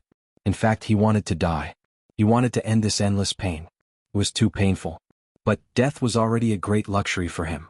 So he couldn't even talk about fainting. The faces of the other 5 elders of the Silver Blizzard City turned red. But they were still trapped by that huge force. So they couldn't move even an inch. They could only gnash their teeth and open their eyes wide. They had already determined that this huge force must have come from a peerless expert. In fact, it might even be the mysterious expert behind the Jun family. So it might be a good thing that they couldn't intervene. But if they were to intervene and provoke that mysterious expert, then that mysterious expert would have been able to kill them with a wave of his hand. So, it wasn't too far from the truth. The powerful force that had trapped them had indeed come from a peerless expert. But it wasn't the mysterious expert behind the Jun family. Instead, it was the white-clothed girl who had intervened. Ha ha ha ha. Suddenly, a burst of gentle and clear laughter rang out in the midst of the deathly silence. Everyone looked towards the source of the laughter, and saw that the person who had laughed had a gentle and indifferent expression on his face. His smile was amiable, and his body was like a jade tree facing the wind. He stood tall and proud. It was none other than Jun Moxie. The person who had laughed was none other than Jun Moxie. Even at this moment he could still laugh. After creating such a tragic scene with his own hands, he could still laugh as if nothing had happened. This is refreshing. Jun Moxie looked at Xiao Buyu with interest. Second Master Xiao, did you know? When the long sword in my hand slowly cuts into the flesh of the person I hate the most, this kind of feeling is simply too wonderful. It is simply indescribable. No, just the word, wonderful, is simply insufficient to describe this kind of pleasure. Especially this person's surname is Xiao, his name is Xiao Han, and my surname is Jun. Xiao Buyu's body had been as motionless as a mountain. But he was now swaying in a strange manner. His eyes were firmly fixed on Jun Moxie. His throat was issuing a strange hee sound. But he couldn't say a single word. You don't need to speak. I understand your feelings very well. I can express my understanding towards you. In fact, I can even express my sympathy. In fact, I sympathize with you from the bottom of my heart. Jun Moxie heaved a long sigh and said, after all, he's his own flesh and blood. After all, it's a family of blood. It's a tragedy for a person with white hair to send off a person with black hair. Especially, I'm sorry. How could I have spoken the truth? I'm really sorry. I said the wrong thing. I'll pay attention next time. Jun Moxie then changed the topic. That's not right. I've said the wrong thing. Look at me. I was too happy and excited just now. So, I didn't even notice that I had said the wrong thing. I hope you don't take offense to it. Cough cough. Actually, you should be grateful to me. Xiao Han is crippled. But I've spared his life after all. In other words, that the person with white hair sending off a person with black hair is invalid. Don't you agree with me? Jun Moxie rubbed his hands together. He looked a little embarrassed as he said, Besides, he's not completely crippled. I haven't broken his spine yet. I'm a soft-hearted person. So I was soft-hearted for a moment. So I didn't do it. How about I make up for it if you feel that I didn't do it properly because of this? I guarantee that you'll be satisfied. Once again, I would like to express my apologies to you. You're a demon? Xiao Buyu's lips trembled. He felt indescribable grief and indignation. Demon? I really don't like those two words. In fact, you think too highly of me. I'm not worthy of those two words. Jun Moxie shook his head in disapproval. You should consider replacing them. That's because I can't be considered a demon when compared to your Xiao family? He raised his sword and pointed its point downwards. Xiao Han's blood quickly flowed down from the tip of the sword. But the sword's blade had regained its clarity in the blink of an eye. I've learned what a divine weapon is today. You've killed 1,000,000 people and your blade hasn't been stained with blood. I used to think that this was just empty talk. But I now know that such a sword truly exists. It's a good sword. Jun Moxie sighed. Everyone's bodies trembled as they heard this. You've killed 1,000,000 people and your blade hasn't been stained with blood. Second Master Xiao, I know that you're deliberately acting as if you're on the verge of collapse. But you're planning to kill me in one fell swoop. You've made up your mind to kill me today. So you don't care about the consequences. Isn't that right? Jun Moxie smiled wholeheartedly as he said, of course. You've just been injured. And your spirit has also been affected. So you'll need some time to prepare, right? Let me ask you something during this time. Second Master Xiao, do you know about the Hall of Huanghua? The Hall of Huanghua. Jun Wui's eyes suddenly flashed with a dazzling light. The third Master Jun would never forget the tragic scene he had witnessed when he and Jun Moxie had stormed into the Hall of Huanghua that day. Jun Wui trembled with anger every time he thought of that tragedy. Xiao Buyu looked at Jun Moxie with bitter resentment. He did his utmost to summon up his strength, but he didn't say a word. I destroyed the Tianxiang city's Hall of Huanghua. Isn't that a surprise? Jun Moxie's eyes flashed with a frightening light. His previous laughter and curses had been swept away.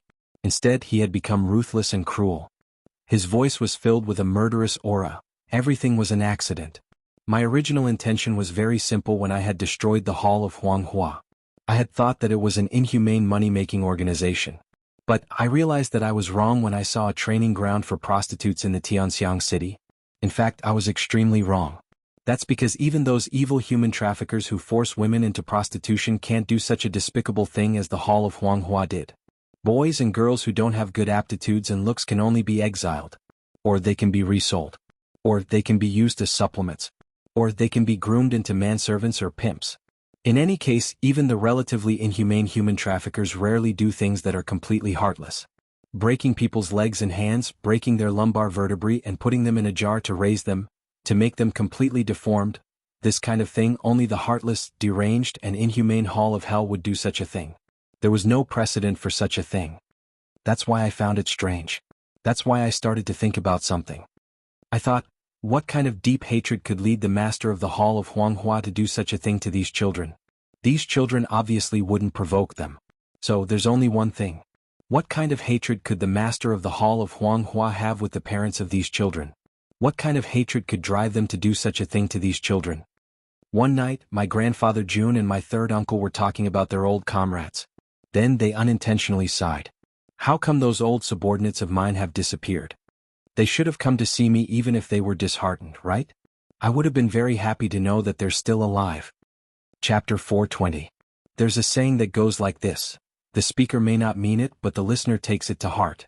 So, I arranged for someone to investigate my father's old subordinates.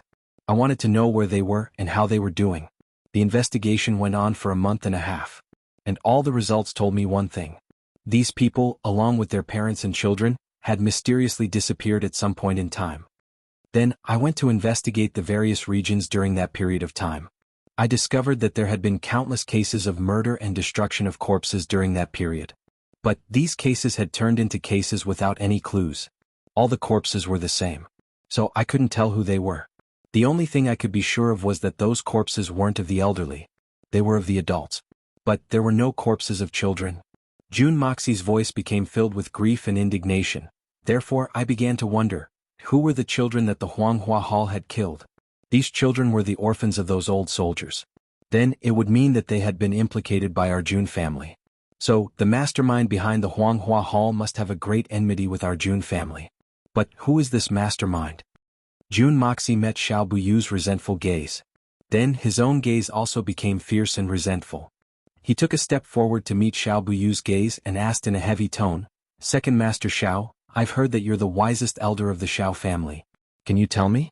Who is the mastermind behind the Huanghua Hall? Who's so heartless?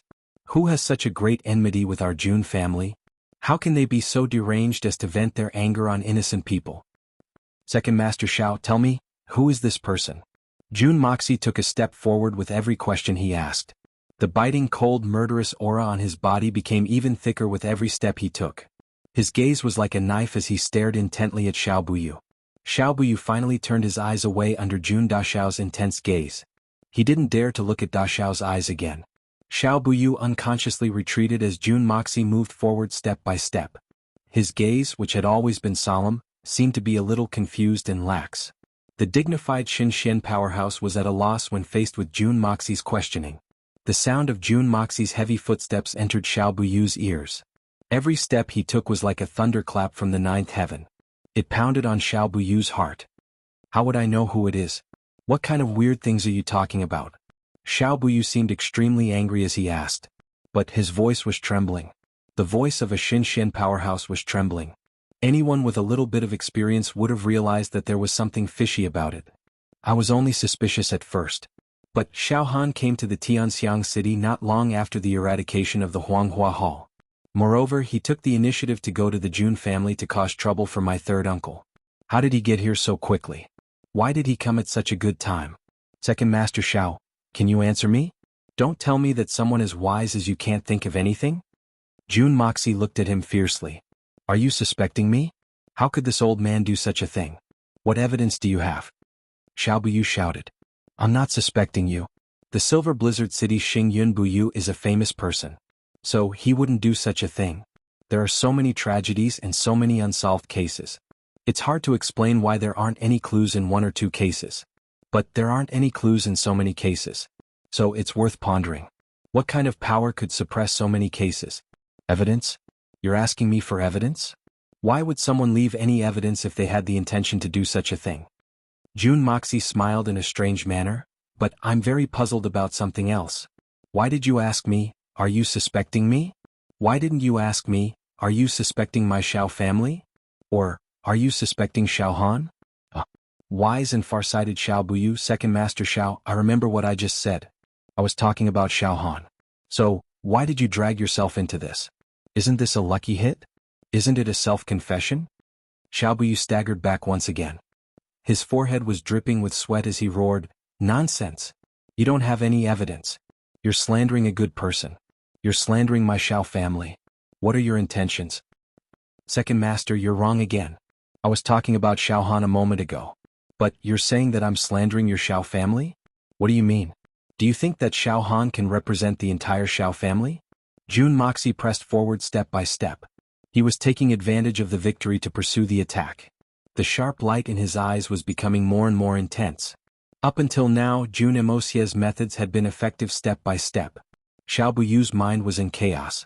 He no longer had the determination to fight the enemy to the death. First he had tangled with Xiao Han. Then he had used Solitary Eagle's hand to injure him. Then he had abused Xiao Han. And he had used that to open a gap in Xiao Buyu's mental defenses. Then he had mentioned the tragic story of the Huanghua Hall. And he had completely shattered Xiao Buyu's mental defenses. Jun Moxie, you're spewing venomous slander.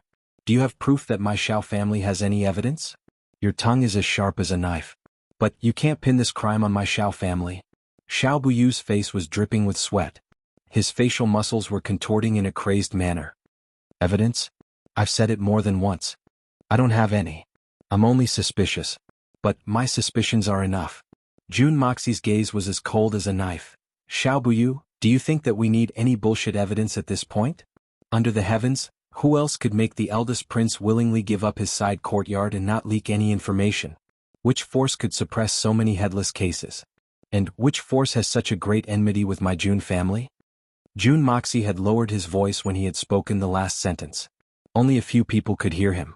Jun Wui's face had contorted in a strange manner. In fact, his contorted face had turned very sinister and frightening.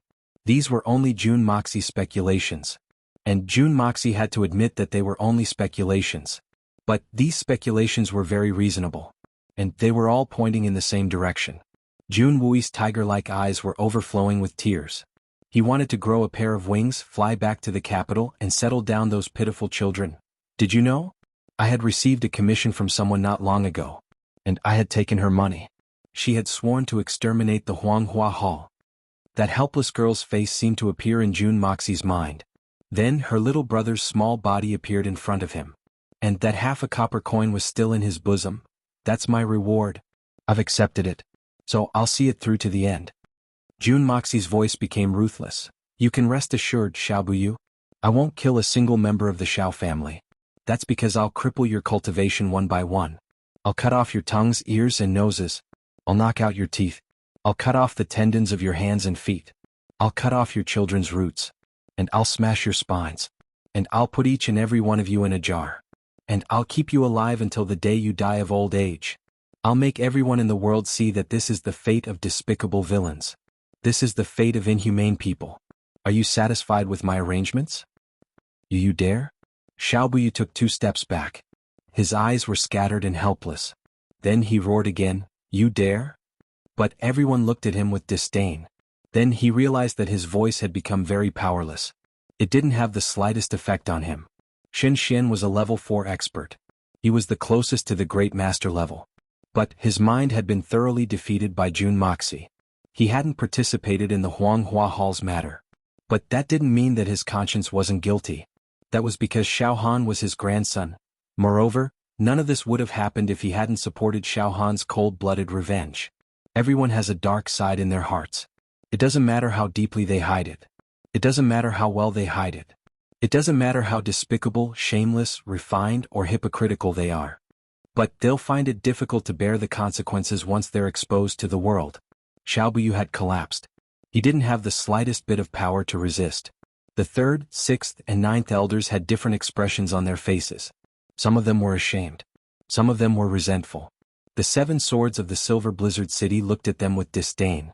They hadn't even dreamed that the Xiao family would commit such an inhumane and insane thing. Han Yinmeng had also woken up from her coma. She had heard this shocking news. Her delicate body couldn't help but tremble. She looked at the Xiao family with eyes full of disgust and hatred. Anyone with a little bit of conscience would not remain indifferent after hearing about such an unparalleled and cruel thing. Jun Moxie had interrogated them step by step. Then they had seen Xiao Buyu's reaction. In fact, they would have been better off dead if they hadn't figured out the clues. Xiao Buyu, how did your Xiao family infiltrate our million-strong army? You must know. Tell me. Everyone was lost in their own thoughts, and Xiao Buyu was a little absent-minded when Jun Moxie suddenly roared like thunder. Who's the traitor? He shouted again. This roar had concentrated all of Jun Moxie's spiritual power. He had mobilized all of his pure spiritual power. His voice was so loud that it sounded like a lion's roar. It shook the surrounding torches, causing them to flicker a few times. Everyone felt their hearts tremble. Some of the weaker ones felt their minds go fuzzy. And the events of the past came flooding back to them. Chapter 421. The first update of today's outbreak has arrived. This is the 11th time this month. Jun Moxie's loud shout came from the heavens amidst the silence. And it seemed as if a thunderclap had struck Xiao Buyu's shaky heart like a thunderclap. Jun Moxie would have asked Xiao Buyu about the Huanghua Hall. And Xiao Buyu would have subconsciously resisted with all his might if he'd asked about it. Xiao Buyu's mind would have collapsed, but he would have recovered very quickly if he had been at the level of Shen Xian. Therefore, he would have lost the opportunity that had appeared with great difficulty. However, Jun Moxie had used one matter to strike into the abyss of Xiao Buyu's heart. Then he had used another matter to strike his heart again. He had been caught off guard. Xiao Buyu's mind was in chaos. He muttered, "Traitors?" Jun Moxie's voice changed. It became strangely gentle and amiable. It was full of magnetism. In fact, it sounded like a baby receiving its mother's caress in a cradle. But it was also full of penetrating spirit. His eyes suddenly emitted a strange light as he looked into Xiao Buyu's eyes.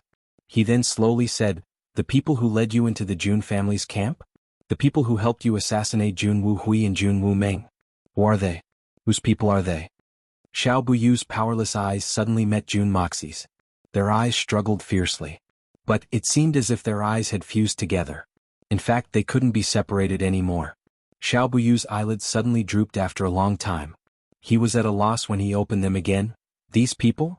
I heard that they were masked men dressed in red. Xiao Buyu's expression suddenly became very relaxed.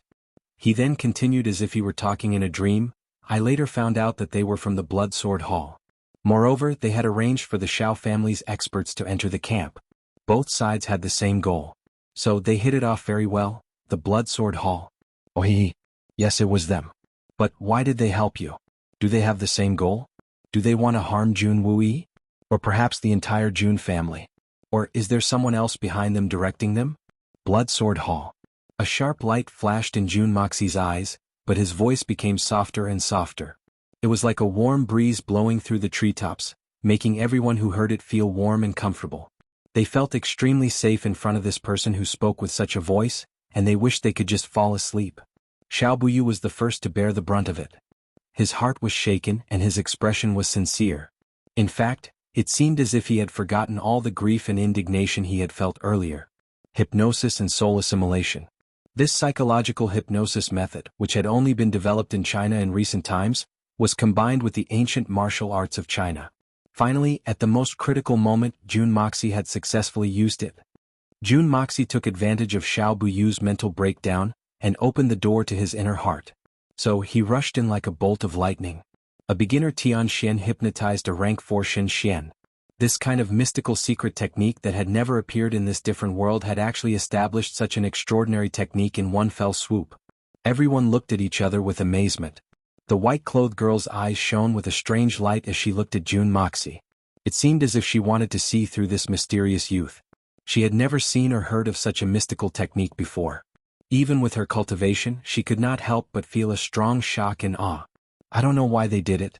Our Xiao family had made preparations to attack the army at that time. But we hadn't expected that they would take the initiative to contact us. Our goals were the same. So we reached an agreement very easily. And everything went unexpectedly smoothly. Xiao Buyu's face revealed a childlike pride. But his eyes were empty. We couldn't find any trace of them after that. The people who had come to their aid were different every time. They all had very high statuses. But we never saw them again. I presume that the Blood Sword Hall has taken care of them. Ah, the Blood Sword Hall's way of doing things is very watertight. You also don't know where they came from. Jun Moxie nodded in understanding. Then he spoke in a gentle and encouraging tone. Yes. Xiao Buyu revealed an ashamed look on his face. He hung his head like a child who had made a mistake. I didn't participate in the operation at that time. It was little Han and his brothers who did it. I only heard about it afterwards. Then a proud expression appeared on his face as he said loftily, they did it and they did it. Their fists are the ones who make the most sense. Moreover, those ants aren't worthy of me, Xiao Buyu, personally dealing with them. That's right. Very good. The fists are the ones who make the most sense. The veins on Jun Moxie's forehead throbbed. He controlled himself and said, then, are they the ones who will deal with Jun Mou and Jun Wui later on? Yes, it's them, the people of the Blood Sword Hall. Xiao Buyu didn't hesitate. Who participated in the operation at that time? Xiao Han's brothers? There must have been a lot of people, right? Jun Moxie chuckled. His expression was gentle. Yes. How could they have been so fast with so few people? They were in the middle of an army. So, there were many dangers. I remember Xiao Han, Xiao Liang, Xiao Zhen, Xiao Cheng, Xiao Guang. Xiao Buyu said 14 or 15 names in succession. Then he sighed and said, we finally made the hateful Jun family pay the price.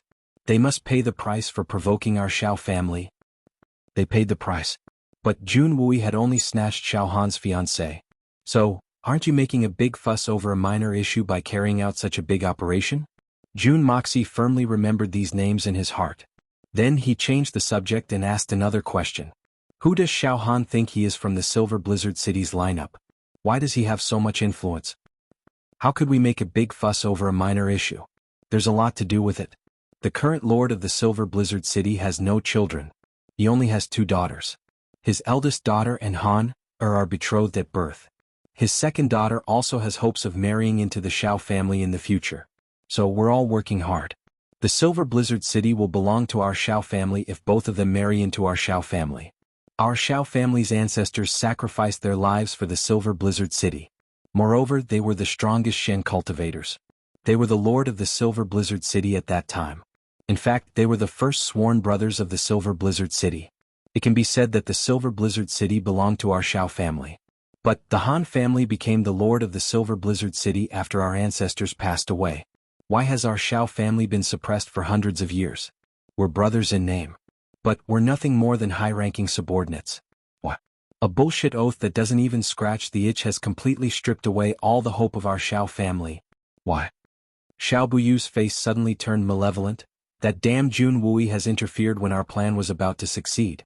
He's ruined our plan. Our Shao family has been waiting for this opportunity for hundreds of years. But that damn Jun Wui has ruined it. That damn Jun Wui. Damn Jun Wui. They must pay the price. Whoever dares to obstruct our Shao family's plan must be exterminated. Xiao Buyu cursed bitterly. When this shocking news came out, it was like an earth-shattering explosion. The people of the Silver Blizzard City were frightened. The remaining 3rd, 5th, 6th, 8th, and 9th elders were also divided into 2 camps. They were still intimidated by the hidden aura. So they didn't dare to move. But their expressions and their eyes had clearly revealed their fear. It was clear that the 6th, 8th, and 9th elders were panicking. Their eyes were filled with extreme fear. There was no doubt that these 3 elders were from the Shao family. However, the 3rd elder and the 5th elder's faces were filled with indignation. In fact, they were on the verge of cursing out loud. These 2 were from the Han family's side. However, Han Yanmeng was the one who had suffered the most. Her pretty eyes were wide open. She couldn't believe her ears. She had never imagined that the Shao family's amiable grandfathers and uncles would be plotting against her own family. Jun Moxie secretly swept his eyes around. Then he continued to ask, "The Shao family is indeed far-sighted. Their arrangements are exquisite. But, don't tell me that the Han family doesn't have any male descendants? The city lord doesn't have a son. But he should have a brother, right? Don't tell me that his brother doesn't have a son? Does he have to pass it on to the Shao family? This is wishful thinking on our part. We've been planning to take over the Shao family's nest. So, we've been thinking about this for a long time." Xiao Buyu smiled proudly and said, "We've been planning things since the birth of the city lord's second daughter. The other brothers of the city lord have either become crippled in some accident, or they've left the central command. Moreover, many of them are my and elder brother's disciples. We naturally know how to train them. You should know about Shao Han's Huanghua Hall, right? Isn't this a joint decision of your Shao family?" Jun Moxie changed the topic and asked. His forehead was already dripping with sweat. Even his vest was soaked with sweat. He had been using his spiritual power to hypnotize a super expert like Xiao Buyu. This was an exceptionally difficult task. Jun Moxie's spiritual power was formidable enough. But he felt powerless at the moment. Therefore he changed the topic back to the Jun family's matters. Xiao Buyu had lost his vigilance towards the person who had spoken after a period of conversation. No. This matter was decided by Shao Han and his brothers. No. Han and his brothers had acted on their own. What's done can't be undone by the time we found out about it. So we had no choice but to let them be. Very few people in the Shao family know about this matter. After all, it's very disgraceful. And it hurts the harmony of the world. Fortunately, they're just some ants. Moreover, the profits from that matter are very good. Xiao Buyu's face was very conflicted. He was apologetic. No one could have imagined that this white-haired, ruddy, virtuous, or at least sanctimonious old senior's heart was actually so dirty and vile. If he did not say it himself and they heard it with their own ears, who in the world would believe it? Who would have dared to believe it? How shameless. Well, you've done well. I've decided to reward you. It's a very, very big reward. Jun Moxie's eyes blazed as he spoke in a leisurely manner. A very, very big reward? What kind of reward is that? Xiao Buyu's face revealed an excited expression. In fact, he looked like a child who had just seen a delicious and good-looking candy. But you'll have to perform a striptease dance before I give you your reward. The reward will come once you're done. You'll be very satisfied with it. A vicious light flashed in Jun Moxie's eyes. Chapter 422. He's too weak. His endurance is too weak. Jun Moxie was standing not far from Xiao Buyu. Xiao Buyu had been passionately performing a striptease a moment ago. So, Xiao Buyu's self-detonation had been too abrupt. Da Xiao hadn't been able to react in time. Xiao Buyu's self-detonation had been for the sake of freeing himself. So it hadn't been lethal. But, Da Xiao had still been caught off guard by the sudden change in the situation. Da Xiao wiped his face and shook his head. He then spoke up in a somewhat dissatisfied manner. How could he commit suicide in such a straightforward manner? He's the most powerful person under the great master level. He can't even bear this much. I haven't even used my methods yet. But it's a pity that his white buttocks are gone. Fu *k. I was planning to cut open his great-grandson's scalp and pour mercury into it. Or I would have cracked open his skull and boiled his brain. But I didn't even get to carry out that good show. And he died without a trace. He was too hasty. He didn't even have the demeanor of a powerhouse. He's too inferior. His reputation is better than meeting him in person. But his reputation isn't as good as meeting him in person. He's too sloppy. Everyone who heard his words had the same expression on their faces. Their eyes were fixed on Da Xiao. Their eyeballs were frozen in place.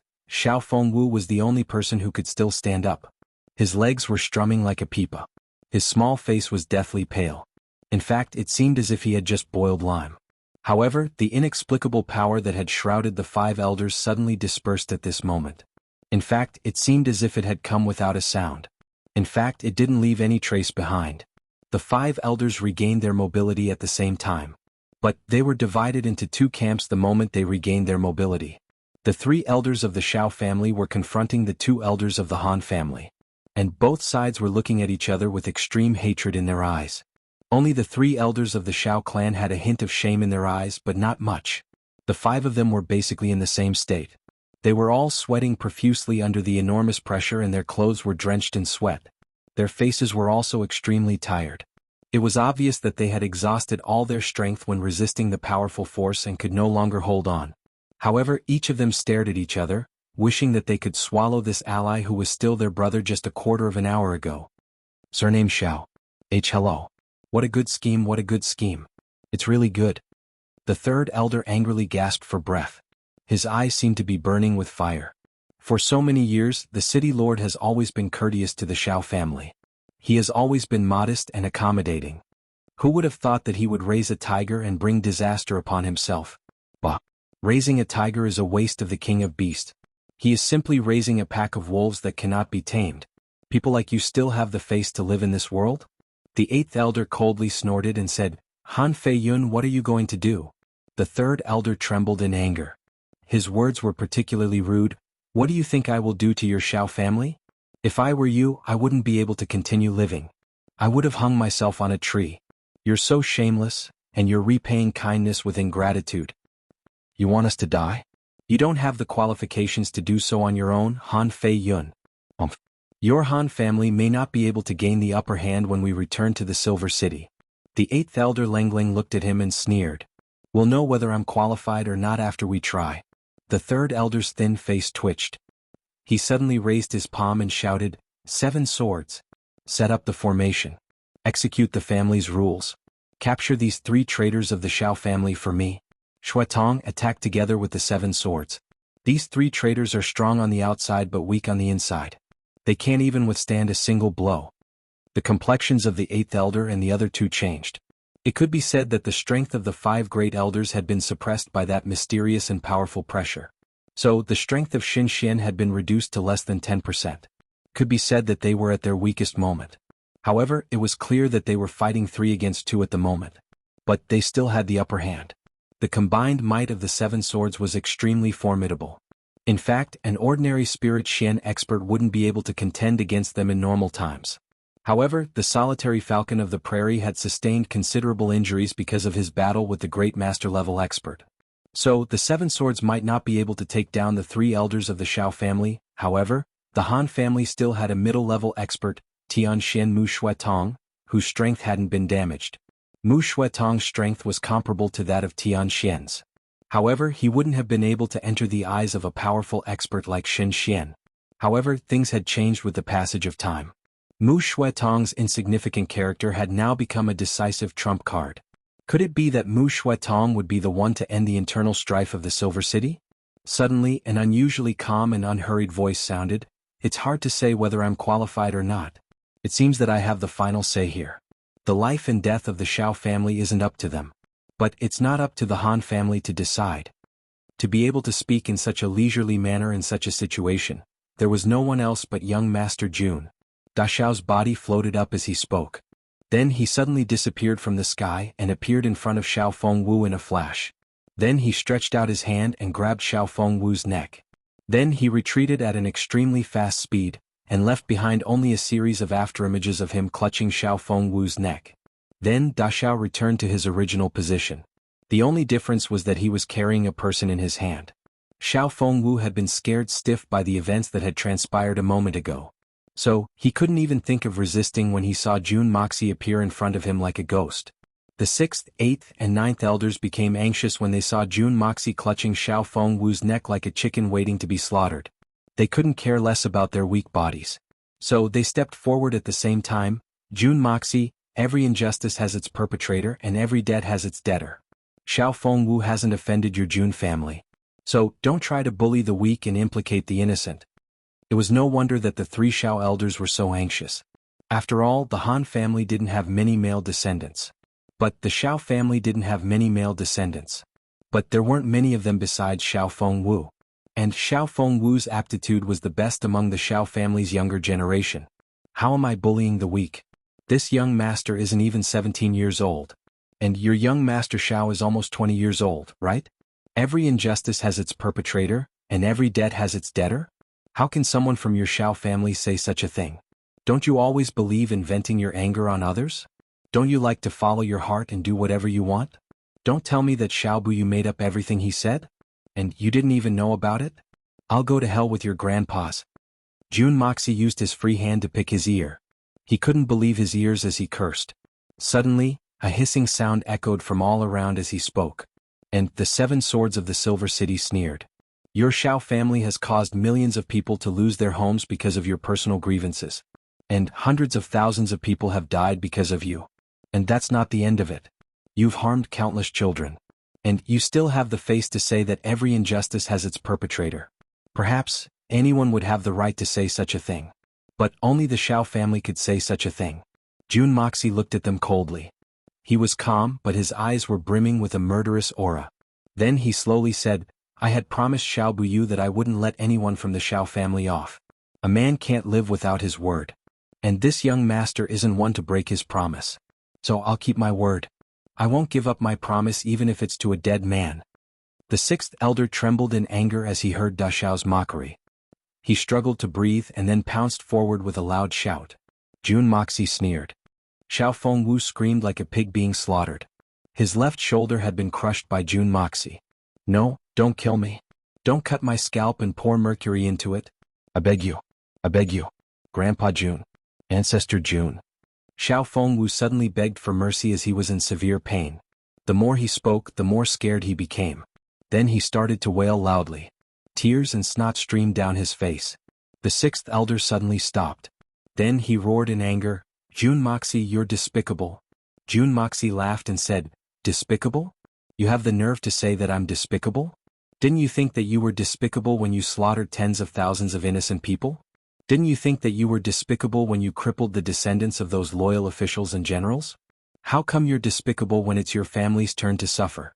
What I've done today is no better than your Xiao families.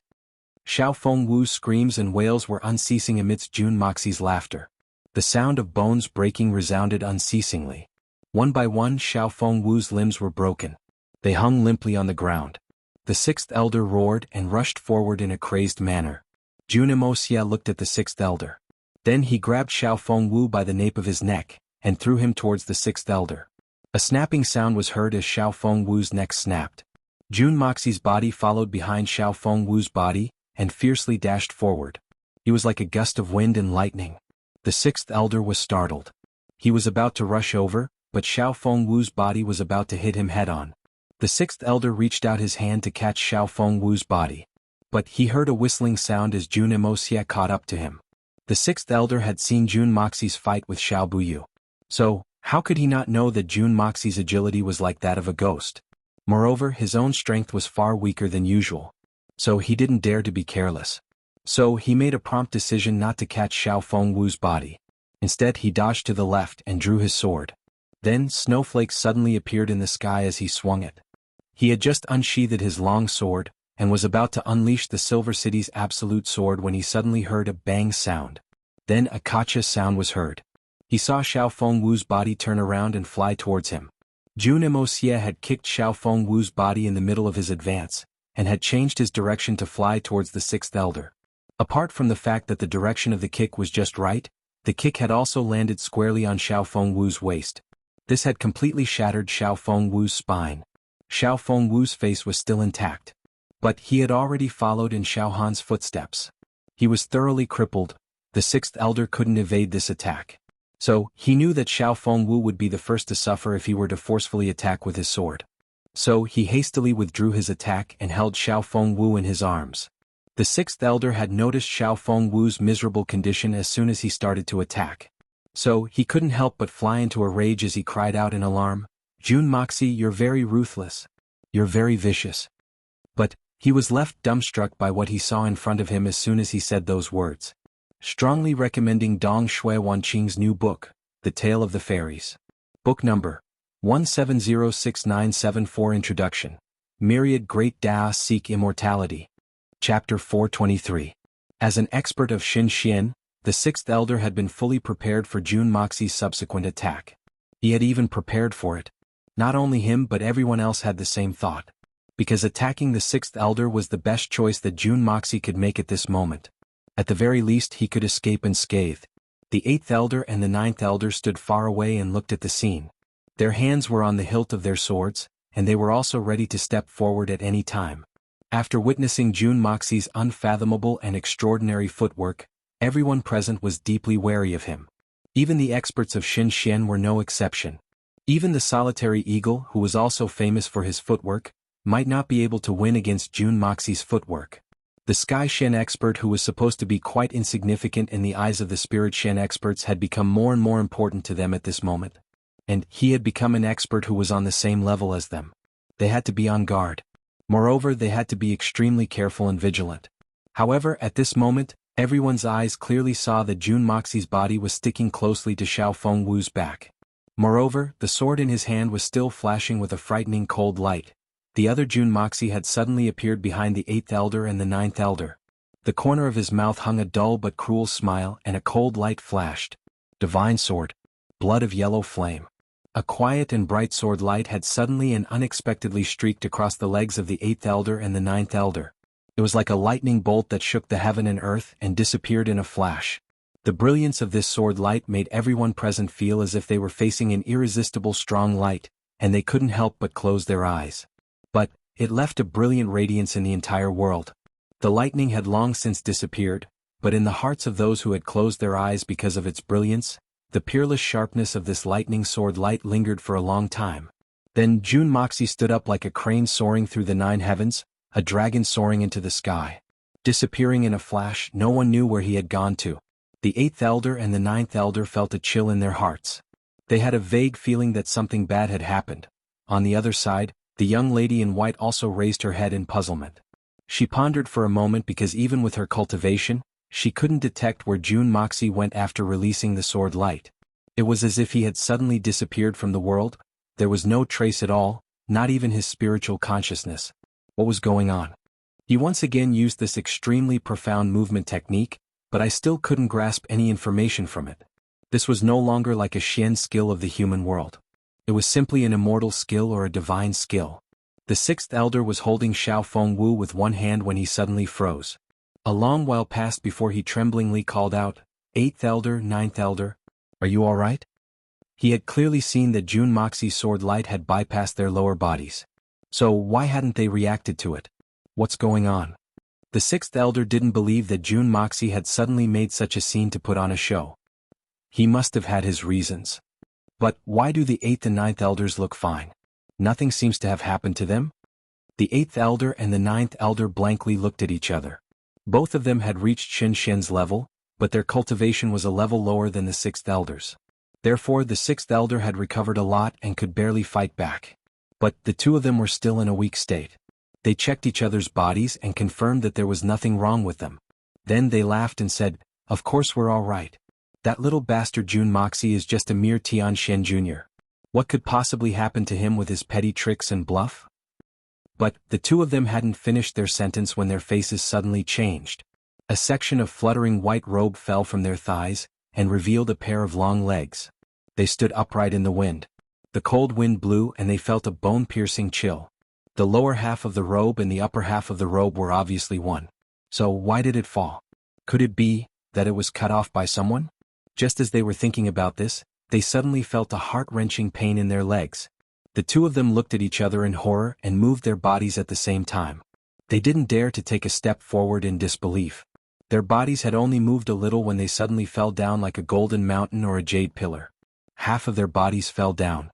Fresh blood spurted out like 4 pillars of blood. Their tragic screams tore through the night sky, and their voices could be heard from miles away. Where the two of them were originally standing, for smooth legs from the calves to the thighs, stood perfectly straight, like a towering mountain, towering and unmoving. Only the upper part of the legs was gurgling with blood foam. Wuxia's sword light flashed, and he had actually chopped off 2 people's legs. Because his speed had reached an indescribable level, and the blood of yellow flame sharpness had reached an unprecedented level, the two of them actually didn't notice that their legs had been cut off for such a long time. Perhaps they had noticed it, but the two of them didn't dare to believe it.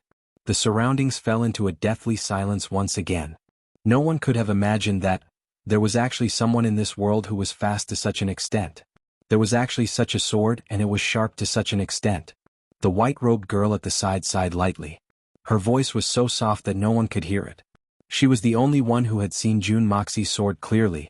There wasn't much ingenuity in that sword, and it didn't even have any technique to speak of. The only requirement was to be fast. A little faster, until the speed reached the limit. The movement technique and the speed of the sword worked closely together, once again raising the speed to the peak of perfection. Then he slashed out with that sword. Of all the techniques in the world, there was nothing it couldn't overcome, but speed was unbreakable. When speed reached the limit, everything else would be destroyed. Moxi, this newbie Shen practitioner who had just entered the Tian Shen realm not even 2 days ago, actually managed to heavily injure and cripple 2 Shen experts in front of everyone's eyes. Although these 2 Shen experts had already exhausted all their strength because of the sudden change, whether it was their Shen Qi or their mental strength, they had all suffered from extreme pressure. Out of their full strength they were only left with 15% at most, but they were still Shen experts. Moxi was actually able to injure them so severely that they didn't even know they were injured. Those 2 legs had clearly been cut off, but they were still able to temporarily join together with the body, and not even a single drop of blood had spilled out. Regardless of the speed of his movement technique, sword technique, or the sharpness of his sword, they had all reached a terrifying level. 8th brother. 9th brother. The 6th elder roared. Suddenly, blood spilled out of his eyes due to extreme grief and indignation. He roared and Xiao Fengwu fell to the ground. The 6th elder stood there in a daze and his whole body trembled. The Silver City had dispatched an unprecedentedly powerful lineup for this expedition. Xiao Buyu was the strongest person under the Great Master level, and had personally led the troops. 4 of the Xiao family's elders had been dispatched, and 2 of the Han family's elders had also been dispatched. So, a total of 6 Shen experts had been dispatched at the same time. Moreover, the 7 swords of the Silver City could rival the 7 great swords of the Great Masters if they joined hands. Moreover, the 2 Tian Shen experts, Xiao Han and Mu Shuitong, such a force would have caused a sensation wherever they went. Who wouldn't dare to look them in the eye? However, such a formidable force had inexplicably suffered repeated blows. In fact, they had even suffered a devastating blow before they could retreat. The Xiao family's entire army had been annihilated. And the cause of this was Xiao Han's challenge to Jun Wui. It was a trivial matter. Everyone had thought that the solitary eagle of the Jun family couldn't be underestimated. But they had 6 Shen experts in the 7 swords. So, they were much stronger than solitary eagle. Even if Jun Wui had spared no expense to employ the tactic of numbers, they would have still been able to escape if they wanted to. How could a group of ordinary soldiers match Shen's speed? However, they hadn't expected that Xiao Han and his nephew would be crippled after this battle. Xiao Buyu would explode out of shame and indignation. Moreover, Jun Moxi had exposed the Xiao family's most despicable and shameless side. They had lost all standing and reputation. Only the 6th elder was left. It could be said that he was besieged on all sides. The Jun family wasn't the only one who wanted to deal with him. Even his own companions wanted to deal with him. I hate this. Why did a mysterious and powerful person appear at this critical juncture? And why did he imprison all 5 of us? How could the Jun family be a match for the 5 elders of Xin Xian and Xiao Buyu if that wasn't the case? The 6th elder looked around in grief and indignation. He saw countless pairs of eyes glaring at him like a tiger watching its prey. Then he sighed and suddenly thrust his sword into Xiao Fengwu's throat. I would rather lose my life than accept this endless humiliation. There's no hope for us today. So, I'll only face a greater tragedy if I try to hold on. I won't have the opportunity to escape. My 2 brothers' legs have been broken. So they can't be any more crippled. The only thing I can do is to give them a quick death. Then I'll commit suicide and everyone else will die together. Ancestor, this child is incompetent. The 6th elder looked up to the sky and cried bitterly. His eyes were streaming with tears as he condensed a sword light from his sword. Then he hacked at the 8th and 9th elders on the ground. However, he was in a trance. So, he didn't even notice that Jun Moxie had appeared behind him. The 6th elder's chest flashed with a puff sound. Then, the tip of the sword disappeared and an arrow of blood sprayed out. That sword had destroyed the 6th elder's bodily functions in an instant. The 6th elder's eyes bulged out as he tried to stand up. But the sword light hadn't even reached halfway when it scattered. Then it fell to the ground with a clang sound. His body swayed twice and the light in his eyes dimmed and scattered. Then he fell to the ground and twitched twice. Clang. The divine sword returned to its scabbard and issued a clear sound of satisfaction. It seemed as if it had eaten its fill in this first battle. The blood of 4 Xin Xians and 1 Tian Xians. The blood of 5 despicable villains was the first sacrifice for the divine sword, blood of yellow flame. Such a result was astounding. It was hard to believe. In fact, it was hard to believe even though they had witnessed it with their own eyes. Jun Moxie stood calmly. He looked at the 2 elders and the 7 swordsmen from the Silver Blizzard City. His face was expressionless as he slowly said, "Today's matter was a personal grudge between the Xiao and Jun families. But the grudge has been settled. Does anyone have anything else to say?" Chapter 424. Today I went home and had a big drink with my dad. I drank 3 bottles of beer and a can of Sprite. I'm feeling a little dizzy. I'll say again that today's 2nd chapter will be completed. But tomorrow's 4th chapter may or may not be completed in the wee hours of the morning. So don't wait. If it's not completed in the wee hours of the morning, then it will be completed in the afternoon. I'm not asking for leave. I'm just informing you. Thank you, ladies. I'll kiss you one by one. I'll leave you to cool off. Jun Moxie stood there calmly. He looked at the 2 elders and the 7 swordsmen of the Silver Blizzard City. His face was expressionless as he slowly said, "Today's matter is a personal grudge between the Xiao and the Jun family. But the grudge has been settled. Does anyone have anything else to say?" "What else can we say? You've killed and crippled people. You've gone to extremes. And now you're asking us what we have to say? You're vicious and merciless. You have that mysterious expert behind you. What else can we say? Moreover, we have nothing to say. This has become a personal grudge between the Xiao and the Jun family. Moreover, the Xiao family has become the common enemy of both the Silver Blizzard City and the Jun family. How could this matter be resolved? It's simply unimaginable." The 10 people looked at each other in dismay. None of them opened their mouths to speak. "Well, we've settled our personal grudges. But we've also lost face for the Silver Blizzard City. I'm deeply sorry for this," Jun Moxie sighed and said with a heavy expression. "You've lost face for the Silver Blizzard City now? Why did you come earlier? You didn't think that the Silver Blizzard City's face would be affected when you asked the Great Elder to strip dance, right?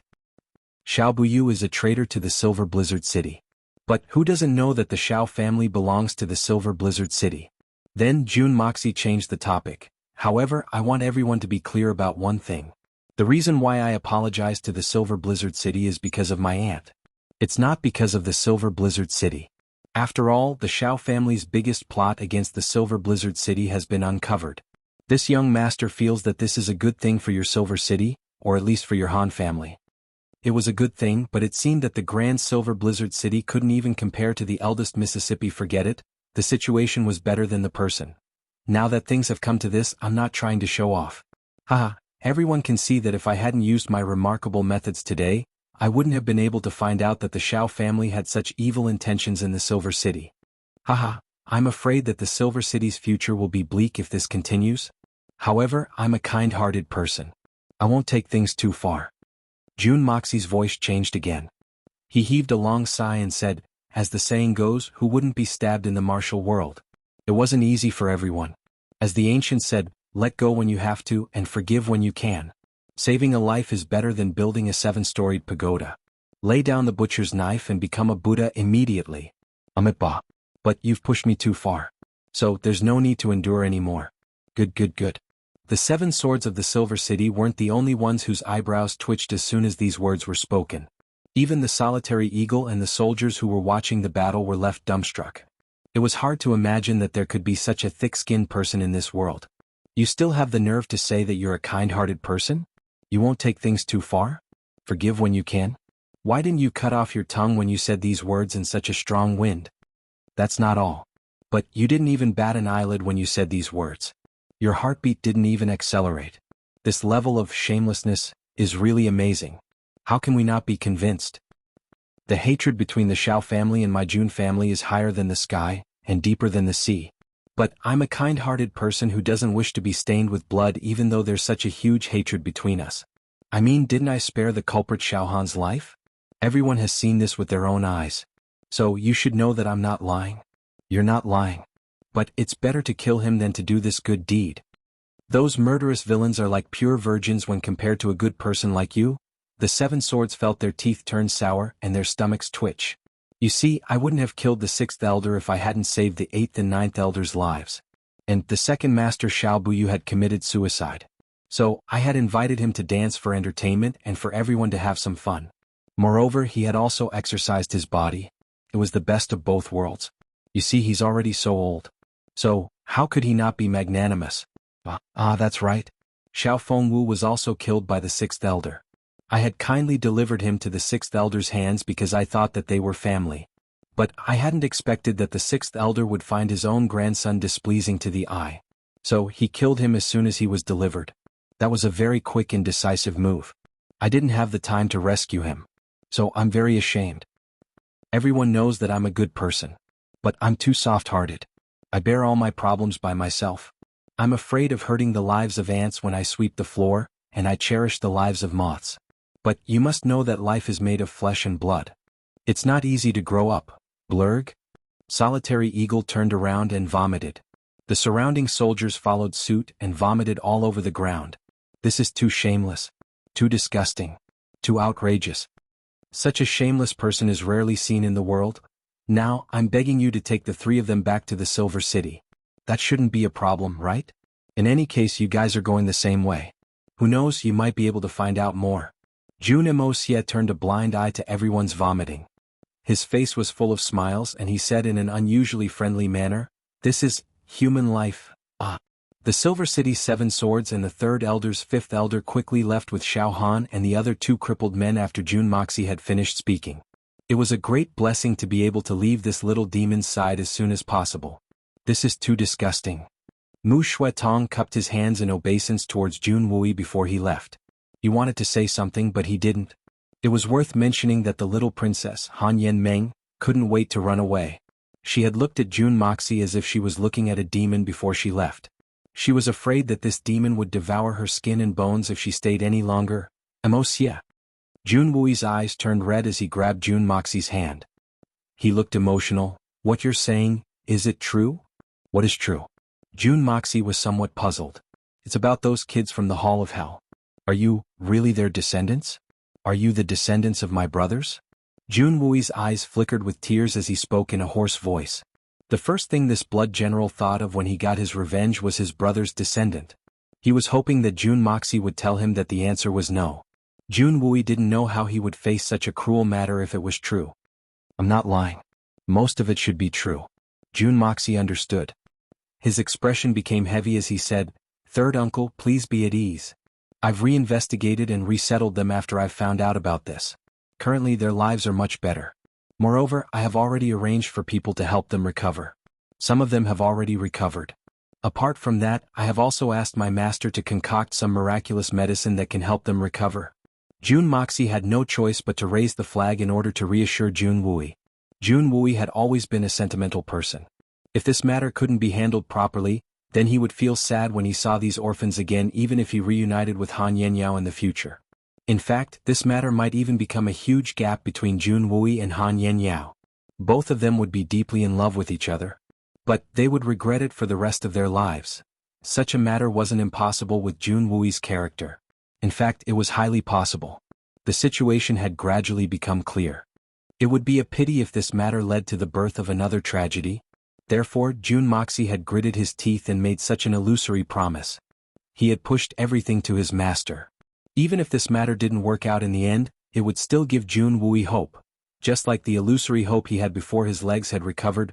Besides, this matter wasn't necessarily impossible with the upgrade of Jun Moxie's Hongjun Pagoda. That's good. That's good. With that senior's help, I believe there won't be any problems. Jun Wui was somewhat excited. He raised his eyebrows and said heavily, "If I can't take good care of them, how can I face my old brothers in the future?" Jun Moxie's heart sank again. Ever since he had heard that those children were related to the hatred between the Jun and Xiao family, Jun Wui's mood had been somewhat strange. This was definitely not a good sign. "Third uncle, those little fellows and I are still counting on you," Jun Moxie reminded. Jun Wui's tiger eyes were filled with tears. He looked at him with an unusually complicated expression. Suddenly, he smiled heavily and patted his shoulder. But he didn't say anything and just walked away by himself. His back view was unusually lonely and unusually bleak. This matter was bound to be a knot in Jun Wui's heart. Jun Moxie sighed. The bugle horn sounded and the soldiers quickly returned to their positions. With another order, Jun Wui once again passed down a gag order. Solitary Eagle looked at Jun Moxie and suddenly approached him slowly. He said, "Wuxia, what you've done this time is a little rash. Although your strength is high, you've exposed it a little too early." During this period of time, Solitary Eagle had already gotten used to thinking from the Jun family's point of view. Too early? Jun Moxie looked at him with interest. "At this time, when the matter between you and Guanqing Han is causing a huge uproar, you've made such an earth-shattering move. Isn't that even more suspicious? Although you already have the strength of Tianxian and your combat power has reached Qinshen's level, you've still not truly reached the realm of a peerless expert. It's not enough to intimidate everyone." Solitary Eagle frowned and looked at him. "Do you care?" Jun Moxie tilted his head and the corners of his mouth curled into a habitual evil smile. "The reason why I'm doing this is to ask those rotten scholars and let them think about it. Think about which family among them is more worthy of my killing than the Xiao family of Blizzard Silver City." Jun Moxie's eyes were overflowing with killing intent. He said in a heavy tone, "Since I've dared to do this, I'll dare to do it again. Worldly imperial power, morality and Confucianism are all farts in my eyes." Chapter 425. Today's second update has arrived. I'm dizzy. I've only written 1,000 more words. I'm going to sleep. Tomorrow will be the fourth watch in the afternoon. The Silver Blizzard City's people had all left, and this matter had come to an end. Jun Wuyi had originally been in a good mood after beating his enemy. But then he unexpectedly found out about a hidden secret that was difficult to accept. And his originally lively heart seemed to have been shrouded in a layer of lingering haze. However, the third master was still the commander of the army. He adjusted his mood and returned to the army to take command. After all, the army had been thrown into disorder because of the battle. So, the army had to be readjusted as soon as possible. Solitary Eagle and Da Xiao didn't immediately return to the army. Solitary Eagle had challenged the 7 swords of the Silver City by himself. And he had borrowed the strength of the 7 swords to perfect his soaring eagle technique. That battle had been very beneficial to Solitary Eagle since he had been crazily obsessed with martial arts. He had suffered a small loss when he had faced the combined attack of the 7 swords and Xiao Buyu. But the overall benefits still outweighed the disadvantages. Solitary Eagle had always done things his own way. So, he simply sat down to meditate since everything was over. He adjusted his breathing and digested what he had gained from the battle. Da Xiao was the same. Da Xiao had only been in this world for about half a year. He had fought many times before, but they couldn't be considered as real battles. Only the battle with Xiao Buyu could be considered as a real life or death battle. That battle had seemed simple. But it had great significance for Jun Moxie. The Xian techniques of his previous life had almost merged into one in that battle. Solitary Eagle sat down to digest what he had gained. And the army also needed some time to readjust. Da Xiao also sat down to accompany them for a while. Not much time had passed since a messenger had informed them that it was getting late. So they had to set up camp. Da Xiao and Solitary Eagle's readjustment had also come to an end. "Please wait a moment. You're leaving? What are we going to do?" June Moxie and Solitary Eagle had just gotten up and were about to return when they heard a delicate and timid voice. The two of them turned around in astonishment. Only then did they remember that there were two other women in the tea house where the Silver City was located. When they first arrived, they seemed to be in some sort of dispute with the Shao family. Hearing the voice, the young master, Senior Eagle, and Senior Eagle were both taken aback. A green-clothed young girl was standing not far away from the two of them. Her small hands were twisting the hem of her clothes with all her might. Her tan little face was not beautiful at all. Only her pair of big bright eyes were rather moving. But other than that, she was just like a mountain girl from the countryside. Moreover, she was the kind of little girl that was somewhat ugly. June Moxie felt that he had never seen this woman before, but for some reason he felt a sense of familiarity in his heart. As an outstanding assassin and the king of assassins, June Moxie would never let go of any doubts. He immediately thought about it. Finally, with a flash of inspiration, the green-clothed figure of the Qiansun Serpent Queen flashed past his heart. For some reason, the figure of the Snake King actually faintly overlapped with the young girl in front of him. But wasn't this too unimaginable? At the same time, Solitary Eagle also thought of the Snake King. The two of them could not help but look at each other. They could both see the meaning in each other's eyes. Impossible. He had seen the Snake King in the Tianfa forest the last time.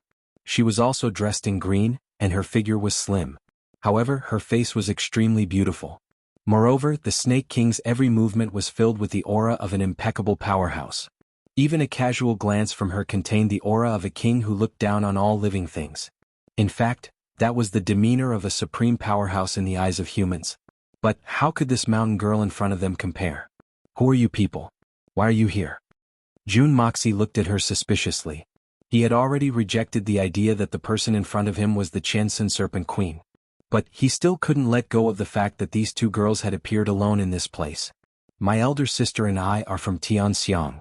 We had come with our family's guards to purchase medicinal ingredients. But we didn't expect that we would encounter many wild beasts a few days ago. And the guards and us were separated. The green-clothed girl said in a delicate and pitiful manner, "My elder sister and I finally escaped with our lives after much difficulty. But we encountered those hateful people. They wanted to take us back to be their wives. We couldn't even come to an agreement with them. So they wanted to rob us openly. They were so vicious." The green-clothed girl's voice was as sorrowful as ever. But June Moxie could hear a trace of a strange tone in her voice. It seemed as if she was somewhat amused or disdainful. "Just now, at the most critical moment, you guys came. Thanks to you guys coming, you even managed to chase away all the evildoers. You guys are the saviors of us sisters." The green-clothed girl's voice was full of emotion. She narrated the story of a lone girl who met a strong man on the road. Then a young hero appeared to save the beauty. You're saying that the Shao family's brat wanted to take you back to be his wife?" June Moxie was somewhat stunned as he looked at the green-clothed girl's dark face. He coughed twice and said, The Shao family's, this eyesight is truly different from the masses. It's extraordinary. It's not me. It's my elder sister. My elder sister." The green-clothed girl was ashamed and angry at the same time. In fact, she almost used her Shen technique. She didn't want to hide her identity anymore. She wanted to kill this hateful guy. Even if she didn't kill him, she wanted to teach him a good lesson. Oh, no wonder. I was just saying that the descendants of the Shao family had never seen a beautiful woman. But they wouldn't be so hungry that they couldn't be choosy. What I meant to say was that you aren't that ugly. June Moxie smiled in relief. The Snake King's delicate body trembled in anger when she heard Da Xiao's words. This explanation is more infuriating than no explanation at all. This brat's reputation as the #1 debauchee of Tianxiang isn't undeserved. No wonder my elder sister doesn't like him. I had thought that this guy was a man of affection and righteousness. And I had a good impression of him. But I saw that he was judging a book by its cover. So I couldn't help but sweep away the previous admiration I had for him. In fact, I nearly crushed my teeth from gritting them. The Beast King of this generation had been angered to the point of tears. June Moxie secretly observed the situation. And he felt relieved in his heart. The Snake King would have either fought me or wouldn't have cared about my impudent debauchee. But she wouldn't have shed tears. This is the normal behavior of an ordinary girl. However, he didn't know that the Snake King was the Beast King of this generation. But she hadn't been able to take human form for more than 20 years. And she had started to behave like a human after she had taken human form. She might have possessed intelligence before, but there was still a big gap between her and an ordinary human being. The Snake King's temperament was no more than that of an 18 or 19-year-old girl. So, her endurance might not be comparable to that of a girl of the same age when she couldn't display her strength at will. This was the fundamental difference between a level 9 Shen beast and a beast king. That was why some level 9 Shen beasts could only be beasts, and some level 9 Shen beasts could become beast kings. As long as it was a woman, which one of them didn't cherish their appearance? Although the Snake King knew that her current appearance was a disguise, she still felt extremely wronged in her heart. Most men would have the same thought. That is, they would be able to gain the favor and love of a rich family's daughter or even a princess.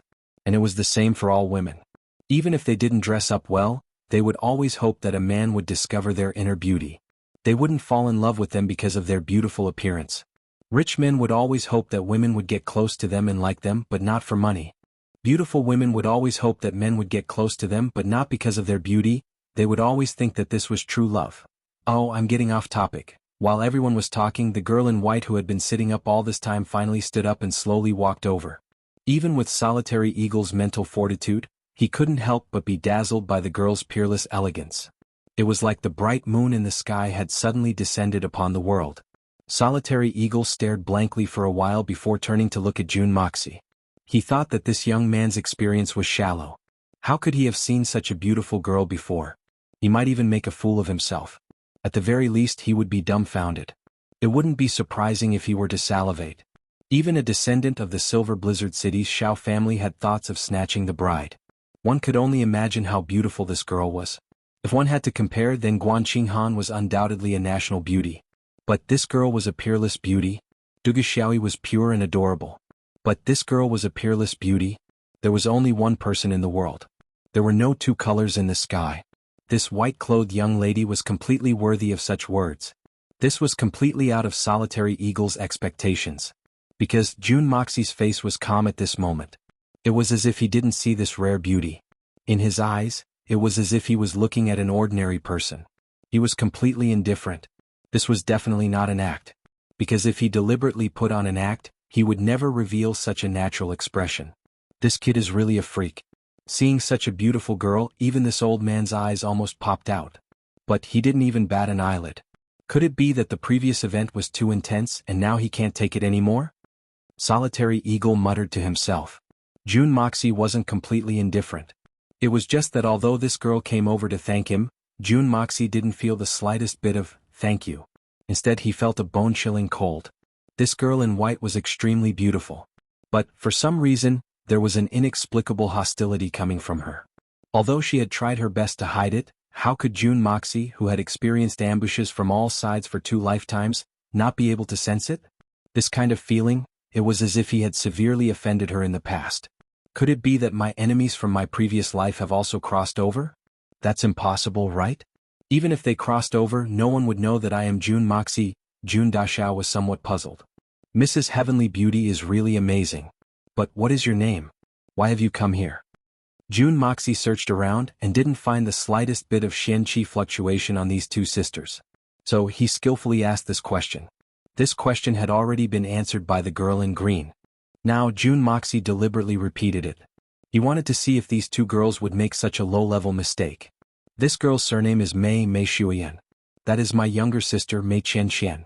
This foolish sister thanks young Master Jun for your help. The girl in white blushed as she replied softly. I was just coincidentally able to settle some grudges with the Shao family of Blizzard Silver City. I didn't deliberately help you. Miss, you don't have to be so polite. A good name. Mei Shuiyan. Not bad, not bad. Plum blossoms in the snow like smoke. Only a peerless beauty like Miss is worthy of such a beautiful name. Your younger sister's name is also very good. Mei Chen hee. No money? Jun Moxie opened his eyes and blurted out these words. No money? The Snake King's face turned black. He wished he could bite the debauchee Jun, and let him know that not everyone can be played with. It doesn't matter whether young Master Jun had the intention or not. But the fact is that you have indeed saved us sisters. The girl in white said in a gentle voice. She didn't respond to Jun Moxie's no money. Miss is too polite. How does Miss know my surname? Dashao asked. That group of villains had revealed the young master's name. We sisters are also people of Tianxiang. So, we naturally know the young master's identity, the girl in white replied as if nothing had happened. You are also people of Tianxiang? It turns out that you are from the same hometown. Ah, Miss May, we are really brought together by fate. Da Xiao stared blankly for a moment. But his tone became even more familiar. The girl in white curled her lips in a secretive manner. Brought together by fate? This old woman and you are truly brought together by fate. Fate will make you regret it for the rest of your life. Next, the girl in white, Mei Shuiyin, made a request. She wished to accompany the army back to Tianxiang City. Jun Moxie's eyes turned and he agreed. He certainly didn't covet her. For Da Xiao, a woman's beauty would only last for a few years. Her figure was good and her face was passable. After all, who would be interested in looking at her face when the lights went out at night? However, this girl in white's unique beauty could strike a blow at Guan Qinghan. So, it would be a good idea. If I can arouse Guan Qinghan's sense of crisis because of this and make it possible for me to make it a second time, how wonderful would that be?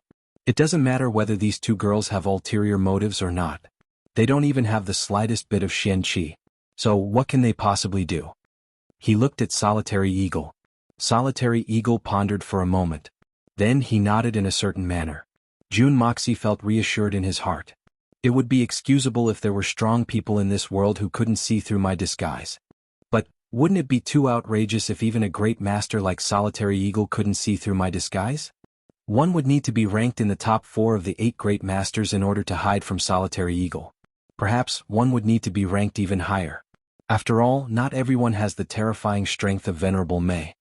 Besides, these two little girls don't even look 20 years old. So, if they turn out to be great masters, then I'll eat that old solitary falcon alive. I'll eat him alive if that's the case. Therefore the two sisters, Mei Shuiyin and Mei Qianqian, were comfortably invited into the carriage by Jun Moxie. Chapter 426. In the silence of the night, Dugu Xiaoyi's shout made Jun Wuxia, who wasn't far away, shiver. He draped a long robe over his shoulders and rushed over to investigate. He asked and found out that Dugu Xiaoyi's pet, Little White, had been missing ever since she had arrived in Tianfa.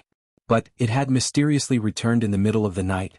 It must be known that it had taken them more than 10 days to travel to the Tianfa forest at this moment. Dugu Xiaoyi was naturally overjoyed by this unexpected turn of events. Guan and Dugu finally had the leisure to look at Jun Moxie after they had heard this. Jun Daxiao had come in wearing a long robe. His two fair thighs were very eye-catching, and had caused the two women to cry out in surprise. Their cries contained 30% surprise, 40% jealousy, and 30% unsure of what to say. Daxiao's body could be said to be perfect after he had transformed from the Hongjun Pagoda. His body's toughness and proportions had reached the level of Mr. So-and-so. He wouldn't even need to reveal his face if he were to be placed on Earth. His body would be enough to charm thousands of women. However, there was always one place that was too perfect, or perhaps it could be said that the only place that the young master was dissatisfied with was that his skin was too white. Although it wasn't the kind of sickly white but a very healthy color, it was still to the point where his skin was sparkling and translucent like snow. This point alone was enough to make Guan Qinghan and Dugu Xiaoyi, and the other beauties to feel jealousy.